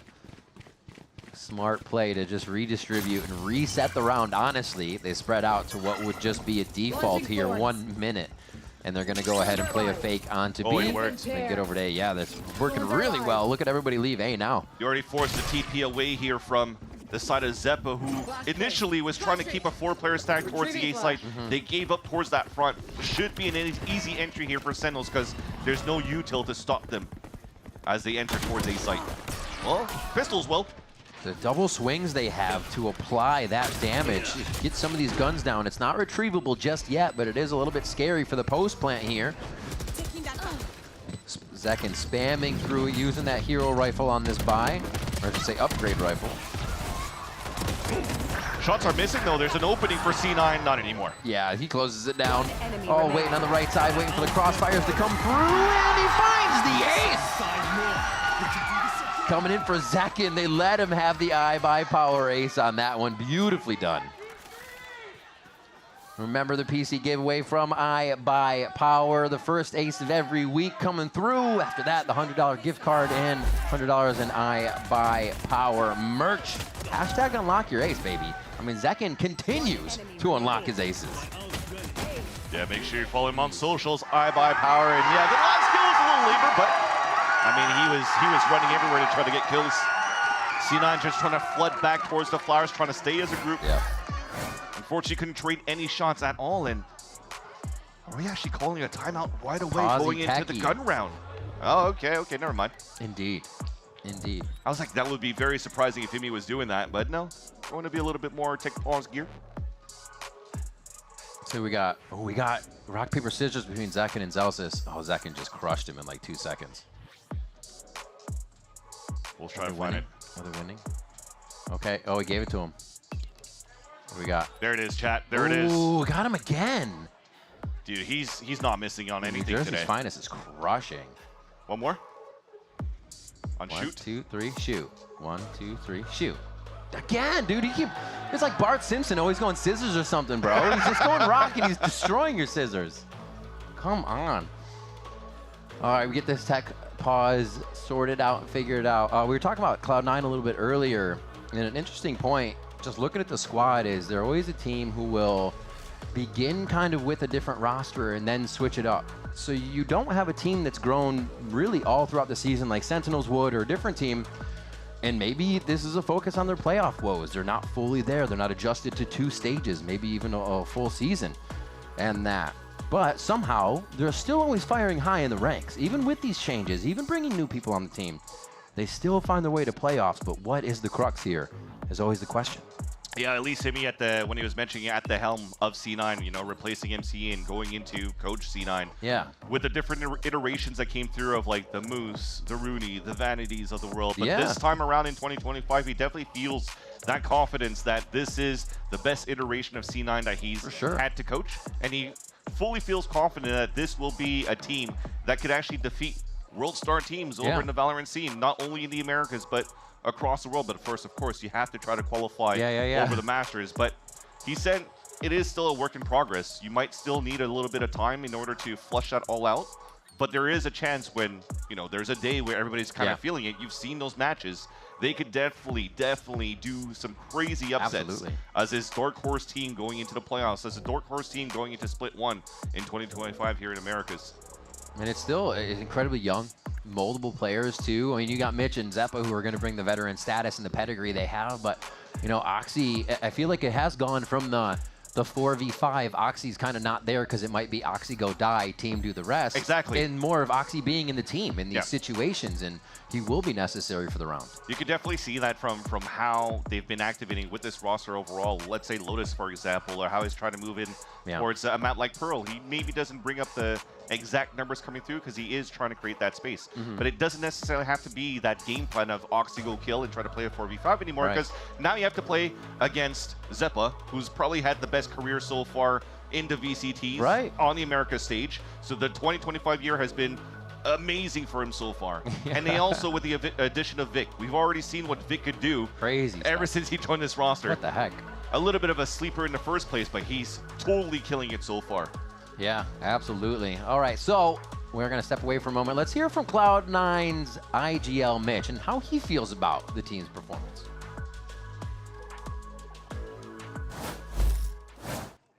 I guess the difference between playoffs and group stages is people are a little bit more tense. I think going into playoffs, there's going to be a lot more pressure on, you know, even like the experienced players, I think, for stage, because they know that they're playing for Toronto. It's going to be a lot on the line, and I think whoever makes the big plays are going to qualify.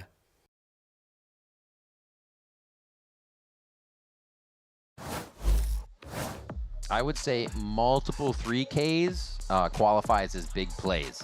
So Mitch is on that list right now for making those happen. He's been having a great game so far. Definitely seen that, at least for sure, on that previous map. But to touch back onto Vic, he's been the one that's been doing so many multiple kills and a lot of highlight reels. Remember, on this very map, behind the A site, getting a superb ace against Furia, or how he's playing on Rubble. He's a player that's just able to find some good aggression, and it kind of fits C9 quite well. Paranoia's TPs, he's not trying to play like kind of like a safe style of Omen. I love the style that he brings here over to this agent for this team. Yeah, and talking about players on C9 that used to be, Zelsis over there too. Used to be a C9 player.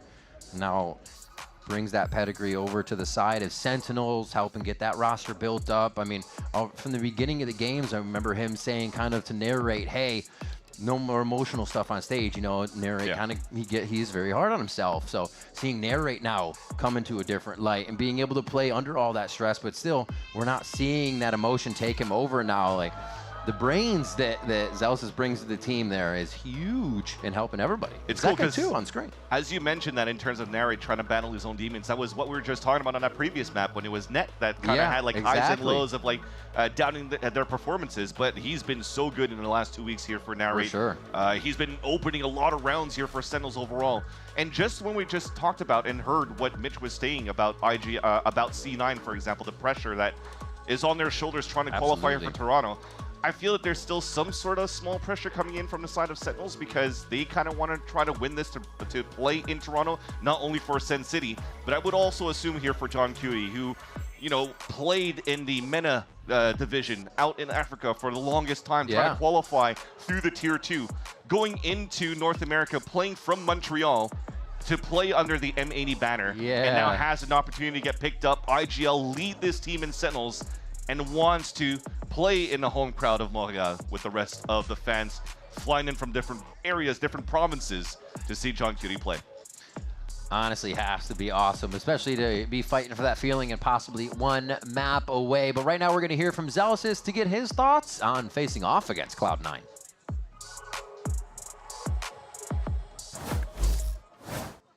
Vic has been like playing outstanding. Oxy has been playing well. Zeppa has always been frying. Like and Mitch is just like consistent. Net is consistent in their roles. Like I think they're a well-rounded team.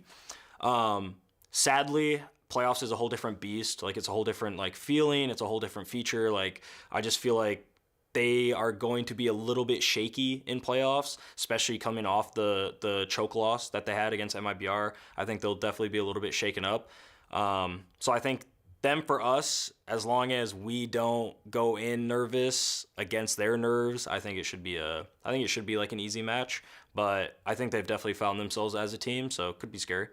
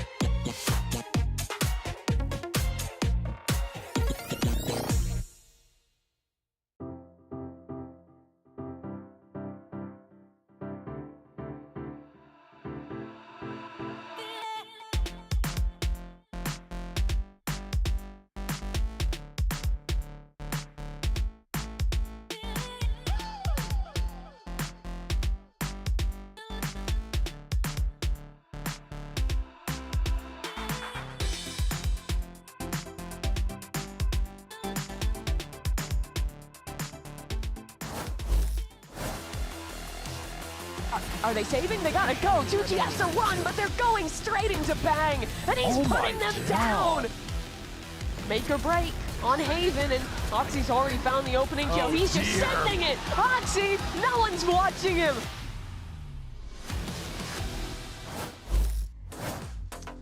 We are back in the VCT Americas Arena, almost ready to get into game. I promise I am asking Vans to hit the play button, and he's hovering. He's hovering. Broken for me. It's broken for me. I'm still trying to fix it. Okay, that's why. I'm still trying to fix it. That's why. So that's where we're getting fixed up, and then we'll get right into game. All of the rock, paper, scissors has been played out.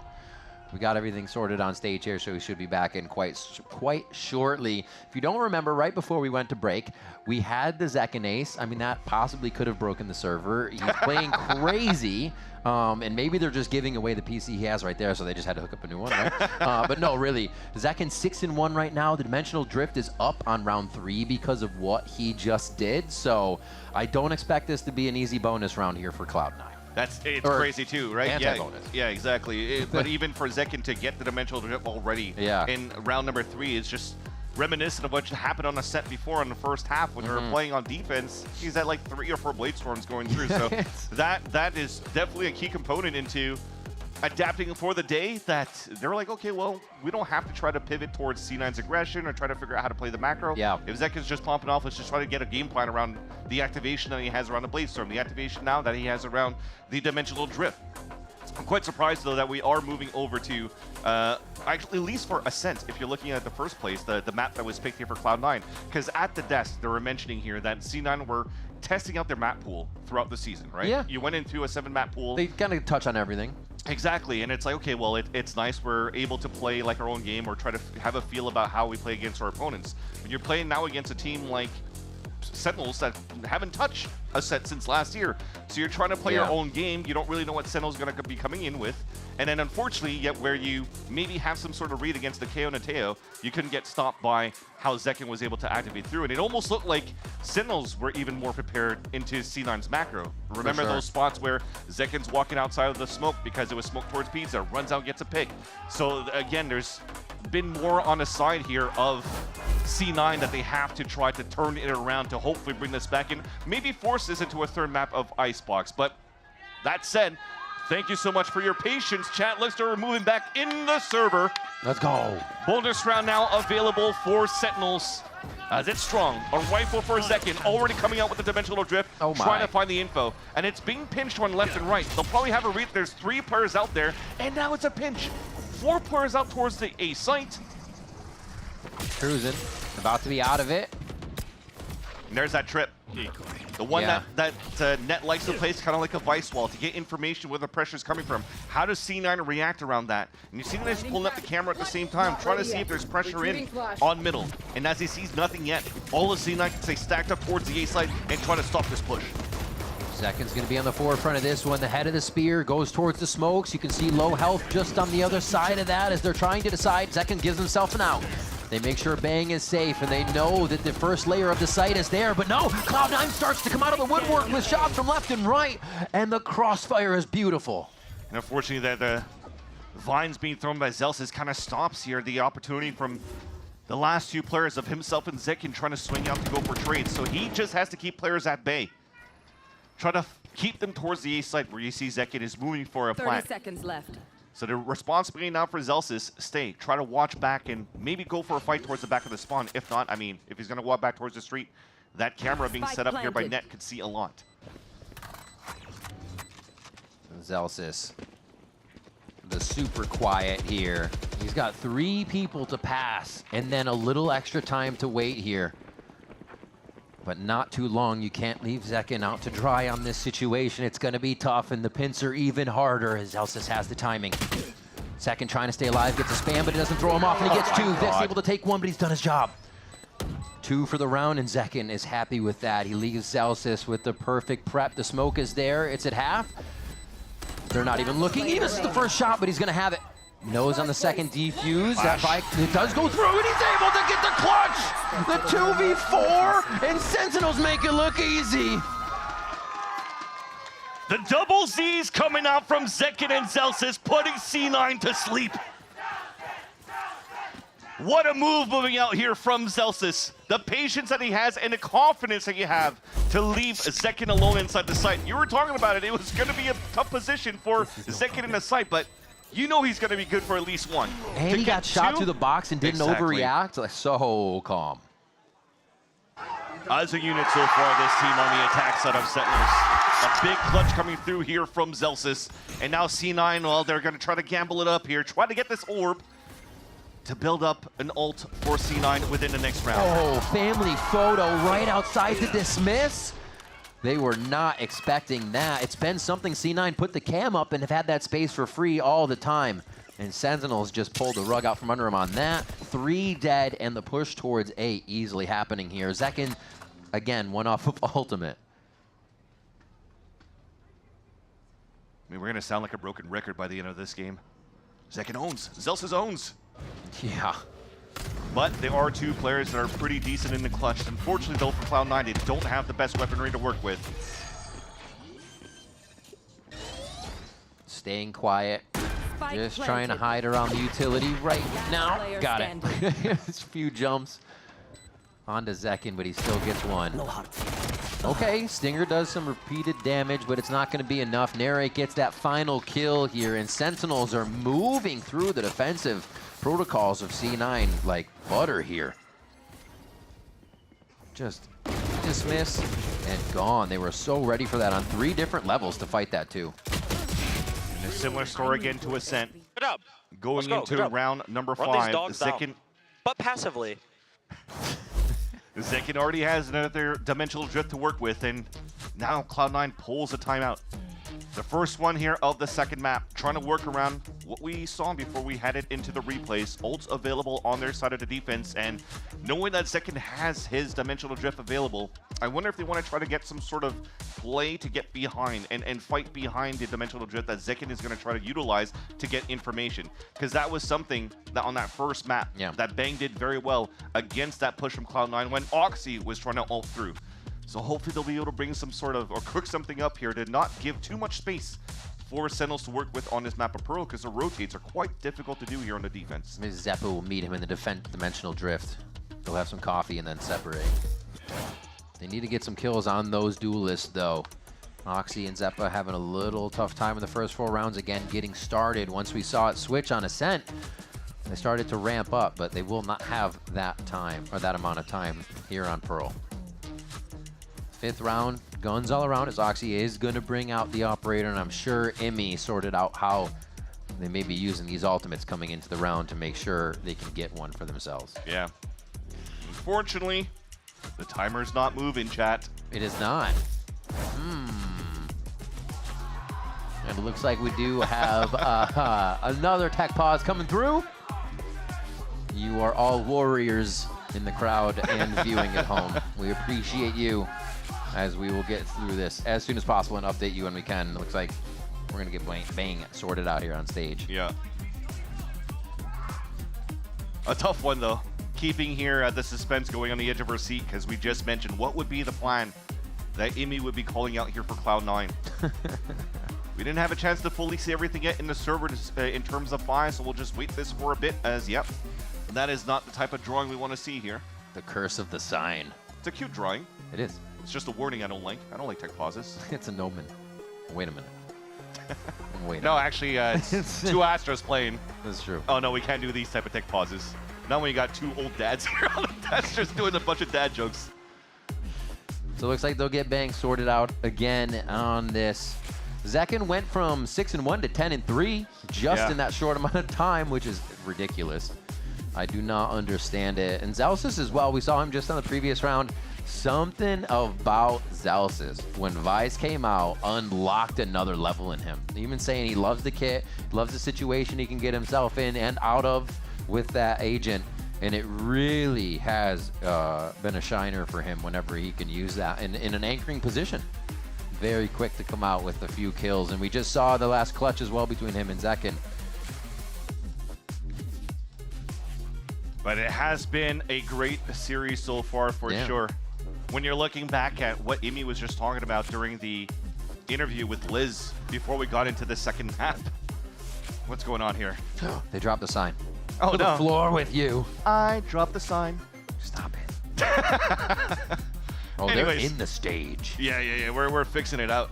But that said, that's what the game is played. Just to go back to what Imi was talking about with Liz earlier on too, when he reflected on what happened on that first map of Ascent, there's been small mistakes that we just mentioned when we were casting that rendered very costly. Some small individual mistakes, but also the call to go for a force buy. I think it was like a 10-4 scoreline or something like that. So we had a couple of Stingers buys. They had to force buy for 2 or 3 rounds in a row to finally get the ball rolling. I think after this timeout, it's just to make sure that they maintain their calm as well on the side of C9 so that they could just focus on the game and not worry about the 4-0 lead that Sentinels already built. That's right. All right, let's see what they can do. Cap looks a little stressed here before they get in the game, but Kaplan delivers the strats for Sentinels, and we ask him to help strategize your evening with some recommendations on what to watch. It's time for Show and Tell. Hey guys, what's up? It's Kaplan here. So today we're gonna do a little show and tell. I'm a really big movie guy, one of my favorite hobbies outside of VALORANT and esports. So I brought some stuff in that I'm gonna be showing you guys to kind of tell you about what movies I love and what movies I think you should check out. First thing I've got here is a book about my favorite director, Satoshi Kon.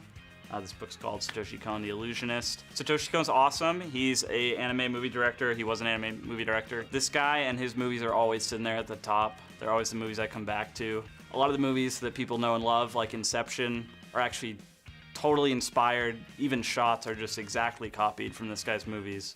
So some favorites that I recommend people check out would be Paprika or Perfect Blue. So this book, Stories of Your Life by Ted Chiang, it's a short story book. This guy wrote a story called Stories of Your Life.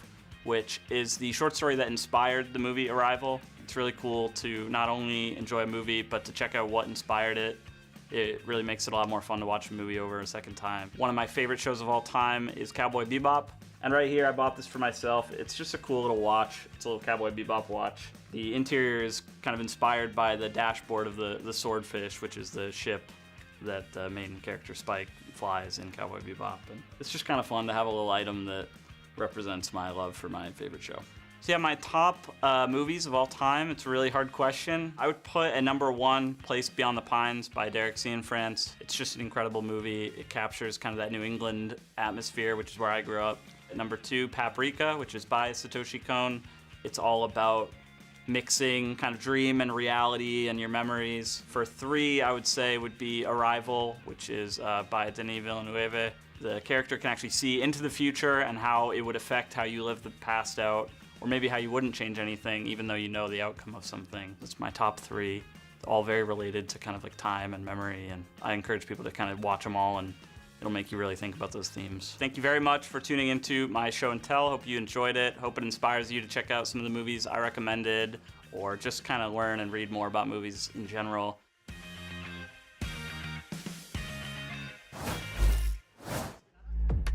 Well, folks, I managed to steal someone from the crowd. It is Net's mother, Angeli. Give it up for the C9 mom here.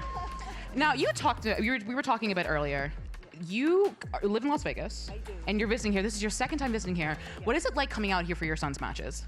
Oh my gosh, it is so different from when we watch at home. We always have like watch parties with our family. Right now I'm sitting here, I am so nervous. I just want to like, scream and cry. But yeah, these guys, I am so proud of them just for even making it to playoffs. And I'm just so grateful to C9 for giving Net a chance. So this is wonderful. Well, now we see Net kind of popping off, like shouting, saying like, this is us, etc. Is that always been him? Has he always been kind of just like this, like kind of loud, boisterous, kind of like hype man? Oh yes. He played like lacrosse and football in college, so he's a big sports guy. So he was always like their like team guy, and he's doing that here. So he is asleep? Question mark. I don't think he knows this is happening. What do you think he's doing right now? I know. Net, your mom's here. Wake up. Yeah. What do you were talking earlier, you think he's like maybe thinking or like meditating? I think he's praying, yeah. His grandma's up in heaven watching him and so proud of him, and he's praying to her right now and saying, Grandma, just bring us over that finish line, yeah. What is, that's very sweet, but when we have, sorry, I heard someone clapping. When we have, an arena with all of these Cloud9 fans, you said you watch at home with your family members, but what is it like being with the fans who come here for your son? Oh my God, I love you guys so much, thank you. Although there's a lot of Sentinels fans out here, but we're big fans of Zekin too, so let's go. And one last question, or I have another question for you about, Net becoming a pro esports player. What was that conversation like? Did he come home one day and was like, Mom, I have a job? How did that go? Oh my God, this kid could have done anything. He could have been in like the orchestra, he could have played lacrosse in college, and he chose VALORANT. So it's like, I was like, whatever makes you happy, kid, but let's go, yeah. Now, one last question. When he sees this and he realizes he has missed everything, and he's like gotten lower, guys, by the way, what would you like to leave a message for him? What would you like to say? Oh my God, kid, I am so proud of you, and just keep doing you, and I love you so much, and you got all of us behind you, your whole family, so let's get this. Let's close this out, C9. Let's close this out, C9. Thank you so much.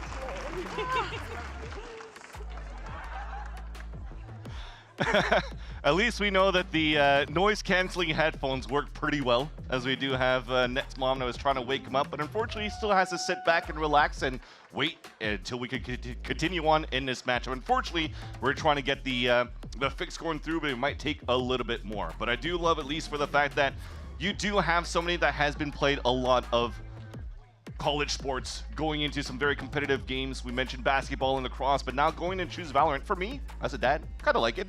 Supporting my kid to try to see what he wants to do in the future. I mean, if he wants to do esports, that's good competition, right? There's teamwork, communication, strats. You got to be disciplined to play your games. But so far, it's been a very good match. Sentinels currently in the lead 4-0 versus Cloud9 in this second map. A lot of stuff to be done here for C9 to try to rally back and to push this into a third map. That said, for those just joining us right now, the state of the game is still Sentinels with Zekin at the top. And with that said, though, looks like we still have to wait a bit before we could fix things forward. So let's check out Cloud9's Mitch and Oxy and how they could read the competition, but can they read each other? We put the duo to the test. Hey guys, it's Mitch from Cloud9 here with Oxy, and today we're going to be playing Where's the Lie?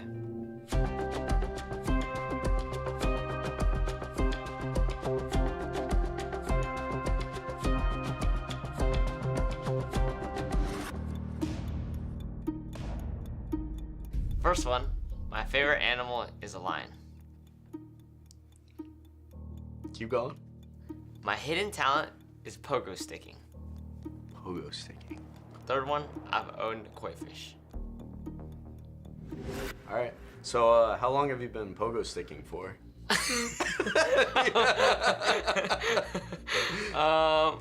Not very long. Yeah. I've only done it for a couple of years. But... How much was it? Like, what if I want to get into it? Like, it's very niche, very niche thing. So honestly, you would have to buy a pogo stick first. Yeah. No. How much is a pogo How much stick? is it? Honestly, I have no clue. One of my family members got it for me. Yeah. Why do you like lions so much? What's your favorite lion? You don't know? I have no clue. I won't lie. My favorite animal is a lion. Okay. And koi fish. How old were you when you had koi fish? I'd maybe like 11, 10. Okay. All right. No, I like that. That was truthful. That was good. The lion and the pogo stick is where the lie is, honestly. I'm gonna say the pogo sticking is the lie. Yeah, that's pogo sticking. That's crazy. That's such a like. Pogo sticking. That's such a random.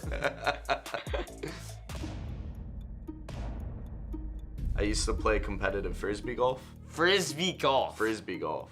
You know, with the buckets and the chains. Oh yeah. Okay. I have a cat named after a Harry Potter character, and I have a degree in cybersecurity. So tell me more about this disco whatever golf thing. Huh? Frisbee golf. Frisbee golf. Yeah, disc golf. Disc golf. Yeah. So I got into it in high school, and I played like a lot with my friends, and you know, like 10th grade, 11th grade. Where would you play? In Florida. In Florida? Yeah. Tampa. Where do they have a course at? Inside? Is it like? No, it's an outside. Outside? Yeah, it's like yards. It's like a an actual like golf, like, you know. Okay. So tell me what your cat's name is. Haggard. Haggard. Yep. Haggard. Yep. Haggard, huh? Yeah, Haggard. Wow, why did you name it that? He's a big like black long-haired cat. Okay. It's cybersecurity, huh? Yeah, cybersecurity. I think I already know what it is. All right. The lion's is Haggard. Nope. Is it Haggard? No. I never played frisbee golf. Oh, this liar. Are we serious? Yeah, I actually do have a cat named Haggard. Oh my Bro, God. I thought I told you. No, I know you had a cat. Yeah. And then I was like, cybersecurity, I didn't know you had that. Yeah. But I was like, the first one, that's why I was asking so many questions. Yeah. That's it for us. We're able to spot the lie. Thanks for watching.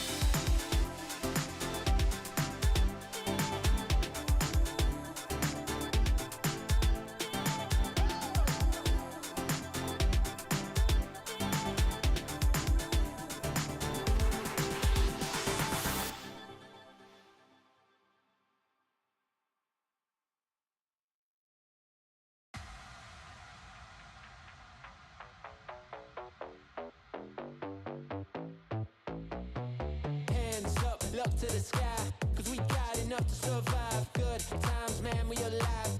That time I take is all mine. Top spot, taking control. Ain't no stopping me, I'm on a roll. New age prodigy, I got it all. Come for the ride, we bout to let it go. We going up, up. Yeah, look at us, us. We here for the rush, rush. Yeah, we going up, up. We going up, up.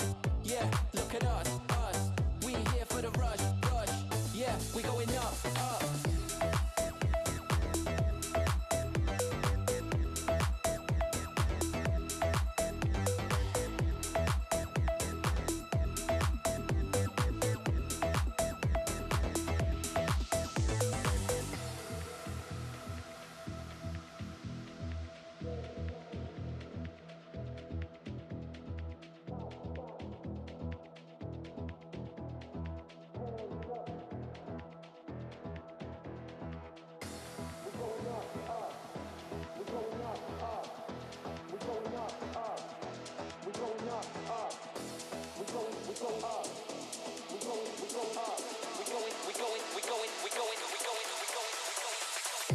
We going up, up. We going up, up. We going up, up. We going up, up. Hands up, look to the sky, cause we got enough to survive. Good times, man, we alive. That time I take is all mine. Top spot, taking control. Ain't no stopping me.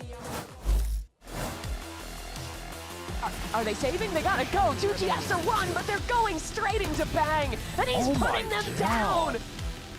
Make or break on Haven, and Oxy's already found the opening kill. He's just sending it. Oxy, no one's watching him.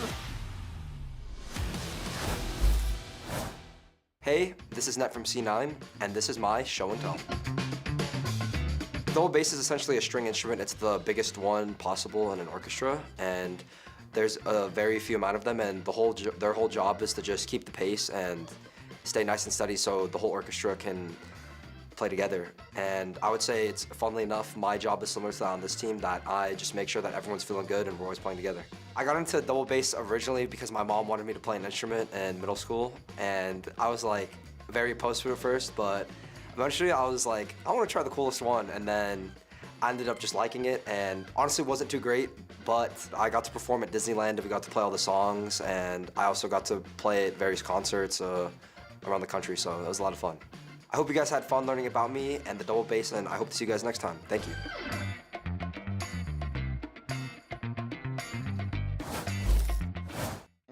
There's a time limit on how long we can Yeah, everything is out the window. Sean, your dad has had enough. You see him? Where is he? Is he getting? He's out of here. He's about to come on stage. Bro, he's out of here, bro. Dad, I need some help. Fix this for me. Carlos. Hey. We just got baited so hard. No, that's good news. That is good news. But That's good news. That's fine. That's fine. It's better to have the game ready than us It fill all it. worked out. We'll just stay here for a sec. We'll wait. I think that'll work. All right. What do they have now? Saw Emmy using all the strategies. I'm sure Kaplan is probably squeezing Hubert right now, the ever-living life out of it. And I think we're about to go in, ladies and gentlemen. We are about to have the play button pressed. And we are now back on to Pearl. Sentinels still 4-0. I'm sure C9 wishes that had changed, but it is not going to. That is a heck of a lead so far. Remember, those ultimates are ready. We're just coming out of a C9 timeout. Who's next? So the game plan has to be there. Immediate dimensional drift coming out from Zekin. We're not playing forward as we're trying to see if C9 was going to use that strategy, but it's Oxy trying to dodge. He's going to get spotted though, but dimensional drift. And short battle and Oxy wins. No way, Oxy's so ready for it. He says, yeah, I've done that a bunch of times myself. Zep is able to trade one back, and now Sentinels falling left and right. Oxy's not stopped by the vines, but the Steel Garden is going to take away the arsenal. It's left up to the Classics. Celsius is going to come firing through. They know they need to reposition and get themselves to safety, and it looks like he's turning tail to head to the other site and calls for John Cutie to follow. That was so good by Oxy to kick things off. Staying alive towards that back and dropping Zekin was everything to allow C9 to come back within this game. Look at him avoid all of that utility that was thrown towards that back of the site and still runs through Celsius's Razor Vines to get a pick. But now we go into the mid-round. John Cuty's still alive. He's calling for the pivot. The silent stop and go back into this B site. And C9 gave that up. There's an opportunity now, especially John Cuty and he salvos up to maybe turn it back in the heads, back in the lead for Sentinel. And the way this played out, C9 could string a few rounds together if this goes clean. Ultimates for Vic coming up. Oxy coming up in 1 pip. You see Mitch already has his so much to be used here. And now they'll close in his 3. Dimensional Drift actually comes out right away for Zeppa. They're avoiding all of it. Right now, letting himself getting spotted on the top is huge here for Zelsis. But they rate the push towards the street. Quick flick on the 25 HP. Oxy's gonna get a 3rd one for the round. Put Bladestorm online and give that over. Yeah, they're gonna wait. Grab that, give it over to somebody who needs it like Vic. And they'll get another one online too. So Cloud9, after what was their timeout and a bit of extended time, they do get it around in their favor. And Oxy's operator is gonna be online. That was 2 big ults being utilized by C9 as well, though, to salvage this round. Thankfully, on net in terms of the information he's able to grab with the Neural Theft. But look at that push. Not afraid of losing HP.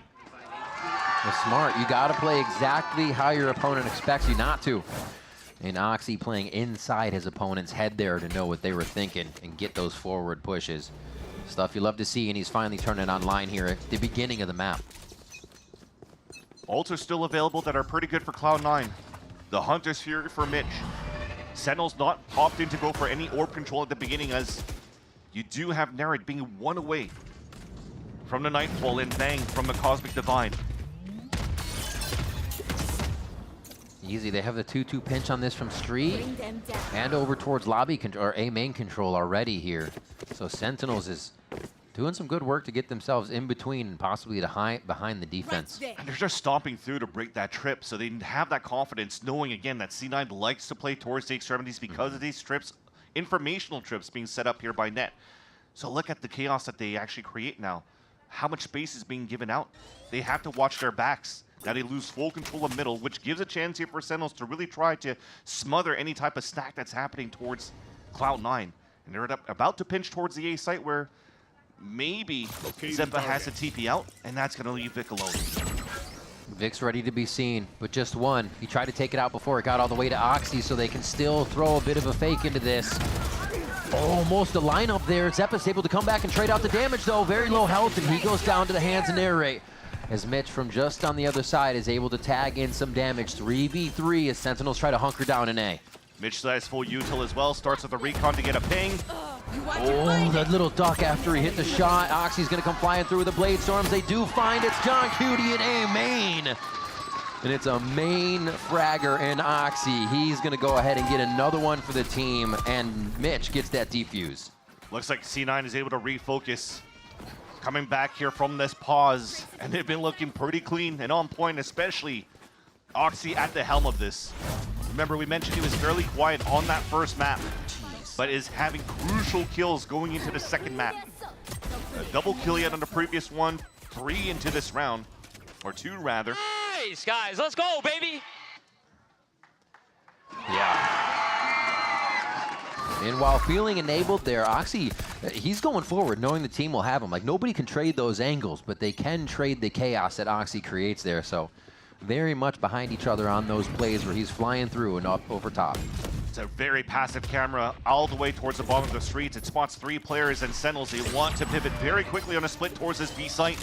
There are 2 good trips being set up by net, so he's going to try to utilize here any smokes that's being thrown on the attack to go for kill trips. Smokes everywhere. Zeppa tries to peek out of one, but gets taken down by the Stinger. That means it's Sen trying to work fast here with a few of those low buys around the bigger weapons. Oh, a Vine kill onto Mitch. Nicely placed by Zelsis. Still have control of the site, and this is getting a little awkward. His net can grab one, but it looks like Sentinels come through hard enough to make this round theirs. Fortunately, Oxy couldn't get that pick onto Narrate. Gets the wallbang down to about 50 HP. Of course, he's got a regen shield with the HP remaining, but man, that was looking pretty close here for C9 to be able to get some success out of those trip kills. But lots of utility coming through for Sentinels on the execution towards that site. The Razor Vines, the Salvos, they couldn't really find good positions to play around the smokes. They tried to get those picks, and it was Sentinels all over. in this current round to open up this B site. At least Oxy still has the op moving into the next round. Vic still has the Cosmic Divide for the retake. Now trying to play aggressively in these corners towards that right side, or the right side here of this B site. I'm saying is speed is the name of the game now. If you know Oxy has that, exactly. has that operator, are you just trying to get behind and in front or close to it really fast? So Oxy's kind of deleted on those long-range, hard-angle shots.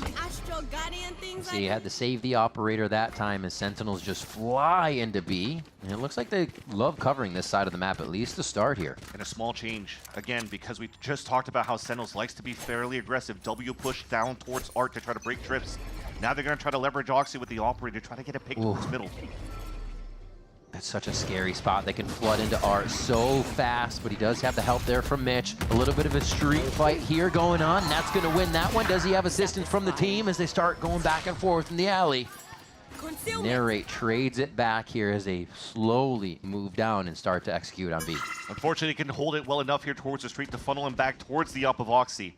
So Sentinels now could creep up and split towards his B site. Hesitating a little bit here, just trying to find the information where the players of C9 are.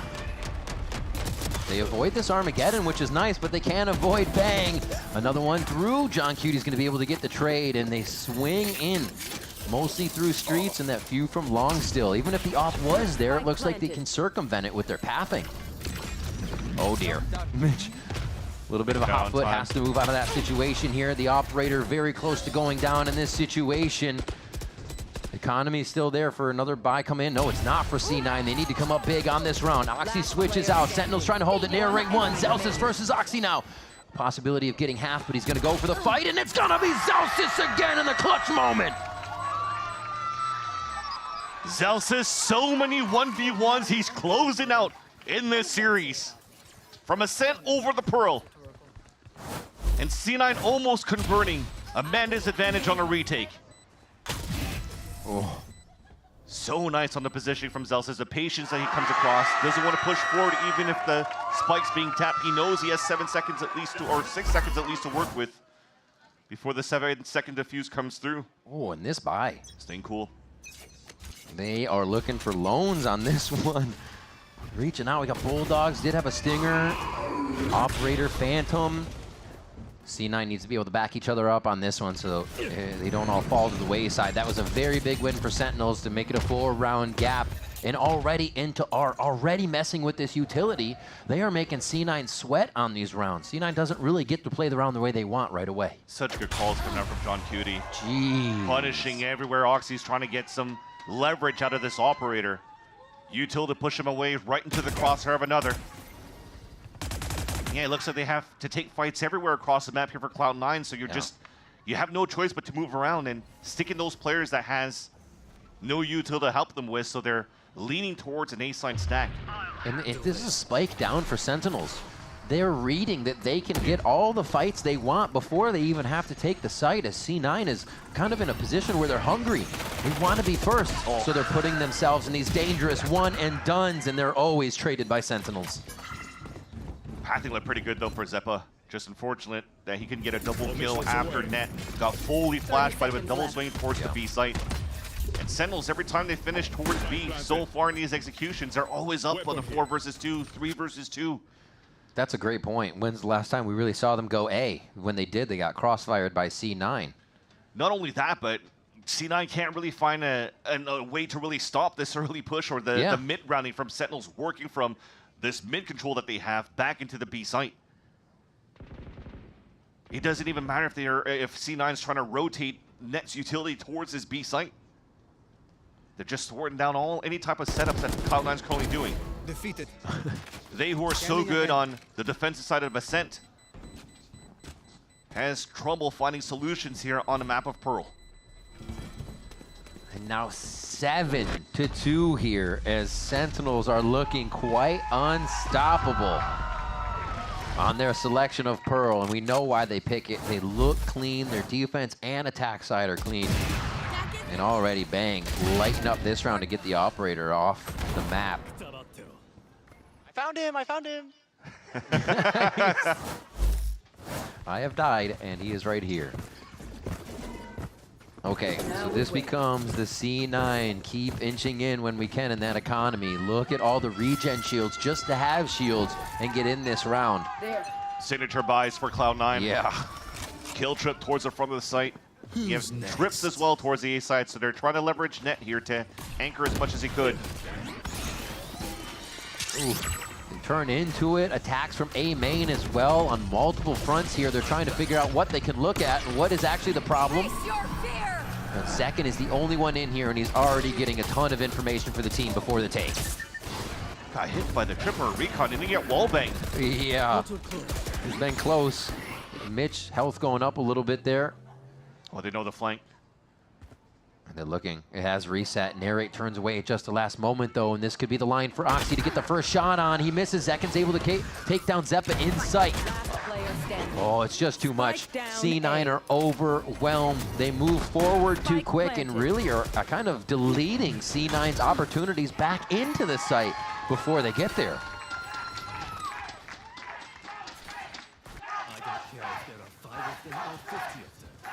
Just looking at the macro out for Sentinels on the attack side.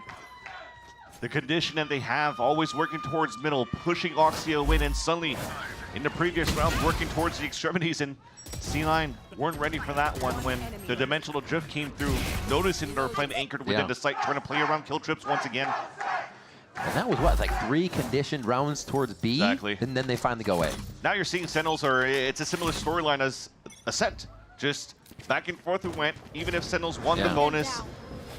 Cloud9 found ways to like catch up for a bit into a 4-2 scoreline, but then it could potentially now be a 9-3, 10-2 half for Sentinels going into the second half. But thankfully, Zeppa, gets the first blood with the Sheriff buy that C9 has, and the back from Oxy. Okay. Clean shots. I mean, this is what it takes right now for Cloud9.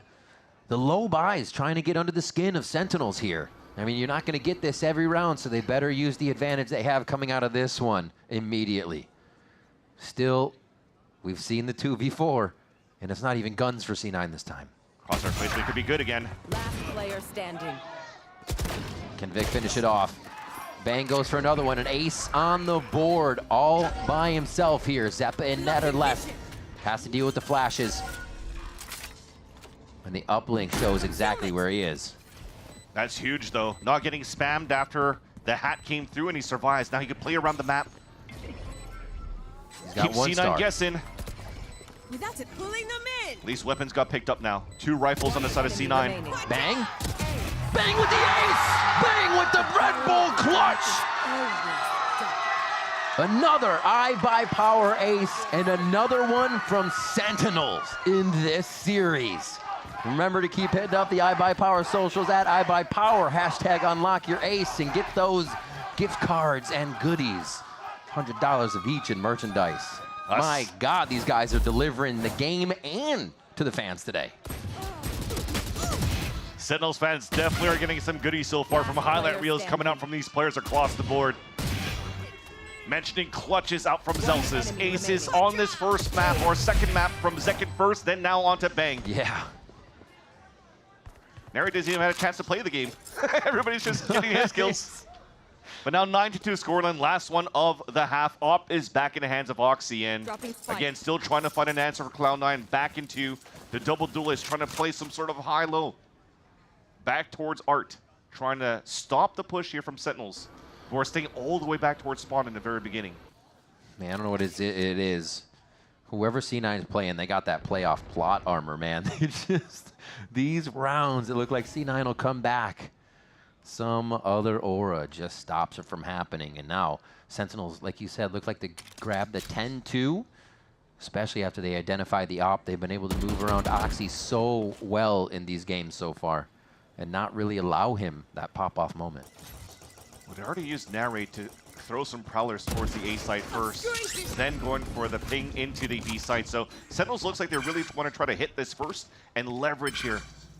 Narrate on the backstab if they can. 30 seconds left. All right, Steel Garden pushes just out of sight. Armageddon actually takes the right side of Steel Garden that's available and where they might be able to exit.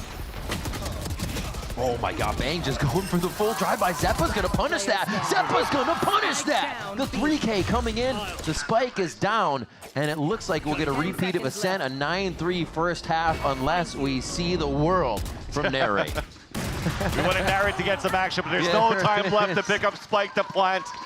Zeppa goes nuclear in the last round of the half to salvage the round for Cloud9 and to bring it back to the 9-3 potential curse and see if C9 can bring this back here in the second half. But men was it aggressive coming out.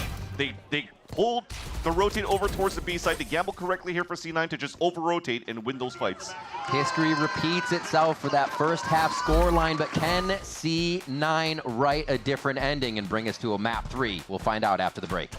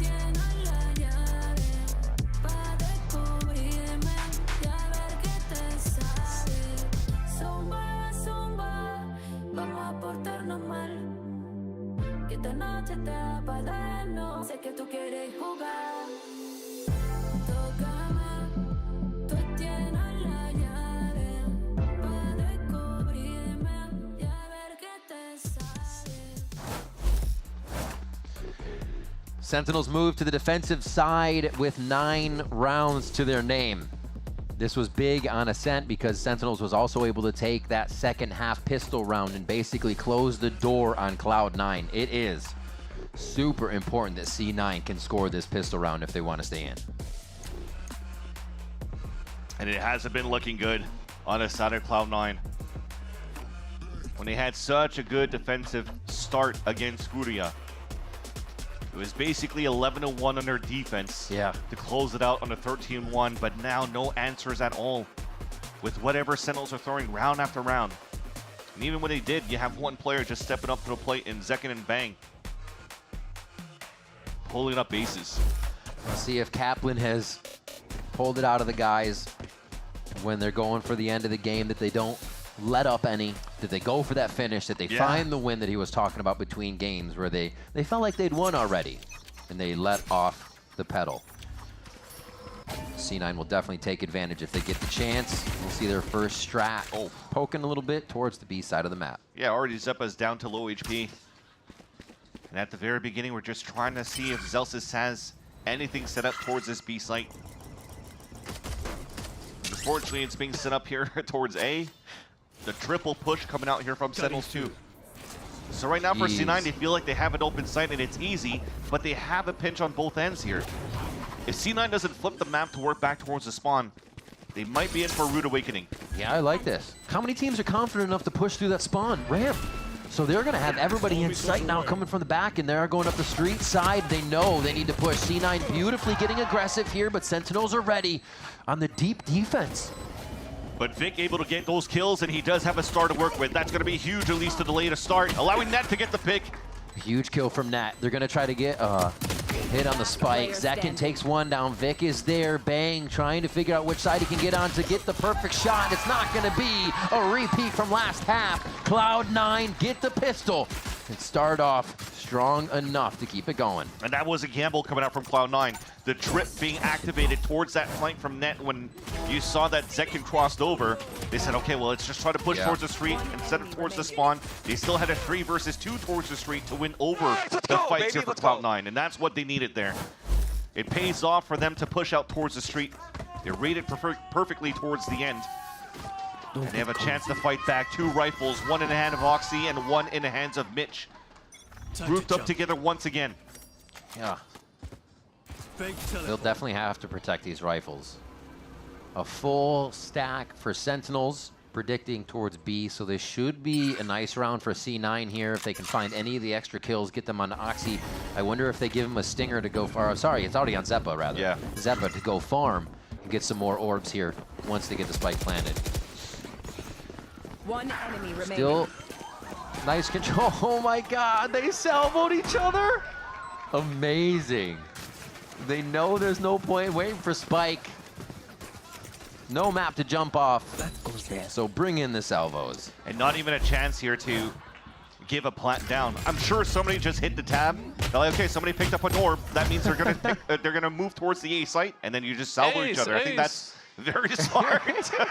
Okay, we got our third player with an ace. Unlock your ace, I guess. What if you get an ace from all 5 on a team? The ace.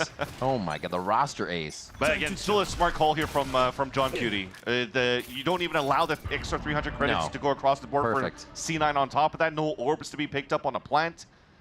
So you're trying to play at least not necessarily the long game. You're trying to shut it down now, not give a chance here for C9 to snowball the economy round after round. Zekin's got a great line on B. This focus towards mid and towards A becomes that much more serious here for Sentinels, and Cloud9 is now forced to walk through this gauntlet of defense that's staring right at their position. Oh, crosshairs broken, but Zelsa still finds Oxy on top of the box. They slowly move into this one. They still have Zeppa coming around the outside of this to play a little trickery in the late part of the round. But I think C9 are a little bit in the middle now, and not just on the map. Drone is down. On a drone spotted too. Here comes a repinch back from Bang. Oof. Traded. A little 1-for-1. Mitch with the swing, but actually Vic was looking the other way. They did not have that timed out. Oh, almost reads it. The sixth sense comes up. Trades now, are perfect. It's Vic's chance. 26 seconds left, not a lot of time on the clock, so it's going to be a pressure plant once he does get there, but he chooses correctly. Yeah. Guardian Angel's watching out for him. And he knows he has to hurry up. A couple of seconds ago, maybe 10 seconds ago, salvos are being used by John Cutie, so he knows he has to move in for a plant right away. If not, John Cutie gets in range, stops the plant, and they win off time. Now still with 4 stars to work with on the side of Vic. Salvo's back up on the side of John Cutie. Zekin has drone with the decoy. And you're going to play the good old Pearl map. Long range all the way up towards the top of the B side. 2 stars being set down by Vic. And the more that you're walking down here for Sentinels, the more chances Vic has to be able to win this round. Here's the util.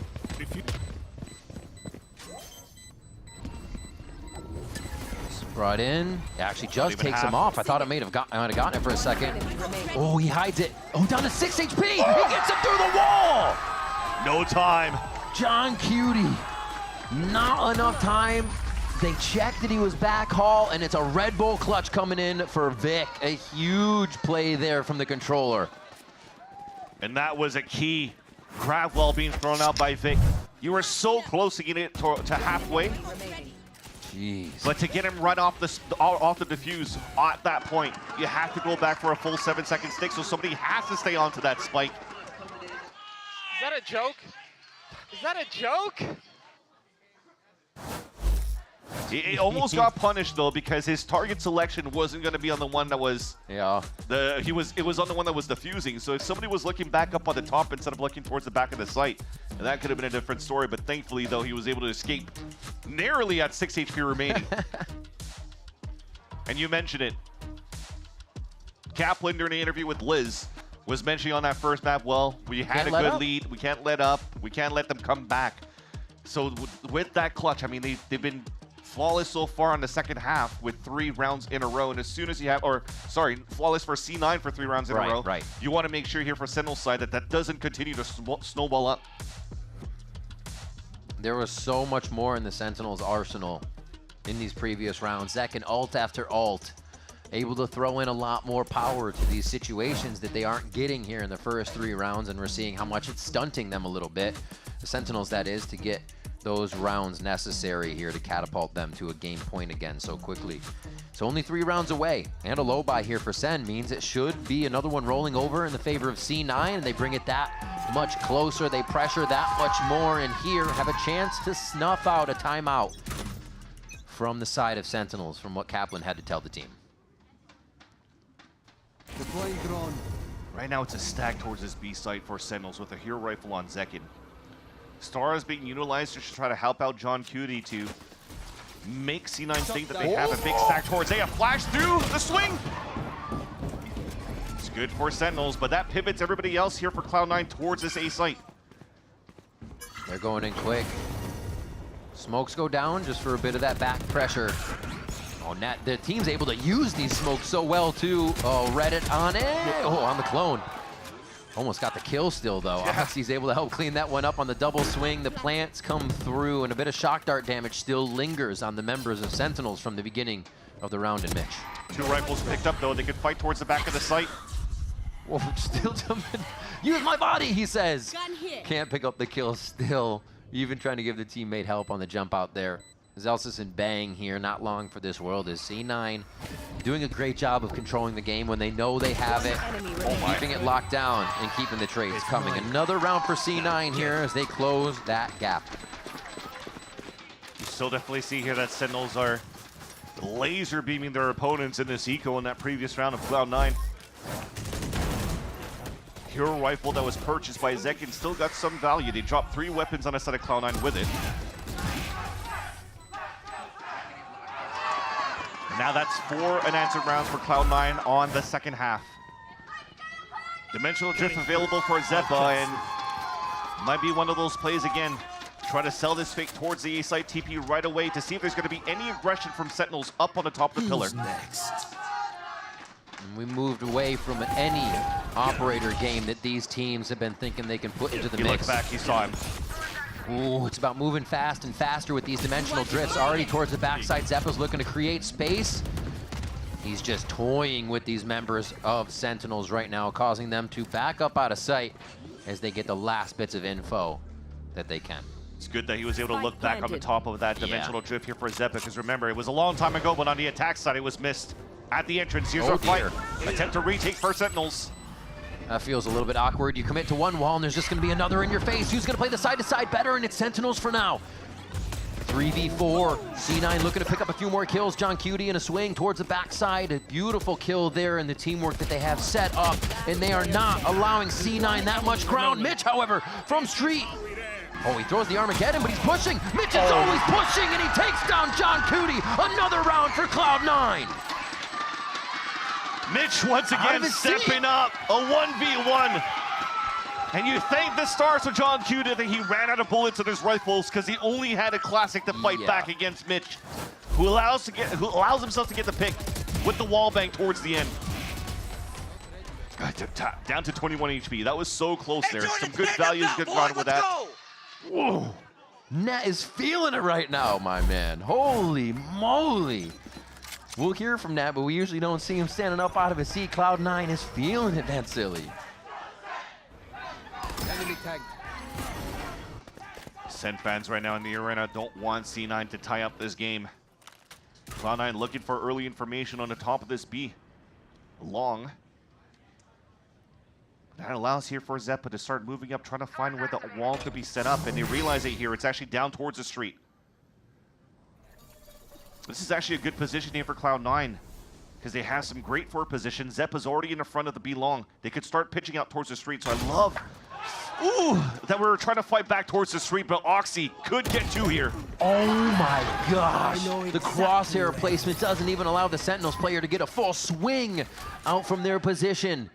And that's both down for street. A 9-9 round looking like we're going to get here out of this. And something happened out of that last Cloud9 timeout that just lit a fuse for them. Yeah. It almost felt for Sentinels. They were counting too much on the Vice wall from Zelsis that they thought that Cloud9 maybe was baiting that wall instead, and it would have some time. As they snuck around here for Cloud9, they hit around that corner, right at the middle of the street. And it just caught some players off guard and made it easy here for Cloud9 to tie up this game. And the economy is not the best now for Sentinels. They have to go for hero rifles in the next round if they could save these 2 weapons, if not a full eco once again for the defensive side. And they were trying to push Guardians into this round too from the side of Sentinels, so you already saw them trying to squeak in the money there just to make sure they could keep it off of Tide. But that will not be the case. C9 are going to keep quite a few alive on this one. The 3K for Oxy as he brings up the Blade Storm. Mitch has the Hunter's Fury, and Vic will end narrate to make it 9-9 now. Incredible stuff from C9. I think it's just the moments they're pushing forward. Like you mentioned, this spot from Oxy, they're not expecting people to be that far up. They're not expecting C9 to just be taking this space so willy-nilly, but they are doing it aggressively. See that shot? Yeah, they're feeling it. Now timeout for Sentinels. Yeah, Kaplan's trying to have the conversation here with the team. We just talked about the economy situation for the defensive side, losing those 2 weapons at the A orb. They have to go for some sort of a eco. You'll see once we get into the server, just maybe a stinger for some, shares maybe for others, but overall here on the side of Cloud9, they've been doing a great job working around the map on the attack, just like Sentinels did before, but getting much better success out of it with now 6 rounds in a row on their side. Sentinels probably has to find a way to maybe be way more aggressive than they have been in the past, just not only having Zekin alone walking up on the top of these B ramps and TPing away, because the space when you TP out is a space regained by Cloud9. And when they're usually so good with this composition for flood retakes, they just lose. Just similarly to Cloud9, a lot of players in the process once Cloud9 gets the plant down. And we will have a quick tech pause out of here. Oh, I think we will be back with that tech pause quite quick as we see Oxy returning to his seat nice and fast. We appreciate the speed. Thank you for not tripping and falling. And we'll get right back into the action. And yeah, we have the timeout that did just go through. And Kaplan, like you said, feels like they need to sort something out here. That low buy has to go against quite a few ultimates. What can they craft? What can they do to stop C9? I love the fact that you pointed out what they were using the Zelsis wall, right? Because we talk about this, it's not that Zelsis should pick Cypher, but we were talking about how Net used the Cypher cam plus multiple trips to not have to just rely on the one thing, and it does seem like that one thing, the wall, is being slightly exploited here. So crowd, which capsule? Which one are you picking, left or right? Which capsule do we want? So Sen, well yeah, there's a Tarek. There's a Tarek, all right. What do we got? Which one do you want? Which one? Left, right? Oh, it's with the head. Sentinels. Okay. It would be funny. Oh, if, I was gonna say. All right. If we had a Sentinels fan choose a C9 Classic. No. Okay, no. Oh yeah. Stage mirror is the thing. Exactly. Oh no. See, we have to choose the ones that don't have the jerseys. Yeah. That's a Sentinels hoodie. That has to be a Sentinels Classic right there, right? On. Find the Thundersticks from C9. I thought we were half and half. Oh, what? Oh, wait. No, there we go. Okay. It's paired. I thought it was half and half for C9 and Sentinels fans. What do we got? Hell okay. Yeah, we started to pick it back up for C9 fans. What is this now? 4-2? That's something. Oh, that's easy. 5-2? Yeah. Hank Hubert on that vote. Chat, what's been your headshot accuracy now supporting your favorite team's Classic? Yeah, chat, which one are you supporting? What's good? Oh. Caught in 4K. Dude, they practiced. They know already. Rob Moore, Never good job. confused. Good job having Zelsis shield the Sentinels bundle. Yeah. Oh. There we go. Okay, so we got a double C9 in that one. Okay. Got it. Oh.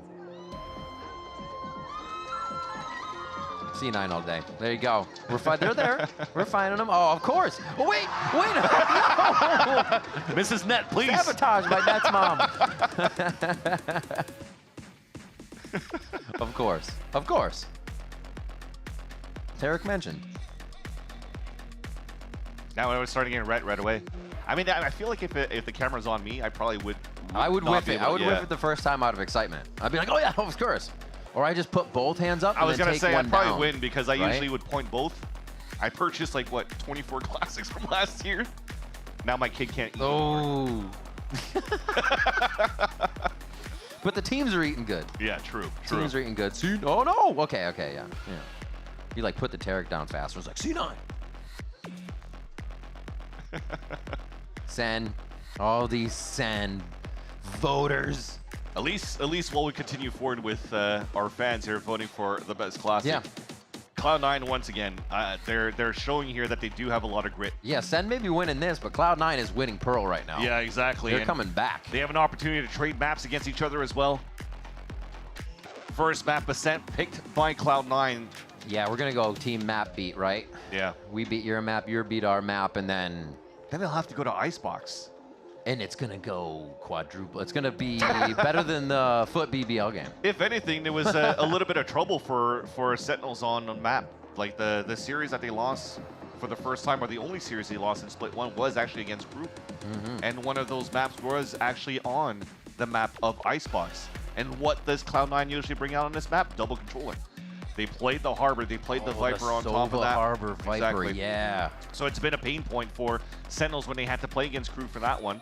But I feel personally when I was watching that game, it was not necessarily in terms of the macro, but the micro. They weren't really together for these team fights when they're scaling back towards the map. We're definitely seeing it at least so far in this series. Yeah. So it definitely could be a different story if this goes into a third map. But speaking about that, before we get into the third map, the second map has to finish.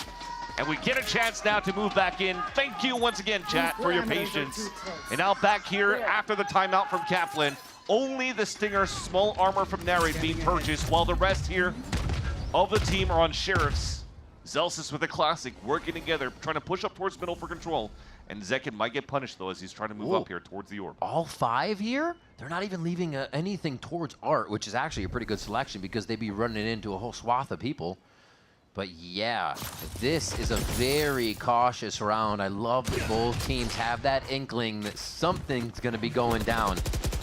And they play accordingly in the death ball. SEN may have a little bit of an upper hand here. 2 of those Sheriffs are rotating around slowly, as long as Net didn't check that camera. He hasn't been checking his camera. This is an opportunity now for Sentinels, or even for C9. There you go. Okay, Hello. now that's information.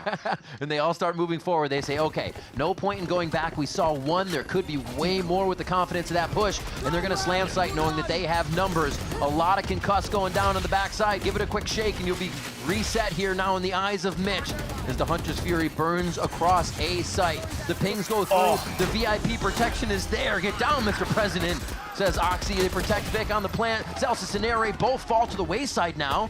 And now it's just the Sheriffs to do work as they are found at the end of Mitch's Phantom. I'm back. And use a dimensional drift. Although tapping the spike, dropping some players would be kind of good here for Sentinels. But it definitely does feel, that it should be a C9 round. Yeah, this is going to be a very tough pincer. Hold on. Wait, they let the 1v1s happen, and it's going to be too much. It's going to be bang. Pushing forward, going for the defuse, half from Zekin. They time it correctly. The gun delivery is there too. Everything, and the kitchen sink for Sentinels to pick up that round coming out of the timeout. How the heck did that happen for Sentinels to turn that around back in their favor? I think at the last point, they had everybody, they feel like the site was safe, so everybody left the site. Then there was no one to play off of, there's no contact, everybody's setting up util all at the wrong moment, leaving that window for Sentinels. There was a window of opportunity at the very beginning when Sentinels were actually closing that gap and closing it to C9. And when the camera saw so much, though, that should have been like, okay, we know exactly where we're at. We should maybe flip the map over towards Art. And they did. But somehow the shots are landing better here for Sentinels in this series, who now finally are able to salvage a round in the second half, get the first run on the defensive side, off a Thrifty to build the economy. This might have been the swing round that they needed. Timeout was supposed to be for this round here for Sentinels to pick it up. Yeah, they make the Sheriffs work somehow. Huge style. Now pushing towards the site. We saw Oxy just towards A main trying to get through the window in Art, but they decide to go right through Art with 3, a 4th coming. And it's only going to be Vic on the outside. Sentinels is very ready for this defense with 3 already there. They're just trying to delay here so that Zelsis can rotate across. If there's going to be a second wave pushing in by C9, you have the ult from Zelsis for them to flood back within. Waiting for a peek, waiting for any type of push, but they're not getting an inch from Sentinels. They may have a bit of a route here from street around the corner, but look at this, already set up by Zelsis. They've left the util there, the guard was towards A. He's going to try to ult to delay this so that Zek can get his value towards the back of the site. Spike still going down. They're trying to plant it within the firefight here. Zeppa able to get one. Mitch coming flying out of there. Gets taken down by Zelsis. Oxy's playing the forward motion. He's trying to stop him before they can get to the site here, and it's going to be tough as 4 very healthy members of Sentinels are about to break down the door into B site. All the members of C9 are here. They're not trying to go down long. They're trying to fight it as soon as it happens on the doorstep. And salvos are back up. Here comes the flood from Sentinels. Oh, Oxy just between swapping weapons out of the Blade Storm is not going to be enough for him. John Cutie answers as well, and they're going to be able to pin down Vic for that final hit. And the defuse coming through for Sentinels. Huge game plan for Sentinels off that timeout. It's just to have Zelsis run back and forth to get that ult ready to just help out on that second wave push from Cloud9. Great delays coming through. They had to use both of their ults, though, at least to try to win the round for Sentinels, but you'll definitely take it. Stringing 2 rounds in a row on the defensive side. But what a push coming out as well. Zekin did die at the very beginning, but Zelsis was there to support, to delay, to give a chance here for Sentinels to just recoup and fled back. And Nimi is not happy with the results out of that one, especially when they had great post-plan positioning. Yeah, they're going to get a timeout out of that. Amy pushing that button right away. And this was, C9 did have a few rounds to their name, if we remember. 6 in a row coming into this half, so they've got some money built up. Not a problem there. This one, however, will be pretty tough and get towards resetting their money. They may have one more broken buy, and that's, after this, going to be game point for Sen. So huge rifle round here coming in as Imi calls the timeout. No ultimates online right now for Cloud9, and they're pretty far from the big ones. So this is going to be all about util, all about structuring the round and getting themselves into the site with teamwork. That is definitely the silver lining for Cloud9. 6 rounds in a row. They still have Akon to work with, but we just talked about what was going to be the pivotal round for Sentinels, that thrifty that he got in round number 19. C9 wins it, loses this round. You mentioned a broken economy, but that would also put Sentinels at series point. For sure. And now out of this timeout, C9 looks like they want to pivot here towards the A side, but these double stars being set down in the very beginning by Sentinels would not allow for you to really get early orb control, even being denied, as John Cutie picks that up. And that could have been huge there for Zeppa to start,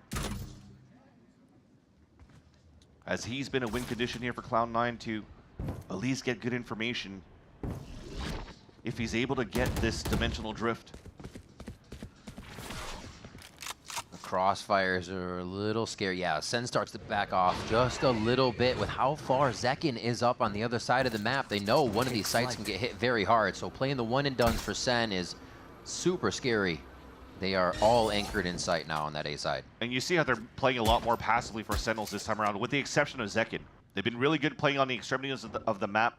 The salvos from John Cutie are very good to delay. Yeah. But also, within the last few rounds, they've had the opportunity to play to their strength in terms of a team to play the flood retakes.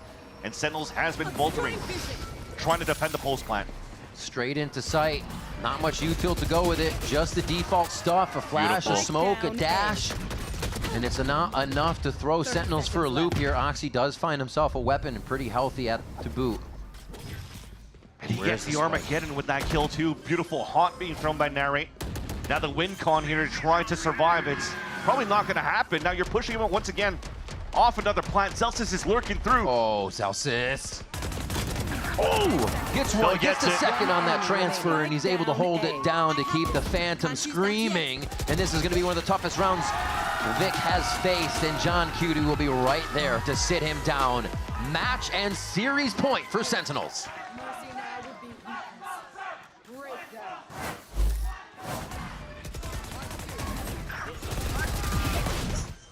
Because we looked at Cloud9 with the amount of times that they were playing on their attack side, but also investing into half shields often, being one of the key prominent teams that also plays with a lot of regen shields, they're actually able to muster up potentially a last stand. Another rifle round coming out, Guardian in the hand of Net. A push every single round.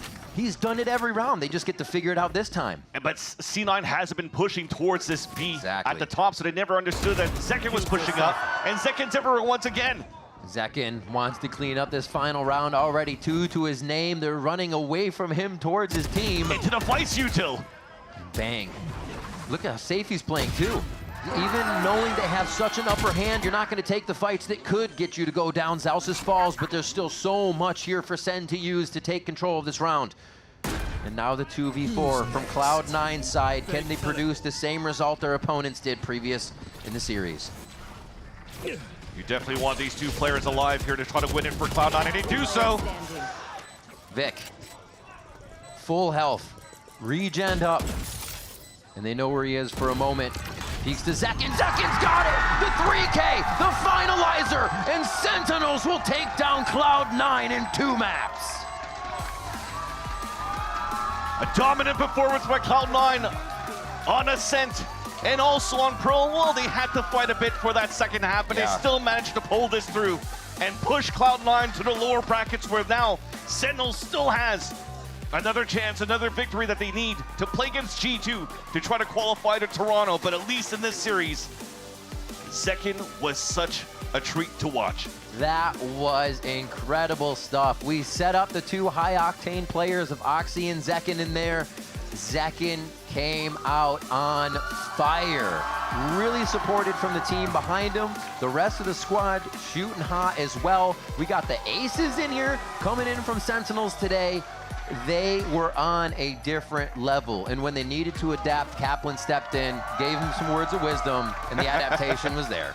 Yeah, and for sure. And when you're looking also at the performances, we've hyped up and saw the clutches coming through from players like Zelsa, for example, but the aces that came out from Bang as well. But Nary, on an agent like the Fate, he doesn't have an opportunity to play as aggressive as he does on a Sova on different maps. Setting you up. Exactly.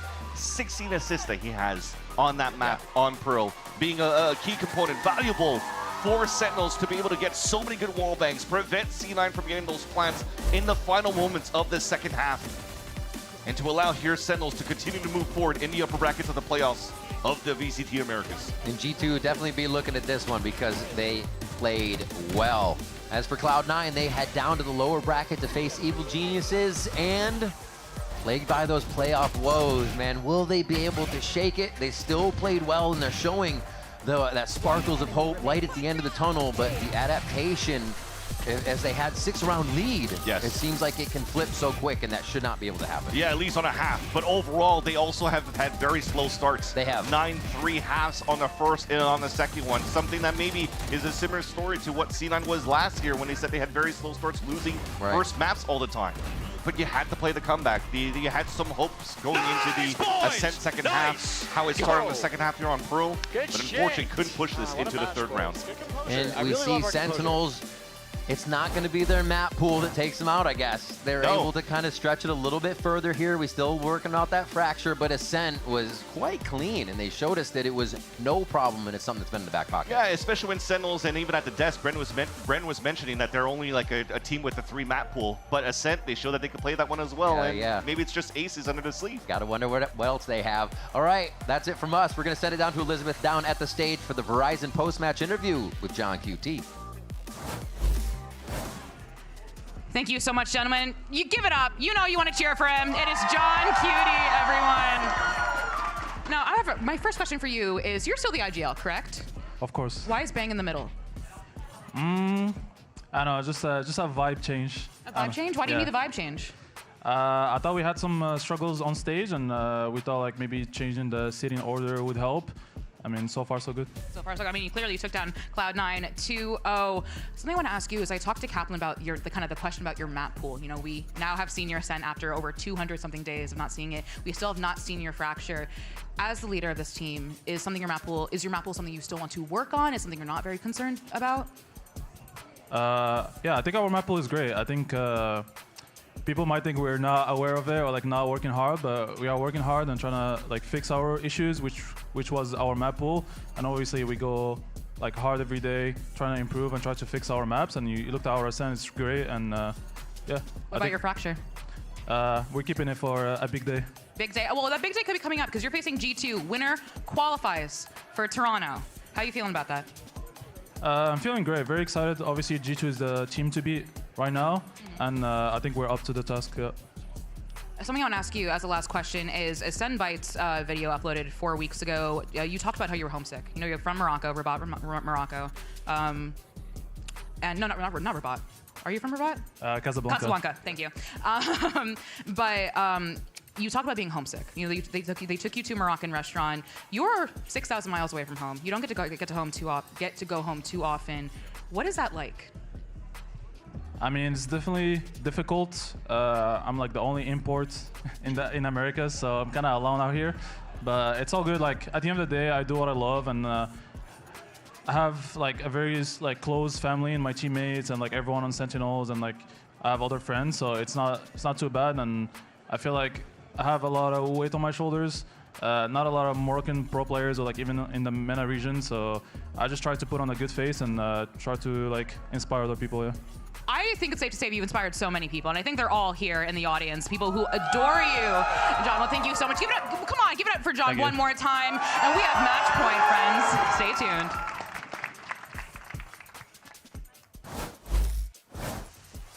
Thank you so much, Liz. I'm joined here at Matchpoint by three fellows who just walked away with massive wins, Zelsys, Bang, and then, of course, Kaplan. Guys, congratulations on the win. We're going to get into all of that. We're going to talk about what happened, what went right, what went wrong, and then kind of a little foreshadowing into the future. But first, I want to play a little game, right? You guys just got done playing a very stressful, high-stakes match, so let's play something a little bit more low-key.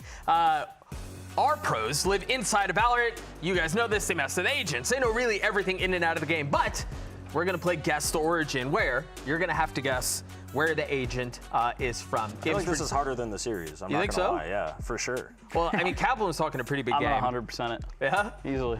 I'm going to fail. I'm right there with you. I got you guys. Perfect. A lot of it's going to be on you, Cap. Let's go ahead and we'll pull up the first one. I'm going to give you an agent, and you guys just have to tell us where it's from. The very first agent is Reyna. Guys, there's Mexico. No way. Yeah, that's an easy one. Nice. I'm seeing if they got it first. Oh, okay. All right, we'll guess first. Right, sure. Yeah, that was a disappointing dad look on the first one. If you're not confident, you pass it to me every time. I got you. Wait. Our answers, like if me and him guess, are not the same percent that he gets. Yeah. Like he's our final boss. Yeah, we'll bail. Yeah, he's the safety valve in case things get a little sideways. Can we confirm just for the people at home where Reyna's from? Mexico. Nice. Perfect. Well done. You bailed him out because that look that you gave Bang, deer in headlights. You were cooked, bro. You had nothing. Let's pull up the next one. Astra. Oh, I'm sorry. I trolled. Not Astra. Viper. Sorry. Viper. Russia. United States. United States. Yeah? Oh my God. I know that one. Whatever. Good job. Did she sound Russian to you, the voice lines? I don't know, bro. I'm just throwing shit out there. Nice. That's good. I like that guess. Is it confirmed, the U.S.? Nice. Very nicely done. Guys. I'll take that. You were crispy on that one. Stay in school. All right, up next, Astra. I don't know. Astra? I have no idea. It's kind I'm of a little nervous about kind this of one. kind of a hard one. You don't know? I'm gonna go with Kenya. Can I give you guys a hint? Yeah. We'll take a hint. It starts with a G. G? Oh yeah. Go on. Say it with your chest. Ghana? Gonda? Ghana? Gonda? Gonda. Gonda? Gandhi. I don't know. Ghana. Yes. Ghana. Between the G and then bailing him out of Gonda, I think we got there. Listen, I'm not a geographer guesser guy. You know what I mean? All right, what about number 4? Cypher. Oh, Morocco, right? Morocco. Yeah? Yeah? I mean, that was it. Yeah. I don't know. You're guessing. I don't know. I know. I mean, I feel like you would know. Good job. Do we let Zelsys sit on this last one by himself for a little bit? Yeah. What? Is it that obvious? Why would we do that? I mean, let him make him sweat a little. Okay. You guys have bailed him out of all of I'm this. already sweating. Sure, let's go. All right, let's see how he does on the last stage. Fine. Harbor. Harbor?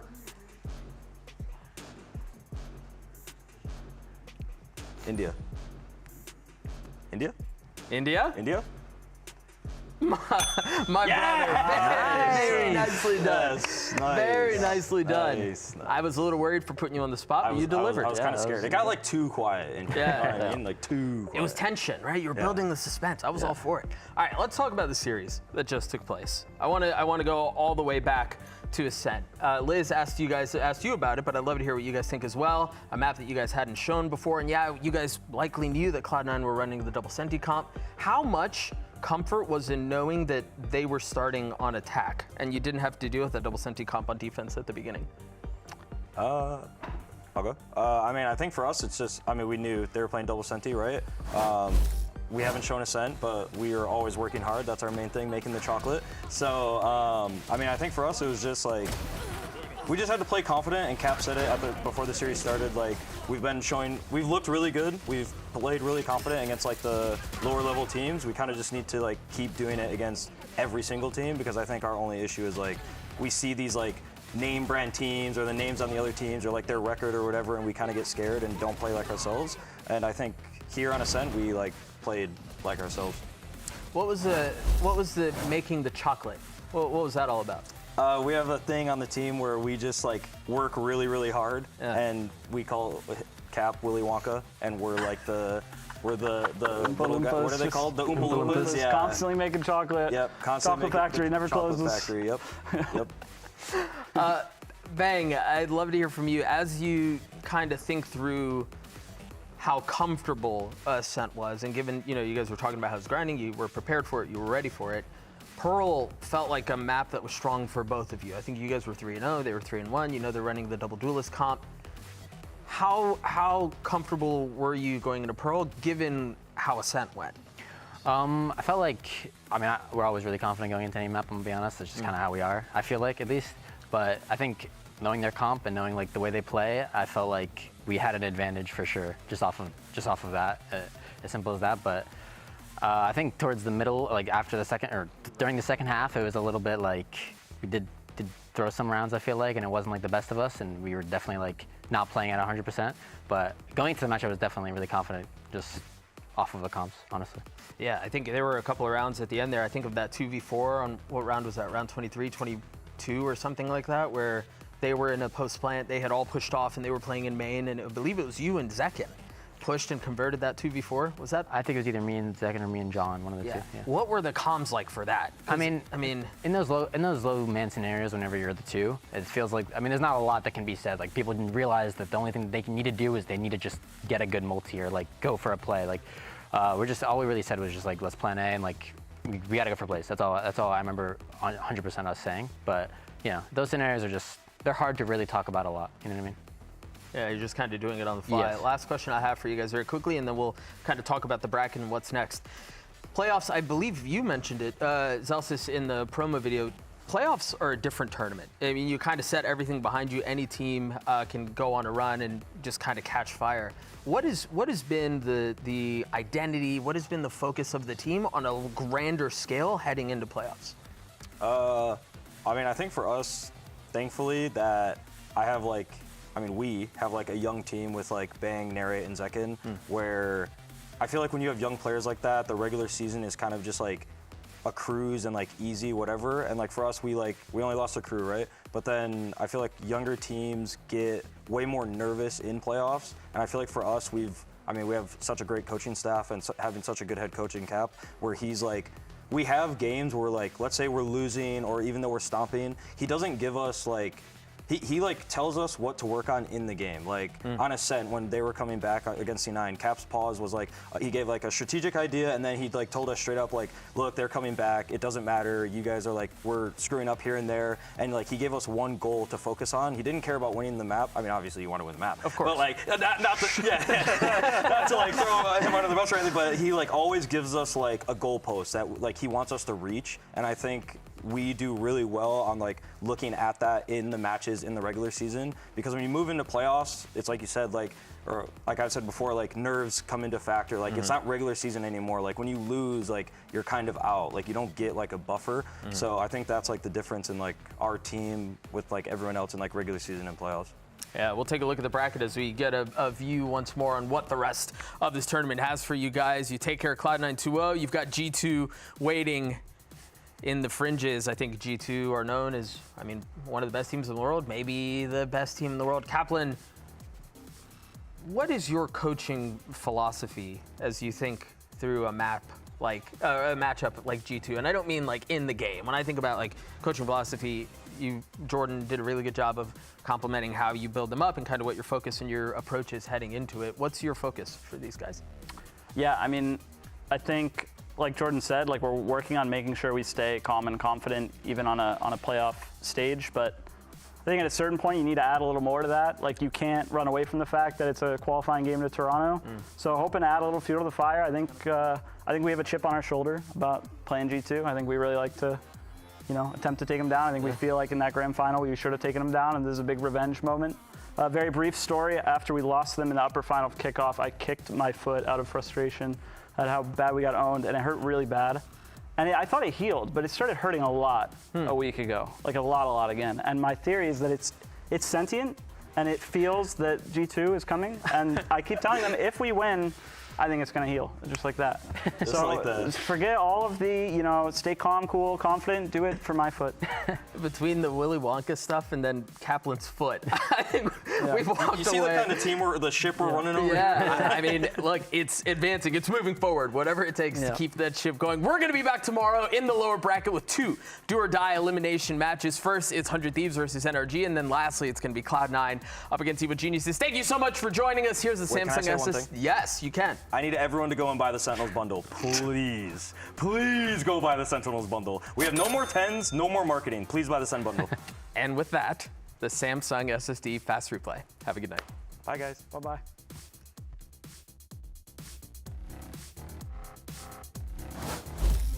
All right, we got our first game of playoffs here. It's 100 Thieves, MIBR. These teams played once before this year. That was all the way back in Kickoff. And for an MIBR that hasn't done a ton of losing. 100 Thieves are making beautifully off of that counterplay. The spray's missing. Cryo has the protection in Cortesia. This should just be too many odds. That's 1 kill found though. And all 1v1 against Cryo! Has Cortesia found that? Let's go. Burno's still backside right now. Has an opportunity to shut this down. Judge in the corner. 1 slings in. A second. Cortesia mows them down with the Judge. 13-10. Take their opponent's map pick and start this series with a win. 1 bullet will do it on both these targets. Easy for Icebox. The trades are good, but EU backs him up with a stunning shot. But Cryo's down on 1 HP. EU hasn't got any armor. There's still Shenham in mid. It's over. Wrap it up. MIBR 2-0 over 100 Thieves. It's beautiful from MIBR and a right dismantling of 100 Thieves. It's time for a classic North American smackdown. It's actually the first time that these two teams face against each other in 2025. They're not prepared. They don't understand what Sentinels can bring to the table. Marshall! Let's go, boys! Dashes forward. He does one. Zekin already pulls the acrobatics. Zekin uses A-side like a jungle gym and sits down Cloud9. First blood coming out in even a second. They just activate on mid. Biggest comeback in VCT. He gets one solo, and now he can draw the attention. They're looking for the swings. Another one from Mitch. Does he even need it? No, he doesn't. Hey, let's go, baby. That's how we do it. Continuation here. Net very low. It's going to be the jump from Celsius and the right-click classic. Everybody's on their feet from Sentinels in the crowd and on stage as they take map number 1 away from Cloud9. Zekin spamming through, using that hero rifle on this buy. He closes it down. Oh, waiting on the right side, waiting for the crossfires to come through, and he finds the ace! Oxy's going to come flying through with the Blade Storms. They do find a John Duty in A main. Bang goes for another one, an ace on the board, all by himself here. 2 rifles on the side of C9. Bang. Bang with the ace! Bang with the Red Bull clutch! Wrap it up! And they are not allowing C9 that much ground. Mitch, however, from street. Oh, he throws the Armageddon, but he's pushing. Mitch is always pushing. Peeks to Zekin. Zekin's got it. The 3K, the finalizer, and Sentinels will take down Cloud9 in 2 maps.